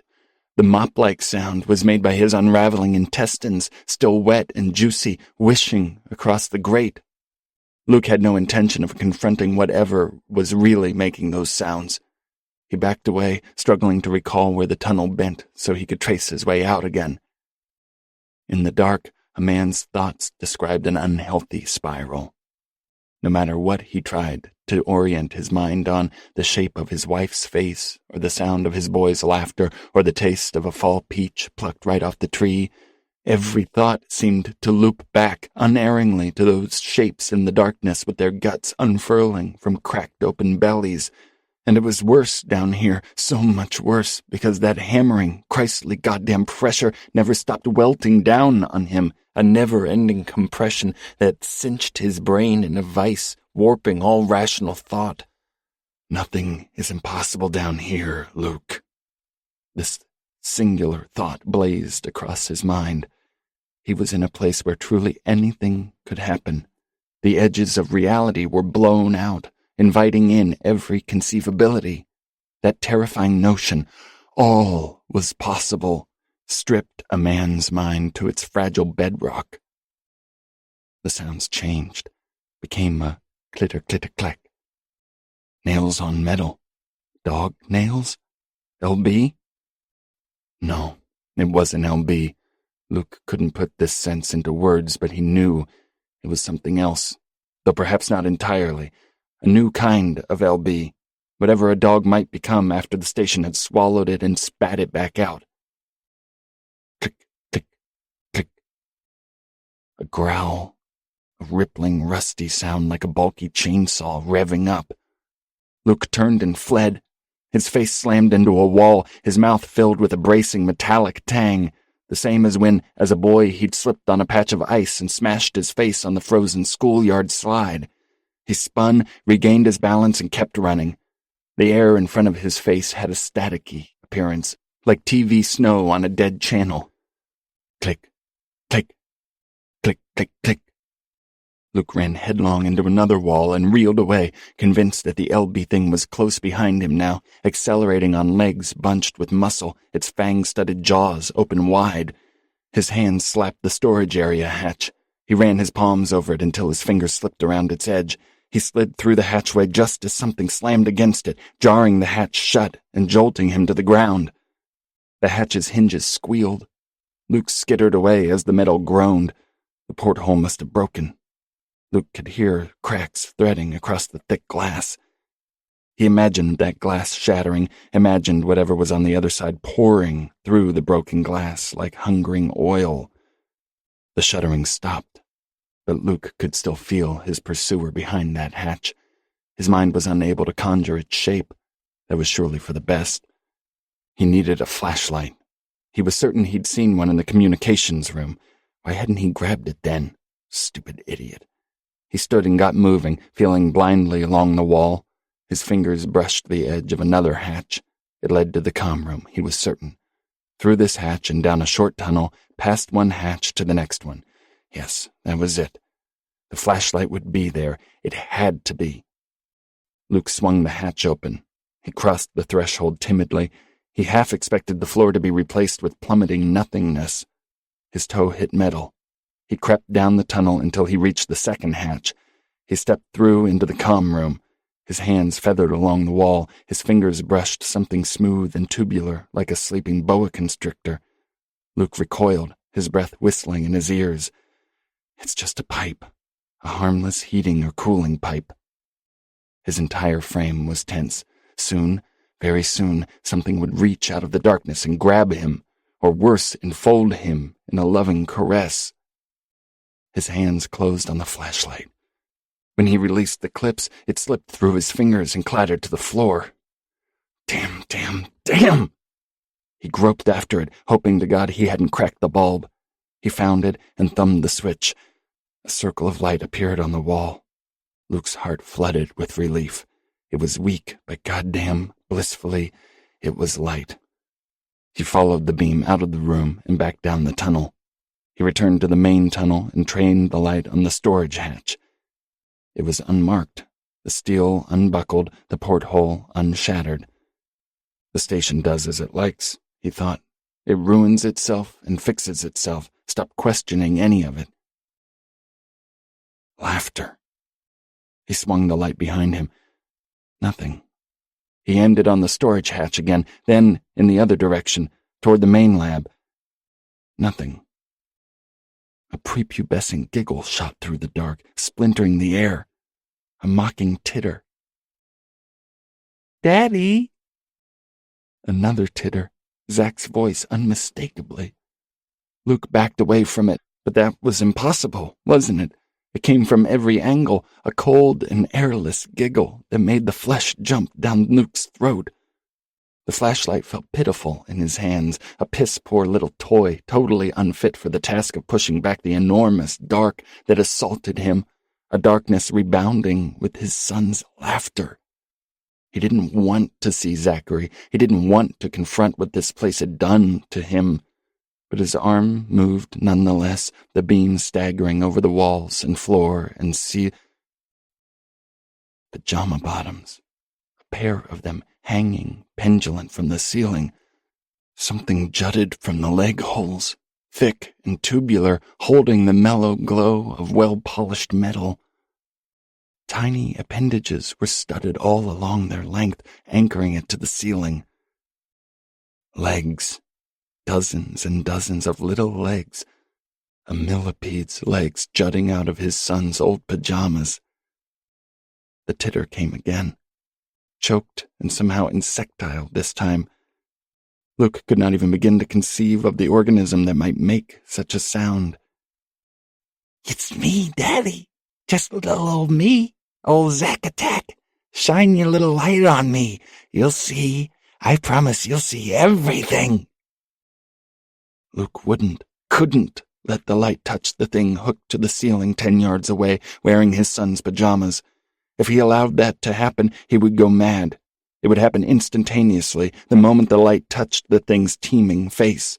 A sharp note would sound in the dead center of his mind, a brittle snap or click, and his sanity would be burned out like a fuse going dead.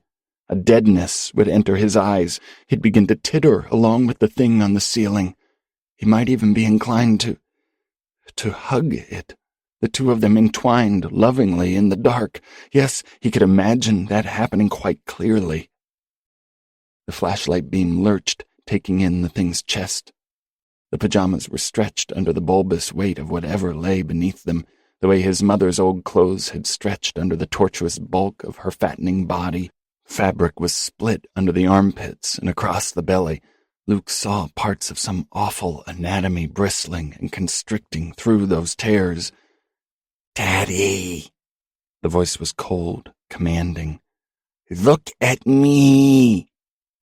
And dear Jesus, he wanted to, even if it drove him insane. It would be an end, wouldn't it? He could give up. His obligation would end. Just switch the flashlight off and surrender. Let the things inside the station slither and hiss out of every dark hollow and claim him. It wants to drive you mad, Luke. A final desperate plea from his subconscious. It'll make it all so much easier. You'll be their plaything. Do you really want that, after all you've been through? The beam crept toward the thing's head. It hung from the ceiling, bat-like, its horrible body shuddering and bucking, its hips thrust lewdly in furious rut.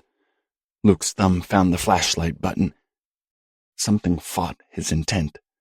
No, you must not do that, you disobedient boy. You must look, look, you fucking bastard. Look at me, look at us. But Luke fought back, overriding it. He clicked the light off. You don't exist. His voice quavered, but only slightly. My son is not down here. You do not have that control, not over him or me. If you want me, I'm here. His hand curled around the flashlight. Come get me, you fucker. Silence. Then a soft note, like a silk scarf unwinding from around a metal pole. Next, a percussive pop, followed by the gentlest outrush of air.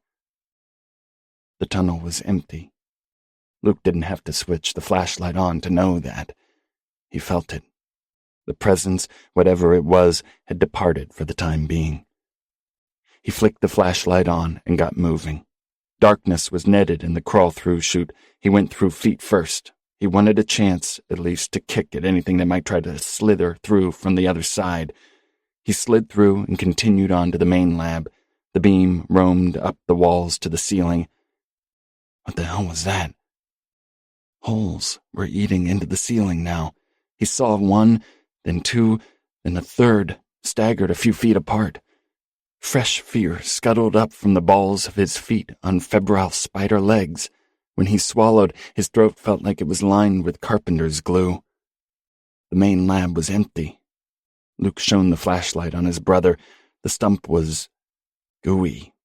Some gluey substance had already soaked through the cap of bandages. Strings of ichor dangled to the bench. Al? LB? Luke's despair thickened. After all this, Luke was left with his misanthropic one-handed brother. He'd have to carry on as planned, lug Clay to the Challenger and wait. If it became clear that Al and LB were truly lost and gone, he'd have to leave. He didn't know how to pilot the damn thing, but Al said there wasn't much to it. Seal the hatch, drop the weights, rise like a cork.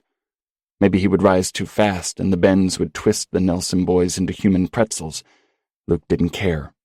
He didn't want to die down here. If he had to die, okay, he was nearly resigned to it now, but he wanted to die while moving toward the sun. He leaned on the bench, summoning the remains of his physical energy. His flashlight traced idle patterns on the wall. The beam touched the windows, which was now covered in a gelatinous sheen of ambrosia. The stuff shuddered in the light, a sight not unlike 1,000 eyelids snapping open and closed in rapid motion. Luke swung the flashlight away, sickened. The beam landed on Westlake's lab. The porthole was smeared with that tar-like black. The light pelted right off of it, until a hand slapped the glass. 13. Luke flinched, even though the glass was too thick for the slap to have made a sound. He bobbled the flashlight, and when he trained it on the porthole again, the hand was still there. His arms broke out in goose flesh. The hand pressed to the glass, that squalid black squeezing between its fingers. Then it was gone. A small hand, a feminine hand. Al's hand? How had she gotten inside? The hatch was locked, and only Westlake's combination would open it, unless it had come unlocked during the power outage. When Luke tried to push off the bench to investigate, he was dismayed to discover his ass was tightly glued to it. Get up, for Christ's sake. Open that goddamn door. He heaved himself up. His legs carried him forward as his mind raced through a viewmaster's reel of horrifying images, both real and imagined. Click, Westlake's scarified body in its cooling vault. Click, the pages of Westlake's diary smeared with black gunk. Click, huge fire-eyed bees droning around Westlake's lab, trundling through carbuncled, ooze-dripping honeycombs. Click, a hole in the lab wall, bees flitting in and out, the narcotic buzz of their wings melding with the whispers drifting from the hole. Luke's fingers fell upon the wheel on Westlake's hatch. It wouldn't budge. He stuck the flashlight under his armpit and used both hands. Nothing.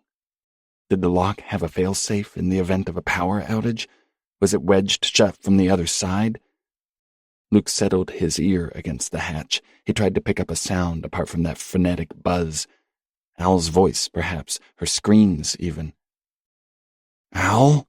He whispered. Jesus, if you're in there. The drone spiked. A warning, an invitation, then settled again. Luke couldn't get inside, but thankfully that meant Al couldn't be inside either. Unless she's locked herself in and wedged the hatch shut. Why in Christ's name would she... Quit thinking about it, he chided himself. You can't get inside. She's not in there. She has more sense than that. This place is fucking with you again. It wants you to open the hatch, don't you see? You've got to keep moving. Stick to the plan. The plan. Okay. First things first. Transport Clayton to the Challenger. Luke cut the tensors and rolled Clayton onto his side. His brother showed no sign of awakening, but Luke filled another hypo with Telazol and slipped it into his pocket just in case. After a moment's consideration, he slipped the scalpel in with it. Luke raised Clayton's arm and ducked his head under to heft him up. Clayton was incredibly heavy, especially with Luke as exhausted as he was. He'd managed it somehow. As he was leaving the lab, Luke heard a muffled thump from Clayton's lab. The cooler. Oh, God. Its contents were thawing, and they wanted out. He set Clayton down and shone the flashlight into the lab. The cooler lid rattled ominously. Thump. The thump, thump. The box of lab equipment Luke had set atop the cooler jumped. Before long it would get knocked off, then the creatures inside would be set loose in the dark. Luke retrieved the tensors he'd used to bind Clayton. Working quickly, he strung them under the cooler and knotted them tightly across the lid. When he was finished, it looked like a birthday present that nobody in their right fucking mind would want to open. He put the lab equipment back on top, thinking it couldn't hurt. With his ear pressed to the cooler, he could make out noises inside, long, slow scratches, not unlike nails raking the inside of a coffin. He shut the hatch to the lab and turned his attention back to Clayton. "Okay, brother dear, let's get cracking." Dragging him through the tunnels was draining, awkward work. Luke tried a modified fireman's carry, but the tunnel was too low for that. He tried carrying him the way you'd hoist a drunk, one arm hooked over his shoulder. Clay hung limp and heavy, toes scraping the floor. It was hard to carry him and keep the flashlight focused forward at the same time. Eventually, Luke sat Clayton down and hooked his arms under Clay's armpits, hands clasped across his chest, and dragged him. Luke hated not being able to see where he was going. He couldn't see what, if anything, was waiting in the dark. But it was a lot quicker this way. Every few feet he stopped to sweep the flashlight behind him, ensuring that the tunnel looked as he remembered it. He reached the crawl-through chute. Jesus, how was he going to manage this? It'd be easier to shove his brother in head first, humans being naturally top-heavy, but without anyone to catch him on the other side, Clay would fall bonelessly. He might smash his head open. So, feet first it would have to be. Luke shone the flashlight down the crawl-through. Its insides glittered fitfully. The beam didn't penetrate the solid dark on the other side. "Fuck it," he muttered. "Upsy-daisy." He wrangled Clay's heels and calves into the chute. It was hard work to shove and shoulder Clayton's body up and in. Clay's scalp got cut open on the grate, and one of his arms got hooked behind his back in a painful-looking chicken wing. Luke was breathing hard by the time Clay's knees cleared the lip of the chute. He felt like a mobster feeding a dead stoolie into a wood chipper. Luke cranked Clay's midsection up and levered him into the chute. Luke figured he should go feet first, too, his heels braced on Clayton's shoulders to push him along. Progress would be torturous, but he could do it. He pushed Clayton down the crawl-through as far as he could using his hands, then pulled himself out, gripped the first overhead rung in both hands, swung into the chute, and settled his feet on either side of Clayton's head. Pushing with his hips and hauling with his arms, he was able to get Clayton's body sliding forward. Luke's shoulders and head were swallowed into the chute. He braced his palms and pushed against the rungs, propelling their bodies forward. The flashlight jutted from the hip pocket of his overalls, shining directly into his eyes. Something was behind him, coming down the dark tunnel. He couldn't see it, not yet, but oh, he could smell it. A childhood smell. The same one that would waft up from the white styrofoam container with the perforated lid he'd buy at the local bait shop for $2.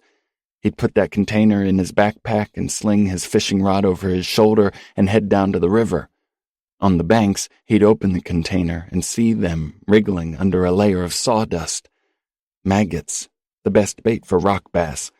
Luke had always found them revolting, their fat, milky bodies so translucent you could see the weird workings of their guts through their skin. They wriggled delightedly, it seemed, when he pinched them between his thumb and fingers, just happy to be touched, even if it meant they'd shortly be skewered on a barbed hook.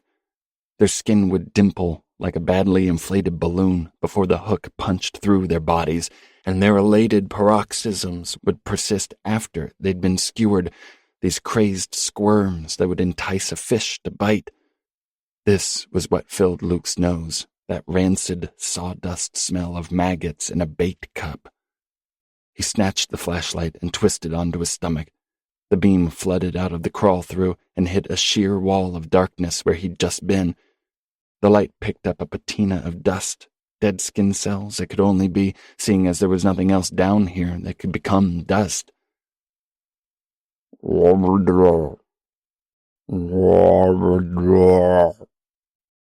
This sound came next, sluicing out of the dark. A slick and gooey noise like a ball of Vaseline-smeared yarn squished in a fist.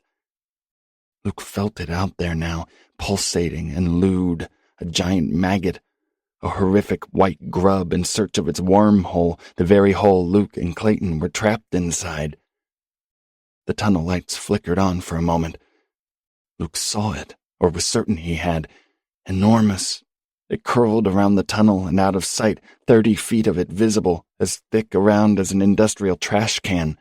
Its pale, ringed ugliness seared his eyeballs. Its huge, gelatinous body convulsed along the floor in a series of giddy, peristaltic flexes. The sight filled Luke with a narcotizing terror, a slow-acting nectar that oozed into his veins. The lights went out again. The thing continued to suck and shudder itself forward. Frantically, Luke pushed himself backward. His hands slipped uselessly on the frictionless coating inside the tube. He may as well be trying to climb a greased pole. He reached up, spine bowed, and shoved desperately at the rungs with his palms. The flashlight picked up an oily slab of chalk-white flesh no more than a yard away from the mouth of the crawl-through. La-la-la-da! Luke paused, trapped in a breathless bubble of panic. That noise, which he'd mistaken for the sound of a maggot's body shucking across the floor, was something else. It was a voice, a familiar one. La-la-la! A quivering mass of unctuous, marble-white flesh plugged the end of the crawl-through. The air turned dense, that stink rolled off the maggot in thick, drowsy waves. The maggot's face was not his mother's. Of course not. Maggots didn't have faces. And yet, this was exactly what Luke saw. Her visage stitched onto the maggot's shuddering, enormous body. There was a porcine fleshiness, that flat-hanging sagginess his mother's face had held at her heaviest, and its eyes, 2 of them, socked deep into the puddled sickliness of that sallow face, were black and empty as his mother's would get when she was angry. Its mouth was a puckered orifice like an anteater's, a long needle-like proboscis. "Wa-la-la-da!" It sputtered, putrid bits of goo flinging from its mouth. "Lord-la-da!" Oh God, oh God, oh God, oh God, oh God. This was the only thought Luke's mind could summon, a brainless yawp of fright. He rammed his heels into his brother's shoulders, trying to get them both moving again. The Beth maggot squelched deeper into the tube. Luke could hear its massive body drumming against the tunnel, coiling and bucking like agitated eels in a bucket. Its mouth opened with stunning elasticity, a rubbery O big enough to consume his entire head. Its insides resembled a huge intestine, a funnel of suffocating corrugated flesh. He grabbed another rung and pushed. His brother's body lurched as his feet dropped out of the crawl-through chute and hit the floor. The maggot was a yard from Luke's face. It shuddered over the flashlight which lit up its body. It looked, Luke thought with paralyzing horror, like the vein-strung insides of an eyeball. The featureless white was strung with tiny veins and capillaries. Next, the flesh split raggedly down the middle of the maggot's face. It made no sound, as its skin had the consistency of a waterlogged sponge. It's too big to fit, Luke thought frantically. It's ripping itself apart. He watched, horrified, as his mother's face tore in half. A new face was pushing through the split, though, and this one was also all too familiar. No, no, no, no, no, no, no, no. Abby, white and gory as a newborn babe. Her eyes were wet jewels, her lips stretched across the canvas of her horridly misshapen features, pursed in a lascivious come-on. "Give us a kiss, baby." Luke knew that if those lips touched him, he would go insane. "Are you sure you're not already?" asked a frail voice in his head. "At least a little?" Elbowing, squirming, he retreated down the chute in total desperation. The Abby maggot squelched after him, hungering for a kiss. "Just one little kiss, baby." Its face split for a final time, just as Luke knew it would in the deepest chambers of his heart. The crowning detail. Abby's face tore apart, molting in wet, waxy rags, her mouth issuing a very human scream of pain and despair, and, bristling through her sundered face like a knotted fist, his son. It looked nothing like Zachary, a face so wizened and repellent that it could only belong to some terribly ancient and hateful thing that had never tasted sunlight on its flesh, its eyes peering with a cheery and mocking avarice. And yet it so clearly was Zachary. It was what this place had made of him, and Luke's soul shuddered to see it. "Daddy?" It lisped through cracked, pus-sweeping lips. "Help me!" Luke's feet slipped from the tube. With one convulsive shove, he propelled himself out. His feet got tangled with his brother, who was slumped gracelessly on the floor.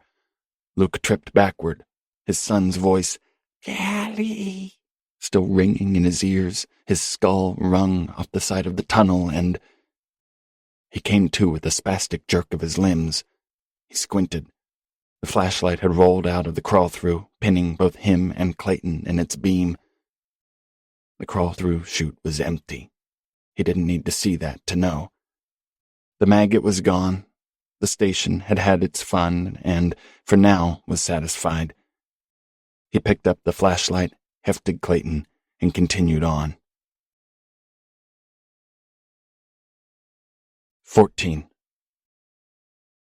Luke reached the storage tunnel hatch and hesitated. "The station wants to keep you frightened so you'll make mistakes, Luke. Make enough of them, take long enough, and it's game over." Clayton's eyelids twitched. Was he waking up?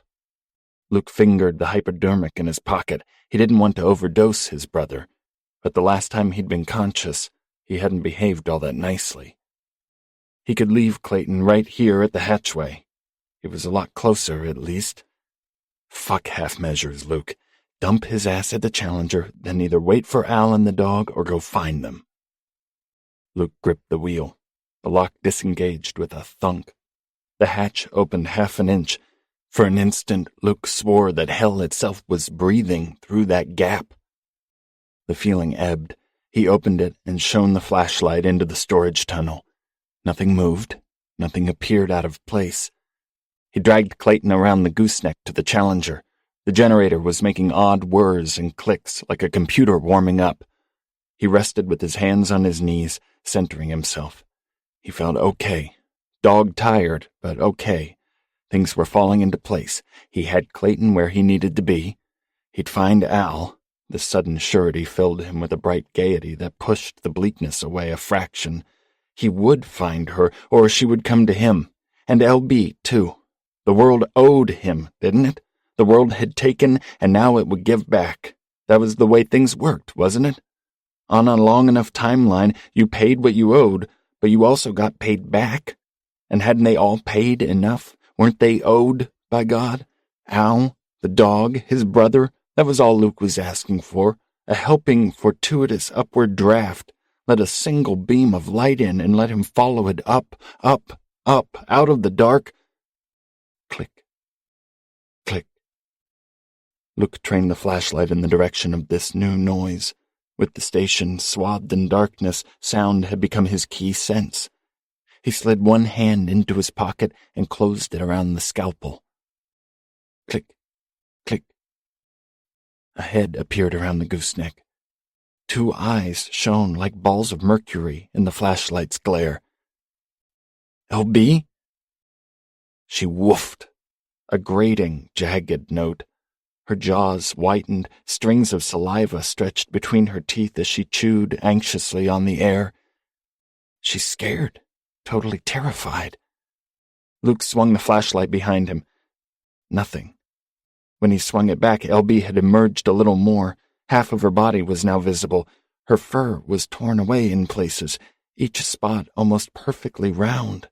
Luke didn't see any blood. "Come on, girl. It's okay. It's only me." She whined plaintively, then ducked back behind the bend. The click-click of her nails retreated.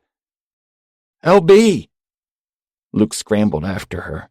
He ran the way he should have run after Zach that afternoon in the park, as if the devil himself was on his heels. She yelped someplace ahead, a harrowing note that stung Luke's heart. He reached the spot where LB had been. Drops of some viscid substance swayed from the floor grate. A smell rose to Luke's nose, dank and vinegary, with an undernote he couldn't name. He rushed on. The flashlight lit the holes along the trist's hull. They bulged. Bubbles pushed up from their surfaces, shiny with tension. "LB!" He gritted his teeth and dove into the crawl-through chute, sliding for a few feet, then transitioning to his back and hauling himself over the final yards. He could hear LB barking not far ahead. He ran into the main lab. Clayton's lab hatch was open again. He could see something moving inside. Luke edged up to the hatchway and shone the flashlight inside. LB's head poked from behind Clay's bench. She barked consumptively. There was something off about that sound. "You okay, girl?" Luke trained the flashlight on the bench. LB rounded slowly into sight, like a showgirl stepping into a spotlight. Her head, shoulders, chest. "Oh, LB. Oh, Jesus. What happened to you?" Something was wrong with the dog's legs. They were sticks, winnowed and black like charred wood in a campfire. They made bone-like clicks as she came forward, her tongue, her long, seeping, cancerous tongue, dangling queerly from her mouth. "What did this to you, girl?" Luke beckoned her forward. "I can fix her," he thought, although the chances of that were laughably remote. "She'll be all right." She lurched toward him. Her front legs could not bend. The bones had been fused somehow. She tottered as if walking on pegs. Click, click. Her back legs looked even worse. They'd been compressed. The bones snapped and jellied, leaving her with the squat hind end of a much smaller dog. Her paws had been flattened into clownish discs that slapped the floor. Click, click, click, click. Something projected from LB's hind end. A red string unspooled from her anus. Jesus, what was that? Was something inside of her trying to get out? She staggered closer. Click, click, click. Her head sat weirdly on her neck, off-kilter like a doll's head that had been cut off and clumsily glued back on. Luke's hands trembled. He didn't want to touch her, and this fact shamed him. She needed someone to hold her, didn't she? But he was terrified. The fear shot through his arteries like battery acid. Her mouth opened in a too big yawn. Her teeth were fearsomely long, crowded into sharp rows in her mouth. Her tongue was needled with holes where she'd bitten it. And what was that? He squinted. Something was skewered on LB's teeth, black and shiny and plastic, a shred of plastic. Spilled out pieces of a complex puzzle slotted together in Luke's mind, forming a picture of shocking, horrifying clarity. He jerked the flashlight toward the cooler. It was open, as he knew it would be. The lid had been torn off its hinges. It was surrounded with shreds of thick plastic and rags of duct tape. The creature that had resided inside it, the thing wrapped in black plastic, was out. Luke trained the beam back on the dog thing. It seemed to be smiling at him now. "Oh, God, this isn't LB," he thought. "It's the other one, Mushka, little fly."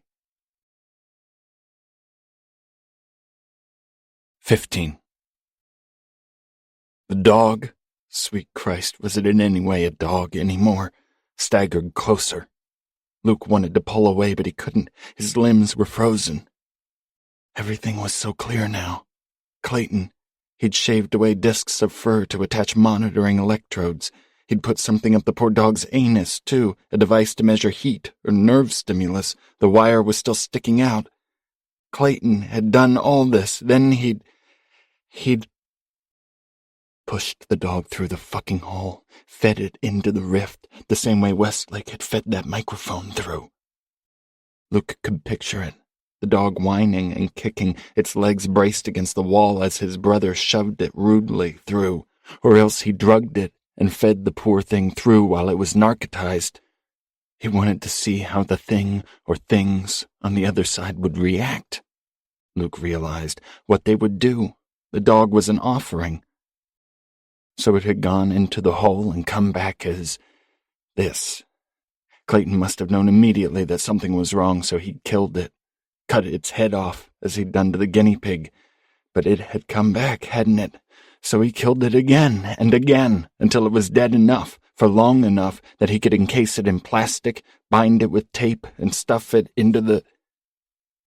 A feral, considering brightness entered the dog's eyes. Its facial features were stretching. Rank foulness pumped from its pores. The flashlight picked up a faint glimmer over its coat. Its mouth stretched wide. Its eyes sunk back into its sockets. "Get out of here! Run!" The tendons mooring its jaw snapped like overtaxed elastic bands. It issued the anxious mewls of a hungry baby. Luke stood in spellbound horror, transfixed, as the dog's mouth cantilevered open, wider and wider, so big it seemed capable of swallowing hearts, souls, entire worlds. It growled, but how could it with its mouth ripped into that fearsome leer? No, that growl was coming from somewhere else. LB charged into the lab. Luke's heart leapt. Where had she come from? She ran right past Luke, making a beeline for her old pal. The dog thing shifted its attention nimbly, but not quite quick enough. LB hit it broadside, jaws snapping. They tumbled around the bench and out of sight. Luke took a few steps forward, sweeping the flashlight to make sure nothing else lurked in a darkened cubby of Clayton's lab. LB issued a muffled yelp that rose to a pain-filled shriek. Luke stepped around the bench and saw... Oh, God, no. The mushka thing's mouth was sunk into LB's flank. Its jaws were scissored around LB's left rear leg, high up where it met her body.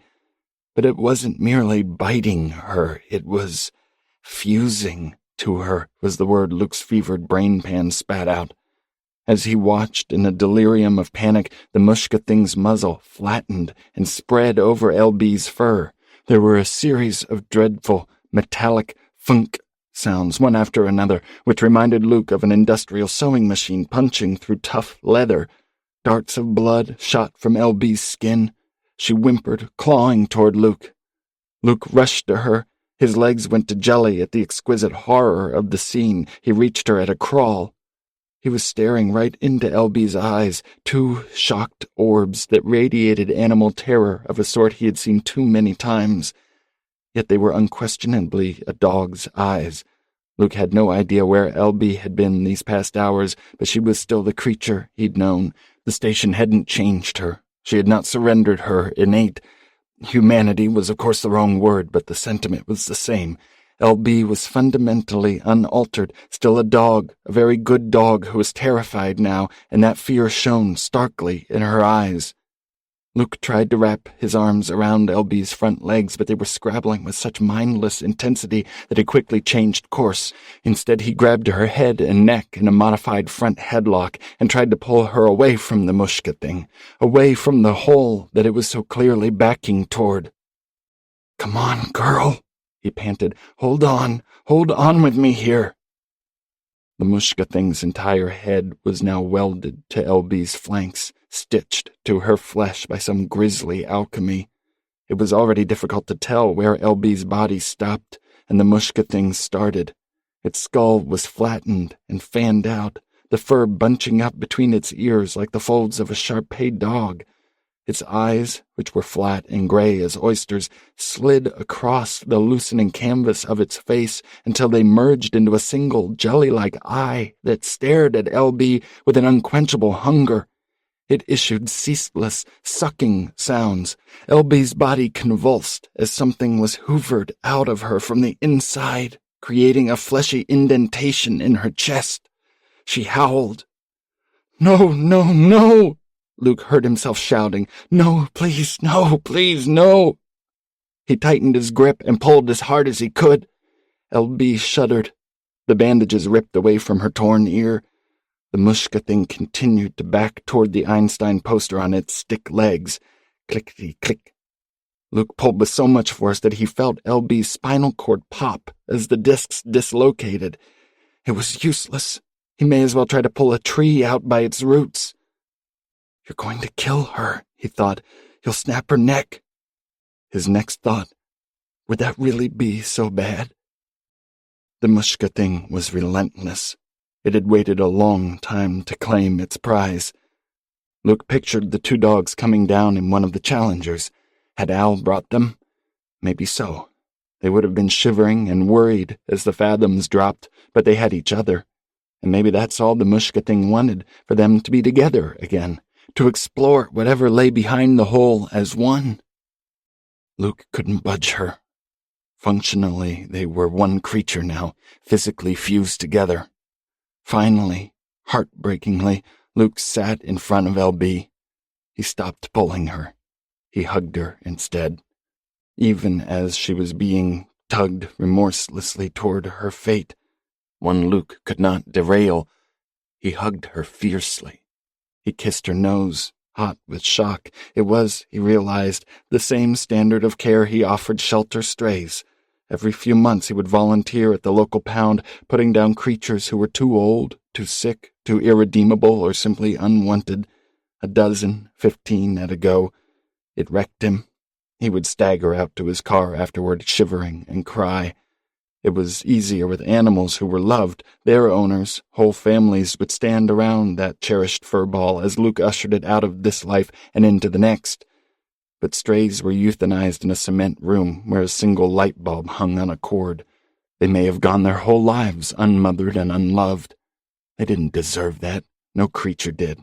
The one thing that anyone should be able to count on receiving in their lives, love, had too often been withheld from those poor souls. And so Luke would comfort them, each animal. He would spend a few minutes cradling them, rocking them, speaking softly to them. Sometimes they wouldn't stop shivering or nip his fingers. This hurt him, not the pain, but the fact that love and gentleness was so foreign to these creatures that they didn't know how to accept it. Then he would kill them. It was not fair, and he hated himself for being the agent of that pure, inevitable fact. The world did not hold to any standard of fairness that Luke could comprehend. All his life stood testament to that. Good men die in wretched agony, and bad men die happily in their beds. Creatures live and die, never knowing love. The Mushka thing jerked. LB was wrenched backward again, yanked out of Luke's grip. He slid forward and reseated his grip. He wasn't desperate anymore. His fingers caressed those soft spots behind the jaw that all dogs love to have rubbed. He rested his forehead against hers. He felt the thud of blood pounding in her skull. The Mushka thing reached back with one clownish rear leg. It snagged on the poster and tore it down. The whispers assaulted Luke immediately, a yammering, mindless— no, not mindless, there is a mind behind all this— riot. Those fishhooks sunk into his head again, skewering his brain.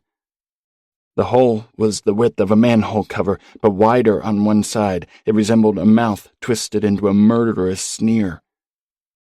He began to cry then, clutching LB. The tears came easily. He had not cried tears of such distilled regret since his son had gone missing. LB was going limp, either spent, tired of fighting, or resigned to her fate. Luke hugged her so tight. He wanted LB to remember his touch, the warmth and love that radiated from his whole body, coupled with the sadness that she was being ripped away from him. He wanted her to take that one physical memory with her wherever she was going, the imprint of his hands on her. He wished it to be a reminder that she was a good creature and loved, and that there were places on the continuum where love and kindness still existed, even if she did not share that world presently. She did not deserve this, but things happened. They happened. LB's body came alive in his grip, bucking in what Luke hoped was a final death spasm. Her paws beat a frantic tattoo between his legs. White foam, like beaten eggs, emitted from the sides of her mouth. "Oh, no," Luke said. It was all he could say in the end. It seemed to say everything. "Oh, no, oh, no, oh, no." The mushka thing was being sucked into the hole. Once its body made it halfway through, the pressure intensified exponentially. LB was jerked forward, at the mercy of whatever monstrous force existed on the other side. Luke kept pace with her. He stroked her head as gently as he could, but his hands were shaking badly. "Please remember this," he thought. "Please remember that you are part of the goodness of it all, and that, oh God, oh please, girl, oh no, oh no, oh." LB's body was steadily sucked into the hole. She could have been on a conveyor belt, such was her unstoppable ingestion. She had calmed by then, her struggles over. She peered at him with sorrowful, weeping eyes and bit down gently on his hand as if that might anchor her to Luke. Her grip loosened by degrees, freeing Luke's hand again. She gave him a hopeful look, as if this might all be a terrible dream they would both wake from shortly. Luke held on to her forelegs, her paws, the tips of her nails. She pulled away from him reluctantly, a kindergartner leaving the arms of her father on the first day of class. Fearful, yet perhaps understanding that this was the way of the world. Separations were unavoidable. These things happened every day. She was snatched from Luke's numb grip, the upper half of her body dragging bonelessly up the wall. She gave a puppyish, exhausted bark. Her head went through last, and it went through soundlessly, leaving only the faintest ripple on the hole's surface. 16. Luke grabbed the flashlight and stumbled from Clayton's lab, away from the horrible whispers coming from the hole. His breath escaped in sharp whinnies. Oh, Jesus. Jesus. LB was gone. Worse, eaten. No, eaten would be preferable. Chewed up and digested and gone, her suffering over. But she'd just been taken. And whatever lay on the other side of that hole was worse than 1,000,000 cramped dog crates or vicious dog catchers or rolled-up newspaper wax, worse than anything any dog on earth had ever suffered. And Luke was terrified that LB would suffer for a long, long time. The main lab was quiet. Disembodied voices fluttered against his eardrums, the wing beats of moths. He shut his eyes and swayed unsteadily. He could feel it now. Madness hungering at the edges of his mind. Maybe it was for the best. He could just go gibberingly, shit-smearingly insane. Then he could wrap his arms around his chest and huddle in a corner, shivering and drooling until whatever was going to happen, happened. Luke swung the hatch to Clayton's lab shut. The voices dimmed. He turned and immediately sensed something moving just below the flashlight's beam. A shape bristled up the wall, seeking the light. Mr. Hand, his old friend. It didn't look like anything that could have once been part of his brother. Pallid and gelatinous, sharp bones running under a horrible stretching of skin. It had sprouted additional fingers, too. It had 8 now, giving it an arachnid appearance. It walked up the wall and paused. It stretched, a showy display, each finger lifting gracefully before settling back in place. It looks like Thing, Luke thought with giddy, unhinged hilarity, from the Addams Family, that old TV show. What do you want? He croaked at it. Mr. Hand twitched. Had it heard him? One of those long, crab-like fingers tapped the wall as if in deep thought. What do I want, Luke? What do I want indeed? Mr. Hand hopped on the wall, playful little bobs. Each time it landed, there came this squitch from its fingertips. One finger pointed straight up. Aha! Mr. Hand leapt off the wall and advanced on Luke. He reached into his pocket and held up the scalpel in one trembling fist. Mr. Hand shivered. Ooh, scary. Then flopped over like a dog playing dead. One finger curled, that beckoning gesture again. Follow me, said the spider to the fly. Mr. Hand righted itself and skittered across the lab. Luke tracked it with the flashlight. The hand danced impishly along the floor, spinning balletically.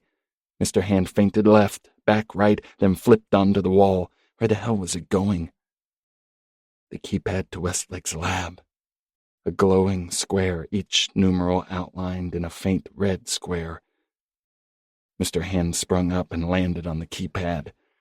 You always were the curious cat, weren't you? His mother's voice in his head now, bitter as aspic. Always sticking your nose in, same as when you were a boy, wanting to get into your brother's lab even though he told you no, no, no. You couldn't take no for an answer, could you? You wanted to drink your greedy eyes full.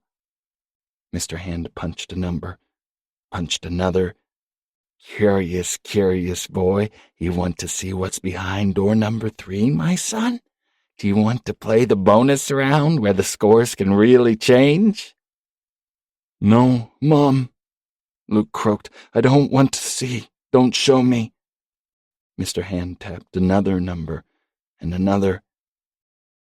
There are some secrets, Lucas dear, that really ought to stay secrets. I don't want to see, Luke said hoarsely. Please, don't show me. Take your medicine, son. Bitter, yes, but it's oh so good for you. Mr. Hand pushed the red button. The keypad went dark. A hiss as the pressure valve on Westlake's hatch let go. A sweet, corrupted smell hit Luke's nostrils. The scent of rotting honeycomb, just maybe. The hatch opened. Only a crack. The metallic squeal peeled back the nerve endings over every inch of Luke's skin. And after the squeal came the buzz. 17. Come, come, come, come, come, see, come, see, come, see. The whispers were louder now, almost as loud as the maddening drone that curled through the hatch. The whispers vacillated, the sing-song call of a bird. Come see, come see, come see. The buzz fell and rose like crazed laughter at some insectoid dinner party. Come see, come see. Luke's feet obeyed this command. He begged them to stop, but they just went stupidly on. His brain was a horrified inmate inside his body, Rapunzel trapped in a garret. The flashlight illuminated the edge of the hatch, coated in foul syrup. The whispers mingled with the buzz, unifying in a single voice. A bee, one of Westlake's bees, Luke realized with druggy horror, struggled through the syrup, its wings beating weakly. It toppled from the hatch and fell to the floor, its crooked legs waving uselessly in the air. Luke's foot came down on the bee. It crunched agreeably under his boot. He felt the mad buzz of its wings through the sole. He laid one hand on the hatch. His fingers sunk into the desiccated syrup, crusty as old shaving foam. Westlake's lab was muggy, the air perfumed with that sweet reek. The only light came from a serrated ring set an indeterminate distance away. That light was coming from the hole, it could only be. By the hole's light, Luke saw the bees. Thousands, tens of thousands, surging around him on unseen currents, as if riding zephyrs that gusted through the lab. He could sense, rather than see, a structure to his left, monolithic in scope, far larger than this room should possibly contain. The hum found its center here, sonorous, rhythmic. It wasn't a bad sound, far from it. It was natural and clean, hitting notes that softened pleasantly into his bones. "You wanted to see," said his mother. "So see, Lucas, see it all." His hand rose, and with it the beam of his flashlight. My Lord. The hive was enormous, a carbuncled mass of wax and honeycomb that rose beyond the light. The ceiling had risen against the tremendous weight of water, becoming a great domed cathedral that could scarcely contain the colony. It was horrible and beautiful. It was not unlike a city. Parts of it were rotting and sloughing off in decayed rags, while industrious drones built new spires and whorls elsewhere. Its surface was crawling with industry. The bees were huge, some the size of sewer rats. They moved with a sluggish, almost stupid lethargy. Uncomprehendingly, Luke traversed the staggering kingdom with the flashlight. He couldn't get a true measure of its size. The ceiling was out of sight, and the walls had been blown back and out. Everyday notions of scale dissolved. His eyes caught something. A ribbed tube, off-white, projecting through the honeycomb. It hung like an executioner's noose.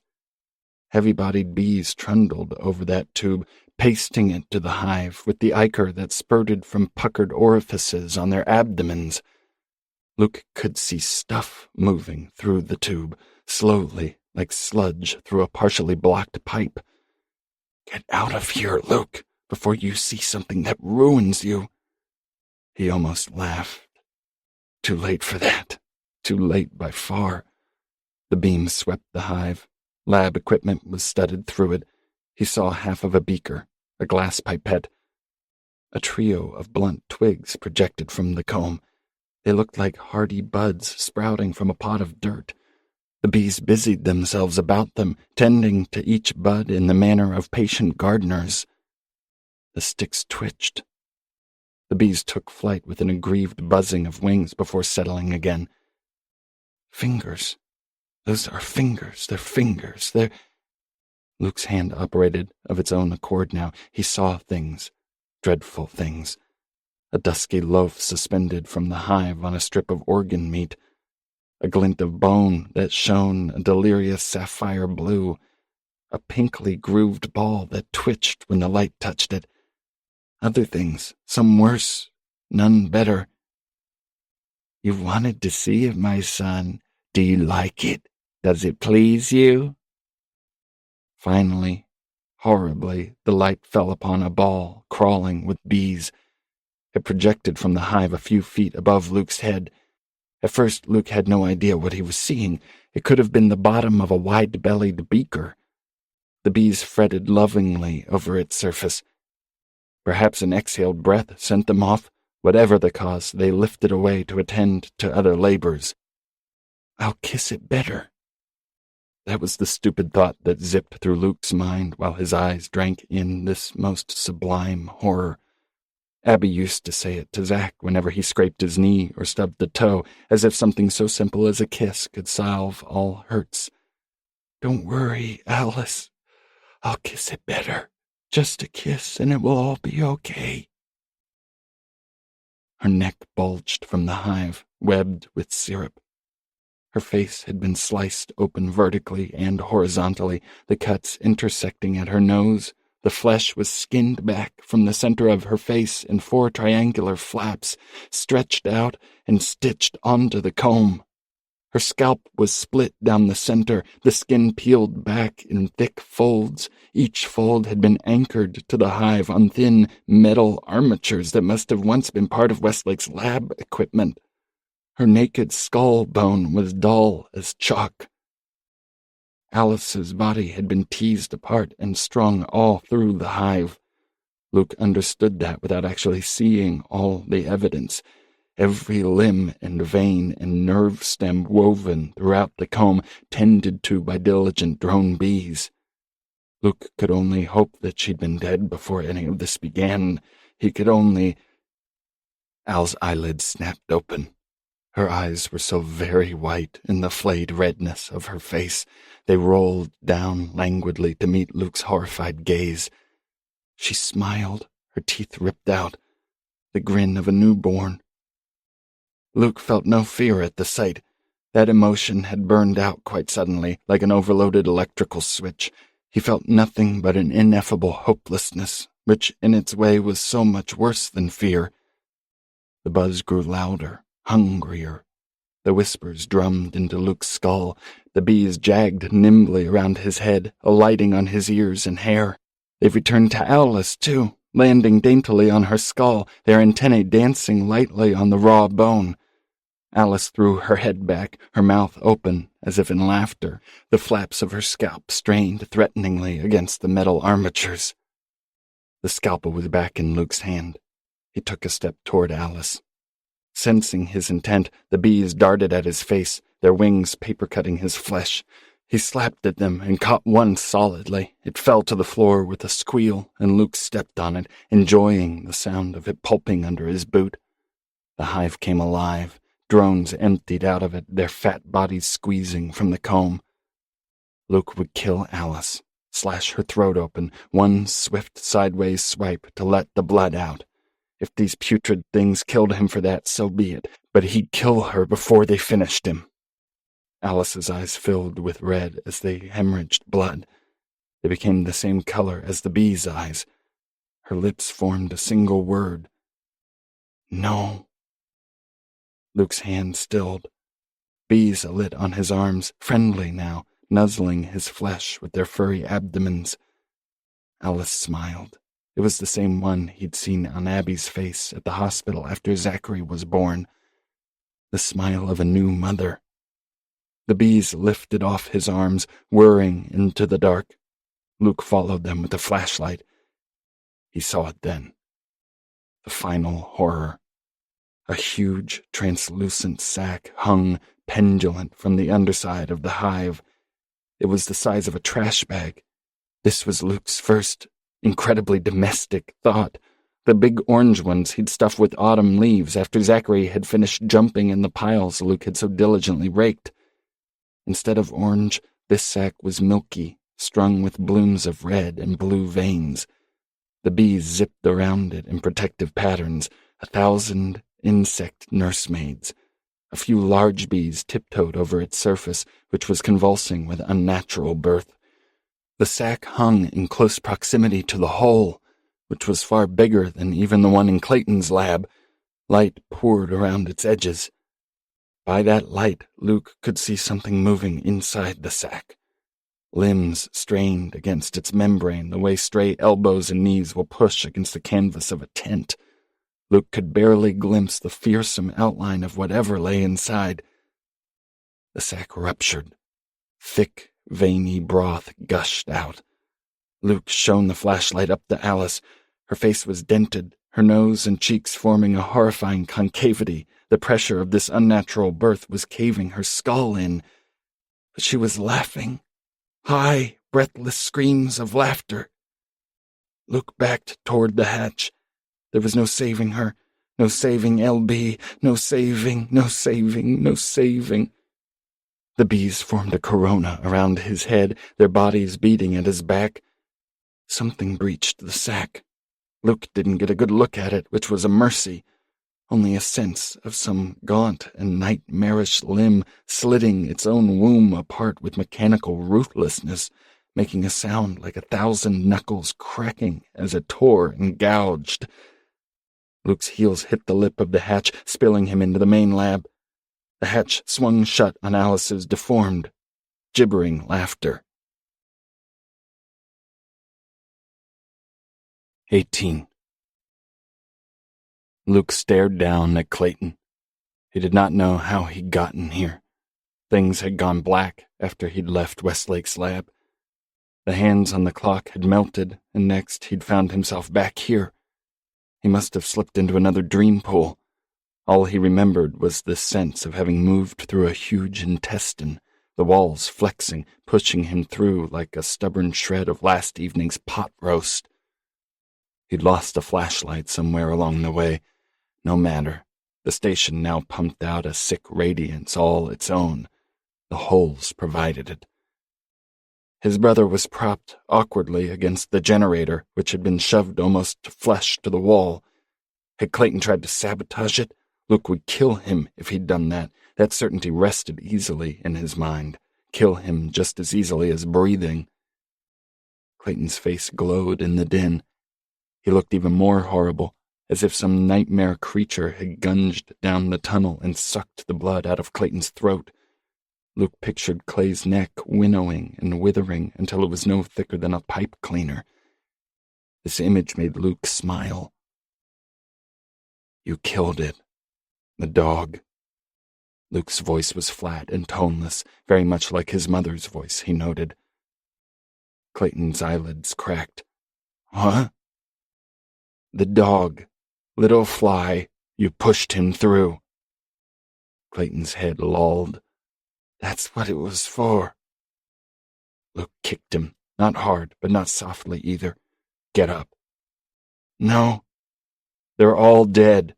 Alice, Hugo, Westlake, the dogs, all killed, all taken. We're the only ones left. Are you sure they're really dead, Luke? Are you sure you're really so alone? Luke kicked his brother again, harder this time. Get your ass up. We have to at least try to get out of here. You try, Lucas. You always were the trier. Things nattered and clicked beyond the tunnel bend.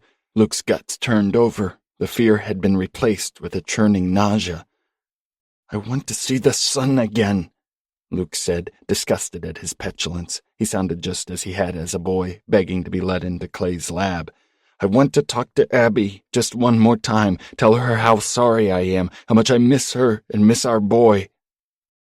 Go then. There's nothing down here, Clayton. Can't you see that? There never was. This was all a trick. We chased it down here. We were tricked. You were tricked. Clayton hung his head. I can't go, Lucas. Luke didn't feel anger. It would be as senseless as being angry at a dog for digging up a yard or a mallard for flying south for the winter. Genius or not, Clayton remained a creature of stupid instinct. You'll die then, you dumb bastard. Clayton shifted. Had the cap of bandages sloughed off his wound? The position of Clayton's body shielded the stump from view. Please, Clay, I've never asked you for anything, just this once. The clicks and scratches grew more insistent. Luke knelt beside Clayton. He'd pick him up and drag him into the Challenger if he had to. He'd wrestle and punch and choke and bite if it came to that. The son of a bitch only had one hand anyway and was drugged to the gills. Luke gripped Clayton's shoulders. His brother thrashed, suddenly furious. I said I can't.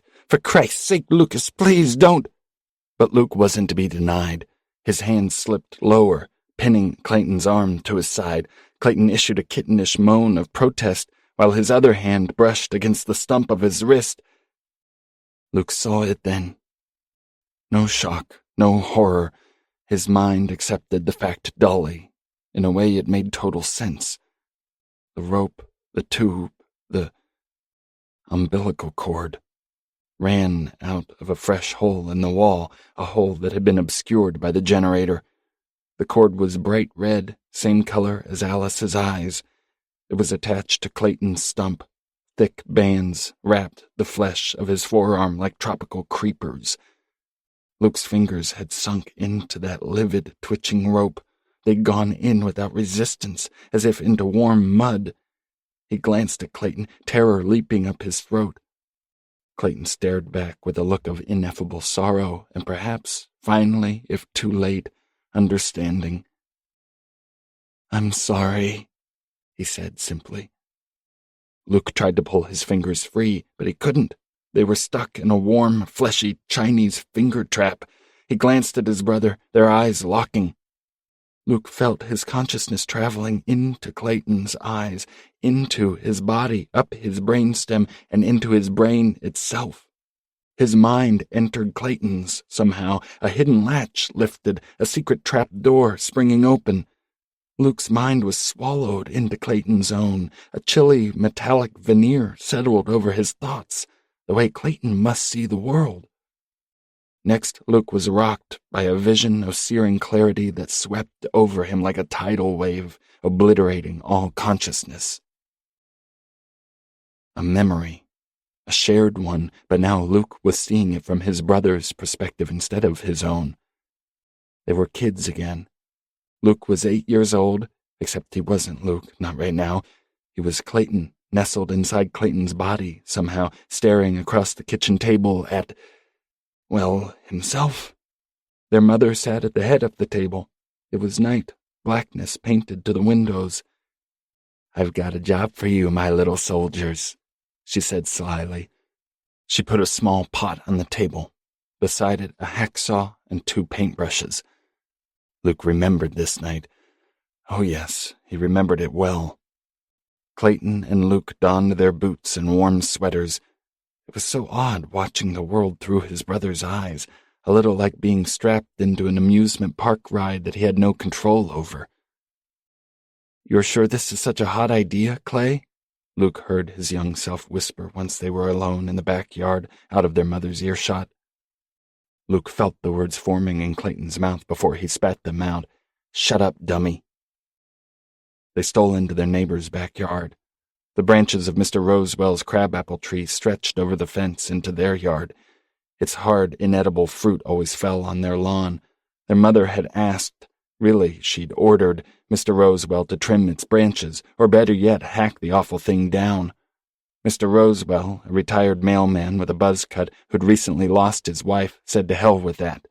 They'd stared at each other over the fence, then their mother had spun, graceless in her bulk, and waddled back into the house. The boys knelt at the base of the tree. Clayton spun the lid off the pot. Their mother had bought it at the local hardware store that afternoon. Its label bore a picture of a wilted, crone-like tree.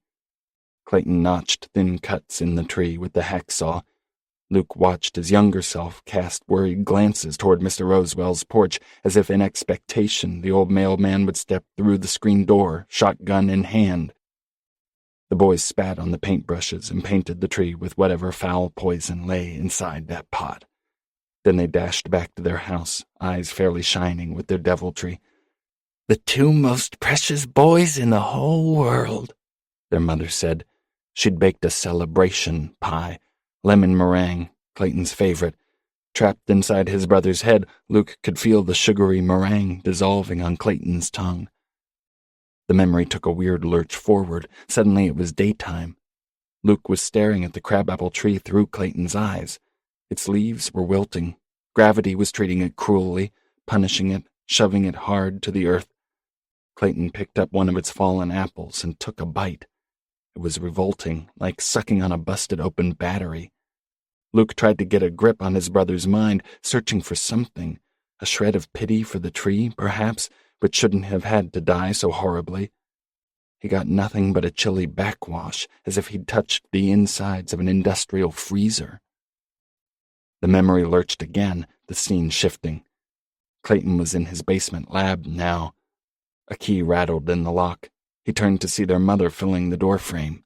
She wore her housecoat, the ratty one with the bleached-out stripes that gave her body the look of a moldering circus tent, the one she wore all day and night that stunk of her crazy sweat and bones. "Go away." Clayton's voice was preternaturally calm, but Luke could feel an intense heat cooking at his brother's temples. "Leave me alone." Their mother smiled. The most feral, cunning expression Luke had ever seen, her head cocked coyly to one side. The look of a predator who'd boxed in its quarry. She turned, carefree, and locked the door. Then she untied the sash on her robe, her back still turned. She did something with her hips, a lewd little shimmy. Luke felt the hairs standing up on Clayton's arms. She slipped the robe off one shoulder, the salacious movement of a peep show worker, and turned to look over that same shoulder, pinning her son in a flat and viperish stare. When she faced him again, the robe was open a few inches. Her body was obscenely enormous, bulging in thick rolls down to the shadowy delta between her legs. A smell wafted off her, not her normal stink, the one a body develops when deprived of sunlight and clean air, when all it does is sit on a cracked Chesterfield and shove porridge between its spittle-wet lips, a smell not unlike the stink that wafts off a mildewed shower curtain. No, this was raw, throttlingly hormonal, the smell of arousal. "Come here, boy," she said softly. "Come to your mama." Luke felt it seeping out of Clayton's skull, a jumpy, rabbity tick-tick-tick that made him think of cockroaches roasting and sputtering in a hot pan. That jumpy pop and crackle washed all through Luke's piggybacking mind, too. It was fear, or the closest approximation to that emotion his brother could feel. Their mother advanced, limping slightly. Clayton backpedaled, his hip knocking a flask off the lab bench where it shattered on the floor. "Tisk, tisk, clumsy boy. You'll have to pay for that in trade." Her body was a sheet of suffocating flab, but her arms were oh so strong. Luke felt his brother's heart pounding as he fought back wildly, aiming a knee at her wounded hips. She only laughed and pulled him closer. His struggles were nothing compared to that of the residents at the Second Chance Ranch. The heat of her body was weirdly narcotic. Clayton went limp, exhaling into the shelf of her enormous breasts, lips sputtering as he gasped for air. "It's okay," their mother cooed, one hand fussing with Clayton's trousers. "You like it, remember? If you didn't like it, you wouldn't get so... The scene fried out in a stinking puff of smoke. Next, Clayton was back in the lab, alone. The pot of tree killer sat on the bench. Clayton was concentrating on it intently. Luke could feel his furious focus. Clayton opened the lid and tapped a small amount of the pale blue powder onto the bench. It looked like pulverized robin's eggs. He opened other jars and vials containing compounds Luke knew nothing about, mixing, measuring. A series of memories shuffled past like holiday photos in a slide projector. Flash, Clayton in the bathroom shaking powder into their mother's shampoo bottle. Flash, Clayton in the master bedroom stirring powder into their mother's facial cream. Flash, Clayton in the kitchen tipping powder into the huge pot of porridge simmering on the stove. A final memory. Luke staring through Clayton's eyes again up the basement stairs at their mother, who lay on the kitchen floor, nothing but skin and bones. She'd lost hundreds of pounds, the weight sloughing off. Doctors and specialists had paraded through the house for months by then. She'd visited hospitals as far distant as Houston and Rochester, Minnesota. Her condition left the best medical minds stumped. Bethany Ronix continued to wither into decay, her body the equivalent of an old jack-o'-lantern left on the front stoop weeks after Halloween had passed. "Please," she whispered, "stop this. I know it's you, Clayton. A mother knows." Luke felt a smile spread across Clayton's face, a sliver of teeth in the dark. He must have looked beatific, a child saint. Upstairs, their mother wept, these raw, hacking sobs. "You bastard! Rotten-ass bastard!" Luke felt something trickling down the fuming stew of Clayton's subconscious. Pleasure. The most incredible pleasure imaginable, beyond sexual in its intensity. Luke had always known Clayton was a monster of sorts. He now understood that Clayton grasped this fact of his essential self with a rational, clinical objectivity. He was a monster of detachment, eternally unmoored from his fellow man. But their mother was a monster too, and one much worse than Clayton. She'd given Clayton a reason to let his own monster out of its box, and his monster was a steely, calculating, devouring one, able to kill another of its kind with relative ease. Clayton lay at the bottom of those steps, drinking in the sobs of the woman who'd given him life, the woman whose life he stole by subtle degrees until she was gone, her scarecrow remains buried in a cedar casket at the Memory Garden Cemetery on Muscatine Avenue in Iowa City. And he smiled. His contentment was more sublime than anything he'd ever felt until then or had felt since. Luke's fingers pulled out of the ambrosia rope with a gluey suction. His consciousness fled back into him as he broke contact with Clayton's mind. Luke gagged, his skin feeling too heavy on his bones, like being smothered under a sopping bear pelt. Clayton slumped against the generator, his eyelids hanging at half-mast. "Just taking a little catnap," as their mother called them. Luke was still reeling from that revelation. Not a vision, not a dream. That had been a truthful recounting of his brother's past, a shard chipped off the granite of his memory. He'd killed their mother. It was that simple. He was smarter than her, and he'd made her pay. No guilt, no consequence. Clayton was simply expressing that monstrous part of himself, perhaps the truest part. And Luke was grateful to him for that. He'd surely saved them both. But, like most of the great things his brother had done, it had been to satisfy himself, and nobody else. I could try to cut through it, Luke said softly. Maybe we could still. The cord undulated lazily as if it had heard Luke's plan. Luke could sense its immense power coursing through his brother's body. You go, Lucas, said Clayton. Go up. Go to the people you love, if they're still there. You try. You keep on trying, yes? The cord jerked, dragging Clayton with it. Luke reached for him, and he stopped. This was how his brother wanted it. More importantly, it was what he'd earned. Clayton belonged to whatever lay on the other side of that hole more than he'd ever belonged to the human race. Maybe the voices had sensed this and called out to him. They'd found a way to bring him down. Clayton smiled. He kept smiling as the cord retracted into the hole, smiled as his stump and shoulder were swallowed into it, smiled as his skull bent against the Triest's unyielding wall, smiled as his spine broke with a wishbone snap, his heels beating a jittery tattoo on the floor. His head was consumed. The rest of his body followed. Afterward, all was silence. Nothing came back out of the hole. Maybe it had taken all it could possibly take. Will you let me leave? Luke asked it. I only want to see my wife again. Nothing answered him. Luke faced the Challenger's hatch. He hadn't been back inside it since Alice had sent him through into the tryst. The wheel spun smoothly. The hatch opened with a machined precision. He anchored his hands and boosted himself up into the 19. Inside. Light. The first sensation. Stinging brightness. His rods and cones went haywire, tears squeezed out of his eyes and sheeted down his face. Warmth. The second glorious sensation.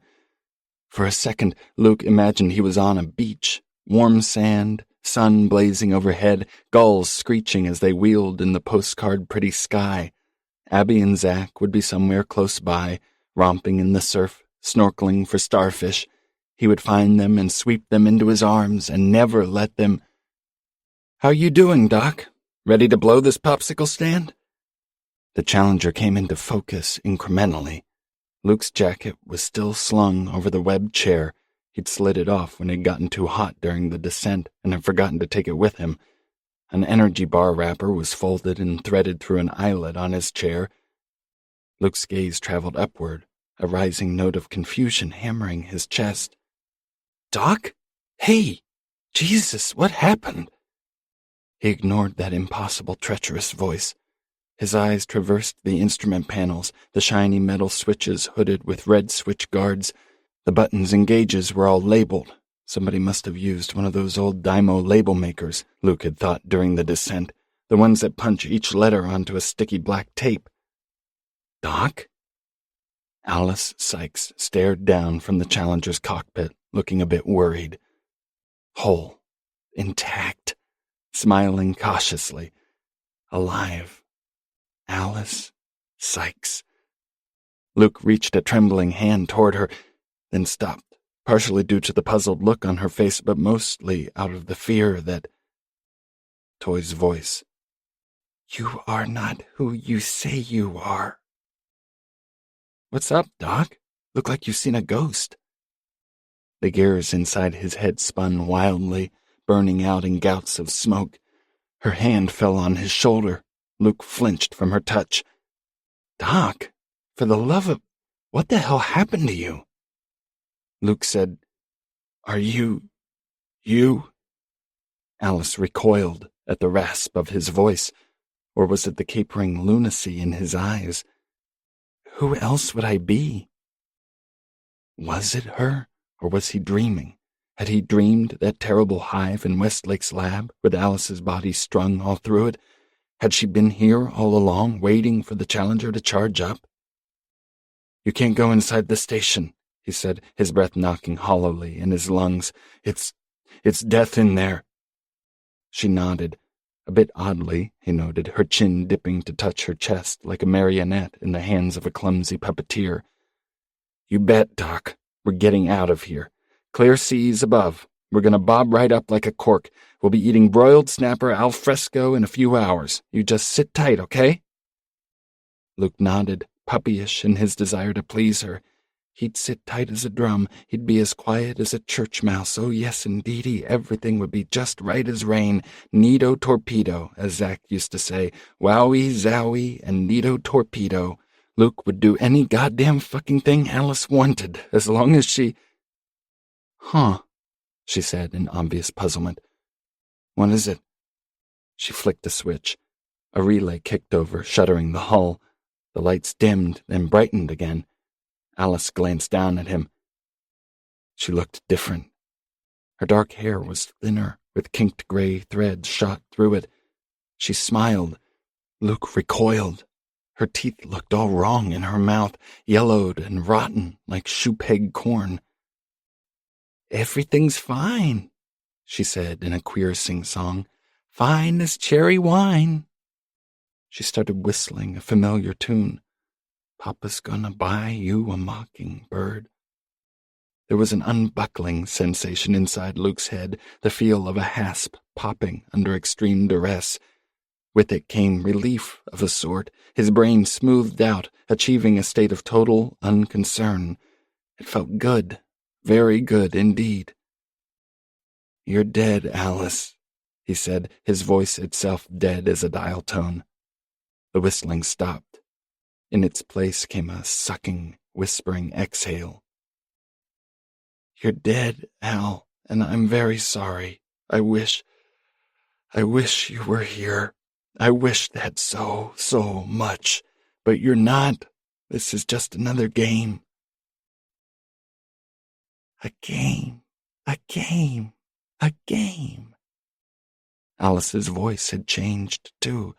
Higher, reedier, a child's voice. All the world's a game.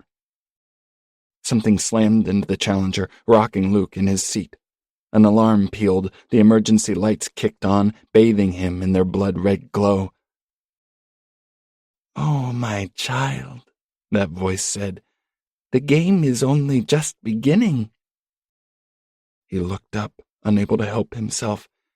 Alice's eyes were melting. They puddled in their sockets as she stared down at him, smiling through her rotted teeth.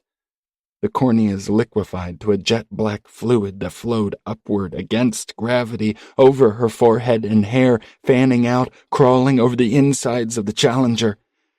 It's fun, Daddy, she said in perfect mimicry of Zachary's voice. The Figmen have the very best games. Oh, it's just the most fun you can possibly imagine. The blackness unraveled from her eyes, black scarves fluttering over the submarine's interior, coating the consoles and blotting out the lights. The Challenger rocked again, the metal squealing. Please, Luke thought, please rupture. As something hammered at the hatchway, hard staccato beats, like an enormous fist rapping on a door. Alice was laughing now, howling while the black fluid poured from her eye sockets and crept down the walls toward him. The power cut out. The Challenger plunged into total darkness. A voice spoke right next to Luke's ear. I'm so happy, Daddy. You've come home. Part 6. The Figmen. 1. Light, high above him. Beautiful, golden light. Luke stretched toward it. He was underwater. The light came from the sun. It shone upon the surface of the water, a plate of mellow gold. He kicked, surging toward it. His legs were strong, his strokes confident. A dark square rested atop the water. It was a floating dock. A rope trailed down from it, thick, nautical gauge, clung with algae. It hung down through the water and disappeared into the darkness below. His eyes hugged that darkness for a moment. Things thrashed and tilted down there, a few inches past the point where the light went bad. He looked away, looked up. Two shapes jutted from that dark square, shoulders, heads. Instinctively, he knew it was Abby and Zachary. The smaller shape dipped his hand into the water. The tips of his fingers sent out delicate ripples. Luke thought, "Don't touch the water, Zach. Don't give yourself over to it, ever." His body speared toward them. His lungs burned. It felt good, necessary. You had to suffer to reach those you loved. To suffer was to care. An emotion bigger than joy, bigger than relief, bigger than hope, ripped through his chest, bigger because it was all these emotions concentrated and magnified. He arrowed upward. It was moments, a mere heartbeat from breaking the surface. Their faces. He could remember their faces again. Soon he'd touch them, hug them both, never leave their sides, not for a moment, not for anything or anyone. His hand stretched upward, fingers straining toward the surface. 2. Luke snapped awake in the dark, inside the Challenger, calling his son's name. How much time had gone by? He didn't care. Something had broken inside his head. He lacked the ability to properly acknowledge this fact. His mind could no longer process the scale of its own ruin. He laughed, a cold, empty note. It dissolved into a hiccuping cough and petered out in a prolonged moan. He sat in the silence, alone. A voice. "Daddy? Daddy?" Luke stirred, sat up straight. "Daddy, where are you?" The voice came from outside the Challenger, inside the Trieste. "I'm scared, Daddy." Luke strained toward that voice. His son was inside the station. Zachary was cold and lost, and he needed his father. Luke crawled to the lip of the porthole. A chill crept over his flesh. "Daddy, please." He went, unthinkingly, he went. The storage tunnel was lit with an alien glow. The generator still partially hid the hole that had consumed Clayton, but its surface was placid now. "Daddy!" Luke broke into a run. He flashed around the gooseneck and spotted Zach in the hatchway wearing his favorite PJs, the ones with the fire trucks and police cars. "Zachary!" His son turned and fled. A spike of ice penetrated Luke's chest. Was Zach scared of him? For God's sake, he wasn't the monster here. He was desperately trying to protect him from the monsters. He wanted to be a good father, the human shield. It was all he'd ever wanted. He followed Zach toward the main lab. The Trieste looked different. The walls were rusted and dull. A thick layer of dust had settled over everything. He glanced down. Hey, LB was there, trotting at his side. His heart swelled to see her, until he looked a little closer. "I thought you were dead, girl," Luke said. LB's eyes were two plugs of midnight stuffed into her sockets. Her jowls sagged, and her fur was bone-white and hoary like ancient corn silk. She opened her jaws in a canine grin. The inside of her mouth was a cottony white, the blood all leached away.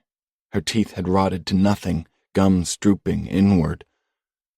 "Nope, boss. I'm not dead. Wish I was some days, but what are you gonna do?" Luke smiled sadly. You look real old, girl." LB chuffed. It sounded painful, her insides rattling. "Well, time works differently down here, boss. Sometimes I feel like I've lived 1,000 lifetimes. It's funny. The pain is a constant. Sometimes it's so much that I can't stand it. I bite at myself, tear my skin off, but I can never quite die. Like I said, funny. But to hurt is to love, right?" "You bet," Luke said companionably. "That's just about the size of it." He leaned down to pet her. LB bit him. It didn't hurt. She had no teeth. But he could tell that she wanted to hurt him. She wanted to hurt him real bad. He almost wished he could grant her that wish. He pulled his hand gently from her mouth. "I'm sorry," he said. "I don't think I can be hurt anymore." She chuffed again. "You can't blame a dog for trying, Doc." He reached the crawl-through chute. LB didn't follow him through. He caught sight of Zack on the other side. His arms projected from his pajama sleeves as if they'd been pulled, the bones broken, the flesh stretched like gruesome taffy. Zack's hands were very big indeed. His fingers trailed down and down, these long, twitchy wires that, for all their gauntness, looked incredibly strong. His son's face broke into a smile. Not a particularly nice one, Luke had to admit. He'd certainly never taught the boy to smile that way. "Mind your manners, kiddo." Zachary lifted one arm, his index finger curled invitingly. My son, what long fingers you have. All the better to beckon you with, father." Luke followed Zack, but more reluctantly now. The ceiling lowered. He had to duck. He breathed shallowly, drawing the curious scent of the station into his lungs. He stepped over something that looked very much like a human rib cage. The ceiling abruptly rose to an apex he could no longer chart. He turned another corner, and his son was waiting no more than 5 feet away. Luke took an instinctive step back. Zack's pajamas were torn and moldering, the clothes of a disinterred corpse. His hair was gone. His scalp was bare and frighteningly wrinkled, summoning images of a living apple doll. His fingers were enormous. 4 dead snakes attached to his palms, their tips dangling to the floor. His face had stretched, too, becoming vulpine and weird. The flesh around his eyes sagged, the eyes of a sick beagle, the corneas jaundiced and incalculably ancient. His mouth was overstuffed with teeth. They jutted outward, slicing his lips and pushing them apart. My son, what big teeth you have. All the better to bite you with, Daddy." Zachary thrust his chin forward, hurling bursts of laughter at him. Spittle jetted between his teeth to leave wet spots on Luke's overalls. Luke held his arms out. "Zachary, please." His son coyly turned away. Shapes thrashed and fretted, half-glimpsed, as if his face had given birth to a nest of snakes. The tunnel plunged into darkness. When the lights came on again, Zack was gone.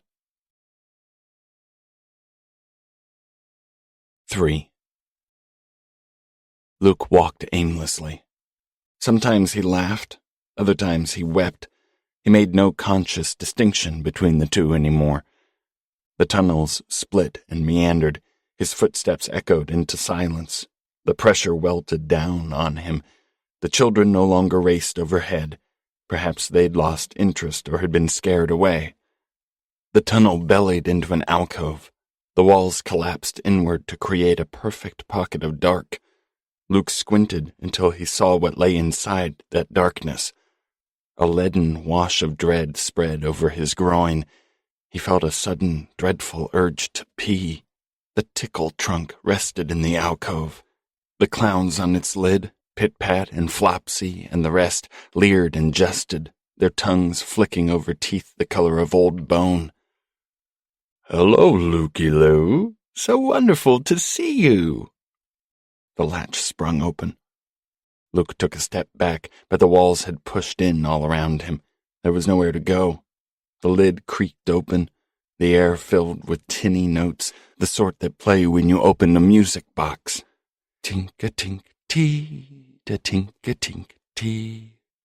A flesh-colored bowling ball spun around and around inside the trunk. No, not a ball. Hugo Toy's severed, split-open head. It lay awkwardly on its side, gummy strings of blood vessels and nerve endings trailing from the stump of its raggedly hacked neck. The flesh had been peeled off his face, making his eyes look very big and round indeed. The head revolved in a slow circle, much like a ballerina pirouetting inside its music box. I can hear the music in my head. Dr. Toyce smiled. Flecks of brain shone on the flayed sinew of his cheeks. It never ends, Lucas. Never, ever. The tickle trunk shut.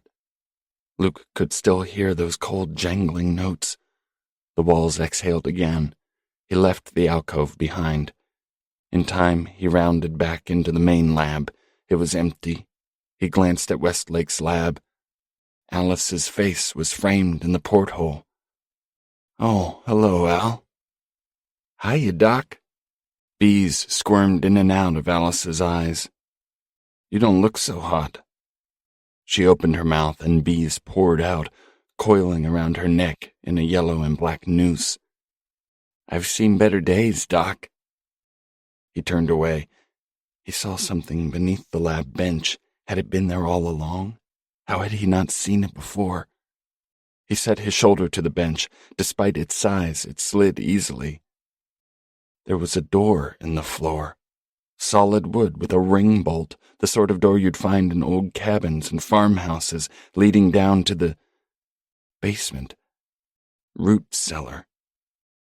The wood was warm and faintly pulsating, the skin of a slumbering elephant.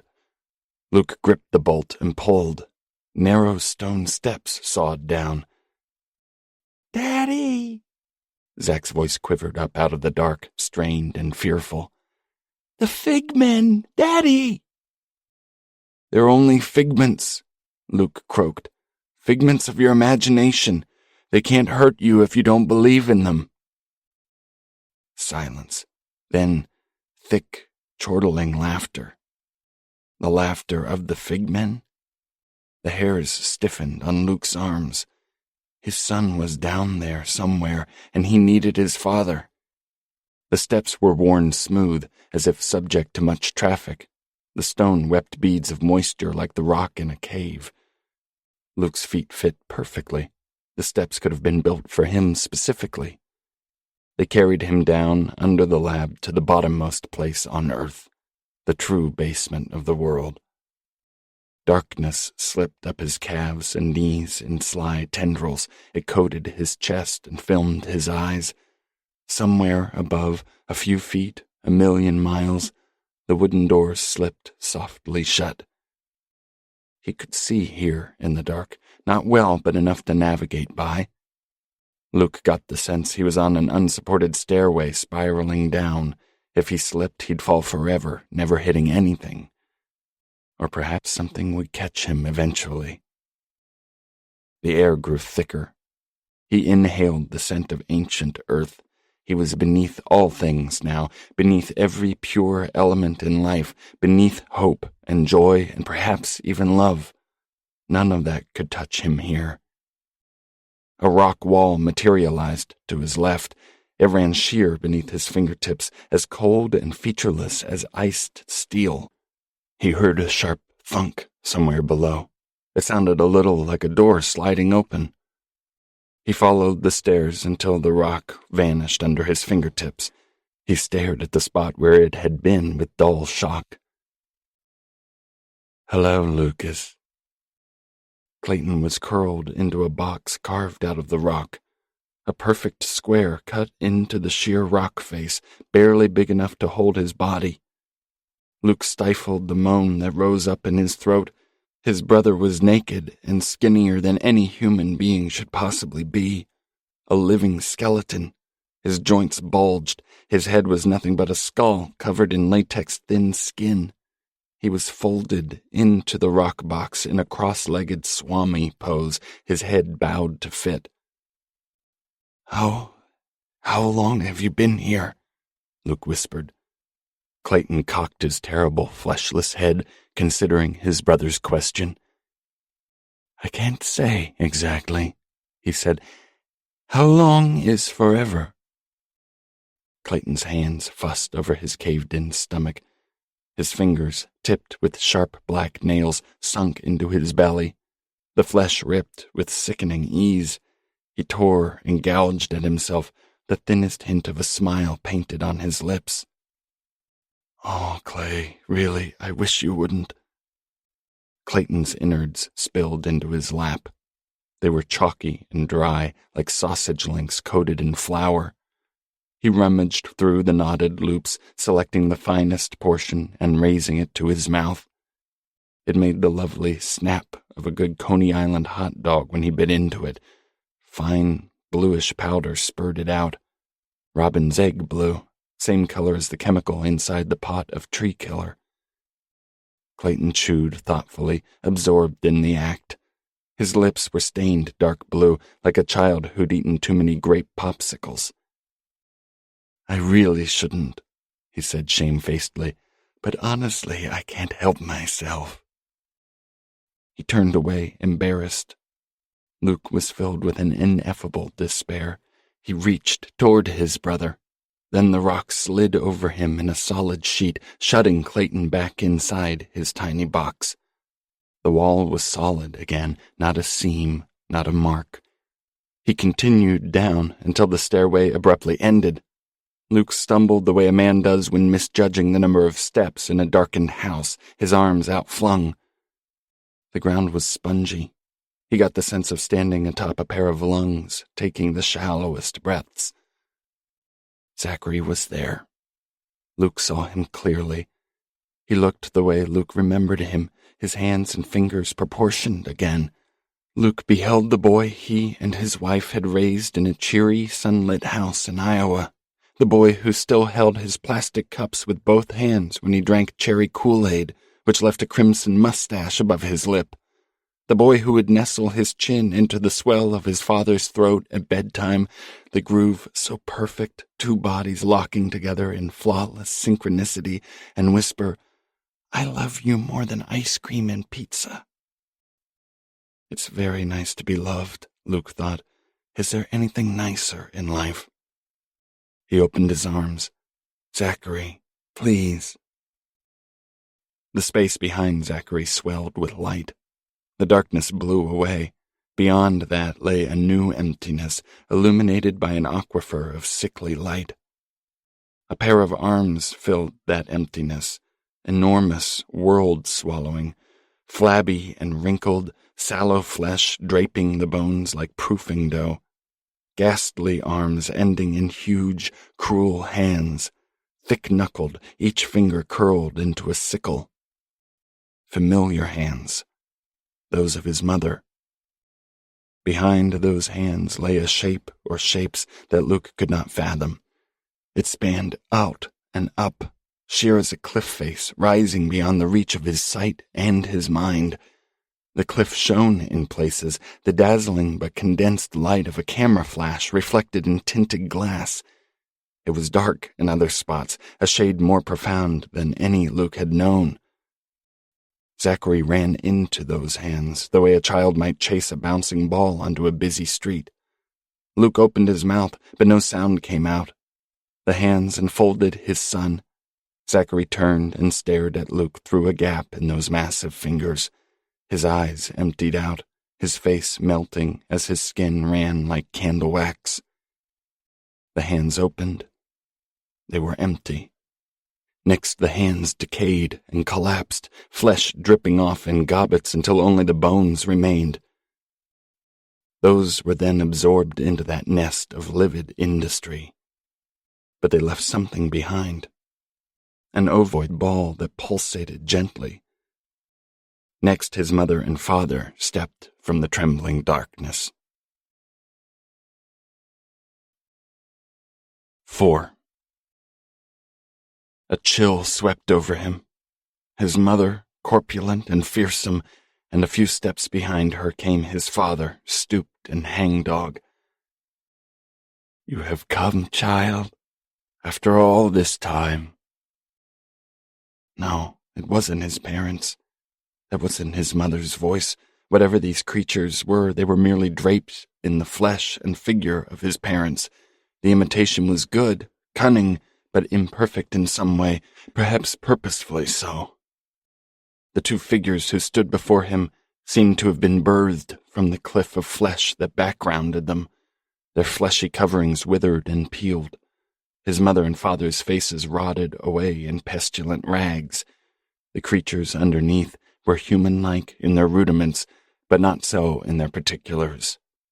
One was tall and shockingly thin, the other was squat and pear-shaped. Their flesh had a boiled, piglet-pink sheen, raw sinews cabled the visible portions of their anatomies. Their legs were squat and elephantine, their groins sexless. Their arms were so long and thick, engorged fire hoses, that they trailed to the ground and curled back, networking into the roiling cliff.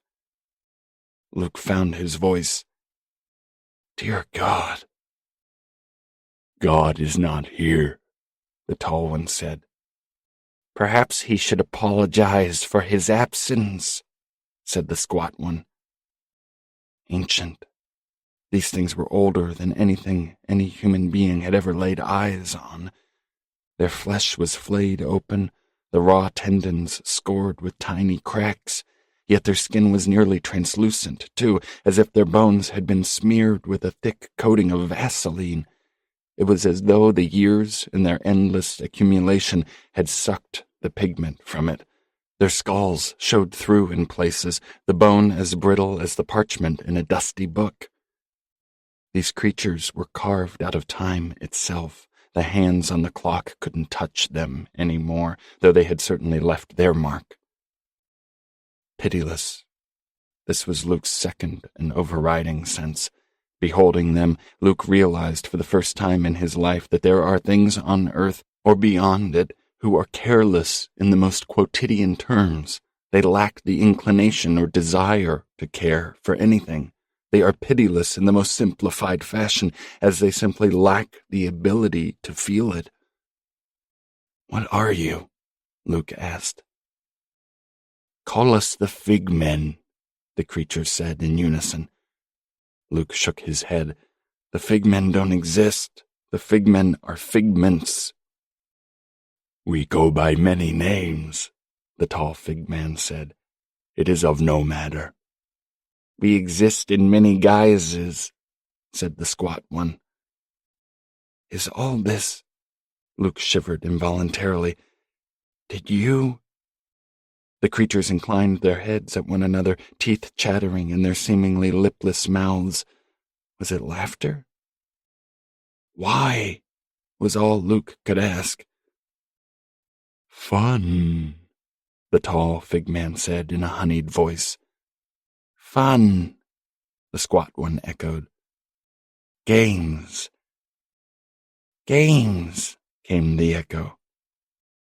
Tortuously, the gears in Luke's head began to mesh. He was beset by the same sense that he imagined a field mouse might hold the moment before the falcon swooped down, the sense of having been singled out, tracked at great distance, studied for a purpose that he could not possibly understand, and then, when the time was ripe, he was plucked, squealing from the long grass. Meat for the feast. "Why me?" was his next utterly selfish question. "You?" the squat one scoffed. "You were not the key," said the tall one. "Then who?" The figmen's faces split in lewd rictuses. "Oh, child," they said in unison. Luke knew. Of course he knew. "We observed you," the tall one said. "For as long as you can remember, we have been watching you both." "Tedious," the squat one said. "Our reach is not insignificant." The tall one angled its head like a dog intuiting a high-pitched whistle. "We have connections to your world. You have seen them, child." It arrived with a thundering of understanding. The thing in the drainage pipe, the thing in the tickle trunk, maybe even the thing in Westlake's basement in Belmont, Connecticut. The thing lurking in the park, not far from Luke's house in Iowa City. All the same thing, or parts of it. The fig men were their proud parents, and their children were malevolent, but not as old or repellent as these things. The tall one said, "We have observed many of your species over centuries." "Eons," said the squat one. "Your brother intrigued us. as much as any of your kind do. The special qualities of his mind. Mulish, but intriguing. We chart these qualities. There is so little else to occupy us down here. There have been other minds to capture our interest. Better ones, said the squat one. The short-eyed Florentine, the tall one said. Da Vinci. And the other one, the insomniac pigeon keeper. Tesla. Fine minds. Superior to your brother, the squat one said. Perhaps so, the tall one agreed, and of a quality suited to our purposes. And yet, you were not ready. As a species, you lacked the knowledge to find us. But now you have that knowledge, the tall one said, mock brightly. And here you are, said the squat one. Tricksters. The word raced through Luke's mind. Merciless game players. Everything that had occurred had been the work of these things. Why not just leave this place if you hate it so much? The tall one shook its head. We cannot, child. We have been shackled, the squat one said petulantly. The figmen's eyes swiveled skyward, heavenward. Luke could only wonder at their origins. Perhaps they were the last surviving members of an ancient tribe who'd been cast out, cast down, shunned. They had lain down here, licking their wounds. Next they set about baiting their trap, and when that moment arrived, their knives were sharp for the opportunity. Why? Luke asked. We like to toy, they said in perfect unity. Toy. Never in Luke's life had the word sounded so monolithically sinister. We fiddle, the squat one said. We test, said the tall one. We discover how things work, how they fail, their pressure points, their tolerances. We are curious. Eternally curious. Luke envisioned these ageless tinkerers examining bodies and minds for the sheer sport of it, flaying brains open and plucking each synapse like the strings of a lute, teasing out every private fear and horror, caring nothing for those they've entrapped and tortured, committed solely to their gains. They had done it to everyone down here. They had turned the Trieste into their laboratory, their killing jar. I remember everything down here, Luke said. My mother, my family, my old life, but it's too clear. The clarity is hellish. The figmen grinned like children. Oh, yes, said the tall one. This pleases us, said the squat one. Luke's brain pounded within its bowl of bone. It seemed to expand, the gray matter expanding with the mad hum of his tormented thoughts, pressing against his nasal shelf until he was ill with it. Memory as a sickness. Your species is so busy forgetting, the squat one said. But not you, child, said the tall one. It is our special offering. The squat one stared at Luke placidly. Does it not please you? Were they even evil? Luke considered the fact that these things may well exist above the terms that humankind ascribes to certain actions or behaviors. The figmen were elementally themselves, as surely as they had always been. But their natures must have gotten them in trouble with the higher-ups, and so they had been put in a place where they could do the least harm. The ambrosia, he said. Yours? Your kind requires a small enticement. You need... The tall one looked to the squat one in search of the word. Bait, the squat one said. Yes, bait. The hounds must chase the hare down the hole. And the gets? A happy convergence, said the squat one. Our powers do not extend to such a degree. You would have come for less, said the tall one. You are a vain species, the squat one sneered. Luke knew this was true. Ambrosia appeared to cure the Gets, and so that was how the narrative played out, the hunt to find a solution for the incurable disease. But Clayton and others of his ilk would have pursued the lure of the ambrosia regardless of circumstance, whether it promised relief from cancer, AIDS, or old age. The unknown was a profoundly powerful intoxicant. "Why me?" he asked again. "You had my brother already, so why?" "Because," the tall one said, "we had nothing to offer him in return for bearing our gift." "There was nothing tying your brother to the surface." A look of true confusion graced the squat one's face. "He prefers to be with us." "There is no accounting," the tall one said. "But you," the squat one flicked a serrate black tongue over its teeth. "Oh, now you have loved, my child. You have supped that weak nectar. You have ties to the sunlit world, and you see, we too wish to see the sun again." "After all, we were there for its birth," said the squat one. "Your brother was the key. He was a satisfactory tool, but his use has been served." "Your use has yet begun," the tall one told Luke. "I just want to go home," Luke said. It was the simplest request he'd ever made, and he asked as a child would. "And you may," the tall one said laughingly. Of course, we insist upon it, but with our gift, you will bear it." "Gift?" The cliff behind the figmen flexed and cramped. A shrill, prolonged moan filtered out of the dark. Chillingly, it sounded like a dog's moan. "Our gift," the tall one repeated. "You must take it," the squat one echoed. "We have arranged it. You must accept our terms." "What terms?"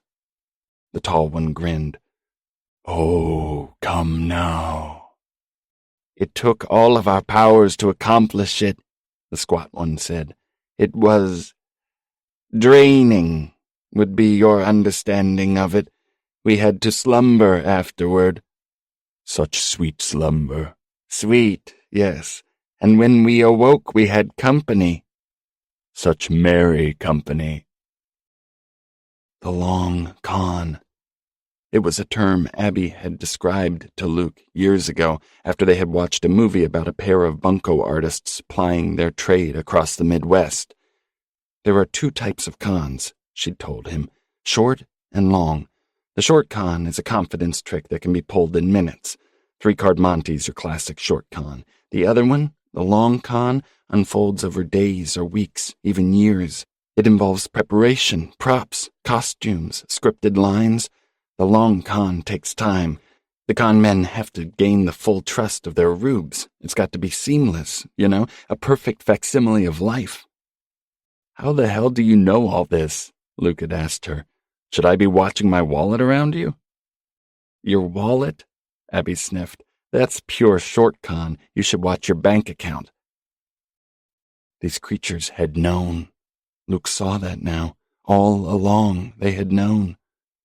They had seen the shape of the world to come and had bent it to their own devices. They had divined it all a lifetime ago, back when Clayton and Luke were only babes. They had watched the two of them their entire lives, doting over them like careful babysitters. No, more like pig farmers, waiting with idle interest while the spring hogs were fattened for slaughter. These things had toyed with the fates of both Clayton and himself, engineering their lives to the finest calibration. And then, one autumn evening at a park not far from Luke's home, they'd played their finest trick of all. "You stole my son." The squat one tittered. "Foolish child, you must always mind your belongings. Never let them out of sight." In a conversational tone, Luke said, "Fuck you." The squat one's face peeled back from its skull, its teeth elongating into curved rat's teeth, its arms undulated silkily. "Have you any idea what I could—" the tall one hissed warningly. The squat one cringed. Such a harsh word, stole, the tall one said. We have kept him safe, and we did so knowing you would pay what you owe to reclaim that which was once yours. Luke closed his eyes. Old Zacatec.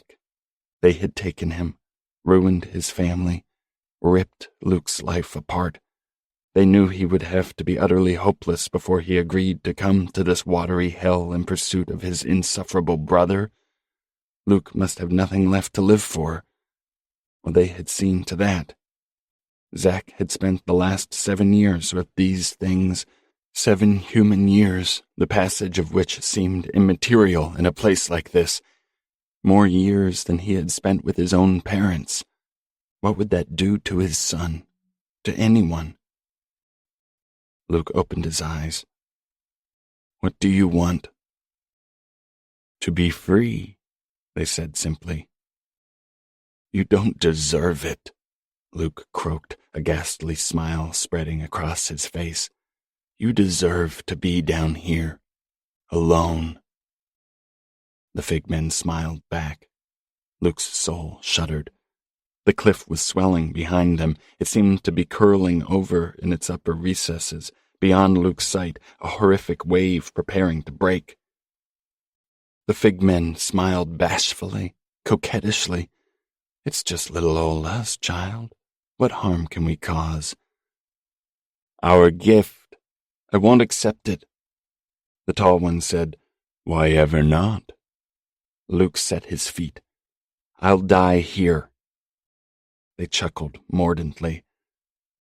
Oh, my child, the squat one said, will you remain a stranger to yourself to the very end? You love too much, the tall one said.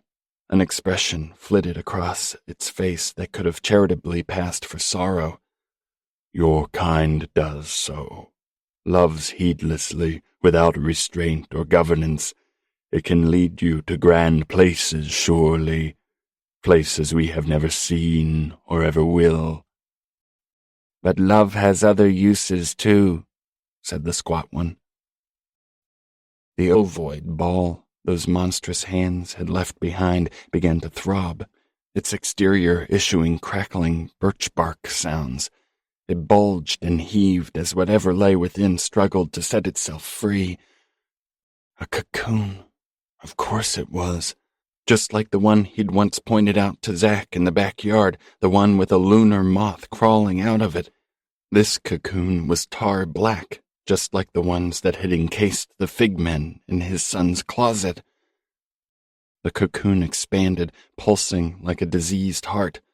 Its exterior shed in crackling layers as it stretched with an awful elasticity. Something split through.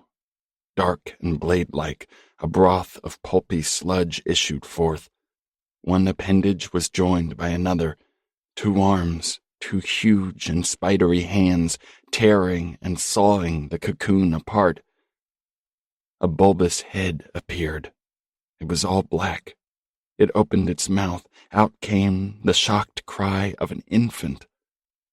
Its eyes opened next. They pinned Luke in a gaze that was equal parts malevolent and loving. Daddy, it said. It slipped from its sheath. Its shape was incomprehensible. Its lunatic anatomy humped toward Luke, those 2 gnarled but powerful arms dragging the ruin of a body still slick with amniotic fluid. Zachary. After all this time, Luke's son had returned to him. He fell to his knees. The figmen watched impassively. Our gift, they said. Will you accept it? His son drew nearer. His skull was swollen and hairless, veins bulged over his scalp, pulsating weakly. Luke saw elements of others he'd known in the awful contours of that face, his brother's pursed lips, his mother's delicate ears. His son's mouth split into a smile. His teeth were tiny, his old milk teeth, each one trimmed to a sharp point. Luke held his arms out. He wanted to touch his son again, to be Zachary's protector, his human shield. He'd failed his son once at that, failed Zach and Abby both, but never again, not in a million years. He'd die first. My son, come back to me. Let me hold you again. I'll protect you this time, I promise. I will never let you go. I will never, ever, ever let you go. Tendrils spooled out of Zachary's mouth, each no thicker than baby's hair. They danced toward Luke's face, licking and sampling. They needled painlessly into his flesh, twining with the twitching tendons under his skin, hooking around his skull and tightening with the fierceness of a devoted lover. Yes, Luke thought dimly. Together again. Together forever. Luke could feel it inside him now, blooming outward like an oil slick, covering everything with darkness. Luke Nelson's final memory was this. Zachary was 5. Abby had enrolled him in Pee-wee soccer. Zachary was the goalie. He'd let in the winning goal. They walked home afterward, Zachary in his cleats and shin pads, his white socks stained with grass. People think it's about winning and losing sport, Luke told him, because he could tell his son was upset. About winning, mainly. But that's not it. It's about the trying, the not giving up. We're all going to lose, so it's about losing and going on. Keep going on, even though you may lose again and again. You may never win, buddy, not at some things. So it's about working as hard as you can every day to find your spot on the mountain. And then it's about being okay with where you are so that you can get some enjoyment out of that and out of the things in life that are more important than whatever place you end up on that silly old mountain anyway. Zachary turned his face up to his father, the underside of his chin lit by the paling sunlight. He'd nodded stoically, a gesture well in advance of his years, and kept his silence. Perhaps he'd understood that even if his father hadn't managed to put his mind at ease, at least he'd tried. Being a father was an imperfect science, and its test subjects, that man's sons and daughters, had to accept their father's imperfections, just as each father must eventually accept those same imperfections within himself. Luke felt his face opening as the tendrils stripped his flesh back. He felt no fear or pain. His skin parted in a solid flap, a door swinging open. Inside was the warmest, most inviting light Luke had ever known. His son came inside. Luke invited him in with every ounce of love in his heart. Zachary's hands pushed through Luke's face, entering his skull. First one, then the other. There was so much space in there now. His house had many rooms, all splendorous. Yes, yes, my boy, oh, do come in. Zachary's head came next. Luke stared into his son's cruelly slitted eyes. A flutter arose in his chest, a dark wing beat. It went away. It all went away. Luke was happy to let it go. It felt so good to simply let go. I'm sorry, he thought, though to whom or for what cause he was incapable of expressing. I'm so sorry, so sorry, so sorry, so... Finally, Luke Nelson slipped silently inside himself to join his son. His passage made no sound at all. Somewhere, a door swung shut. 5. The Challenger ascended, and within it, nothing human. The vessel's ascent was swift. The sea ripped away in deferential sheets in order to aid its climb, or perhaps to cast it out. Far below, the Trieste lay in spider-like contemplation. No light shone in its labs, its tunnels ran empty. It waited as it had since the beginning of all things in one guise or another. Its walls bellied against the ceaseless pressure. Perhaps the thinnest stream of water would needle in, and moments later the strange and horrible edifice would be flattened. But some places are resistant to both time and pressure. Their occupants, their true occupants, are similarly impervious to such things. Perhaps the Triest's many splendored halls would entertain life again. A select group of good-hearted souls entrusted with the salvation of the human race, students of rationality and science who had heard the breathless stories of those who'd gone before and smartly dismissed them. The Triest's prior occupants had been weak-minded, superstitious fools. And so they would come down in ones and twos, arriving with their hopes and goals and adamantine minds they believed to be unbreakable. And who knows, they might bring a dog or two with them. The power would be restored. The lights would flicker down the tunnels and over the wide window in the main lab, and whatever existed there would retreat into the darkness, its natural element, until the time came to call itself once more into the light. Nighttime now. The Hespers sat in isolated abandonment.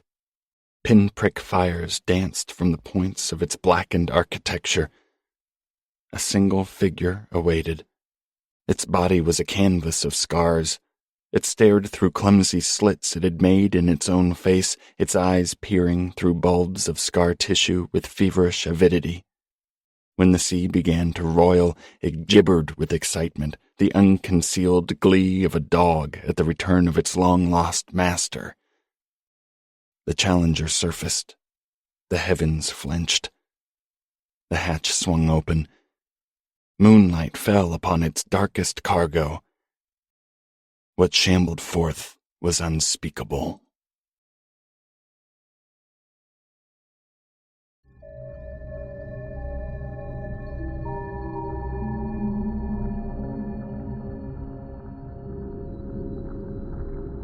The Deep was written by Nick Cutter and read by Corey Brill. Editing and post-production by Matt Kartsonis. The associate producer was Louisa Solomon. The Deep was produced and directed by Matt Kartsonis. This has been a presentation of Simon & Schuster Audio.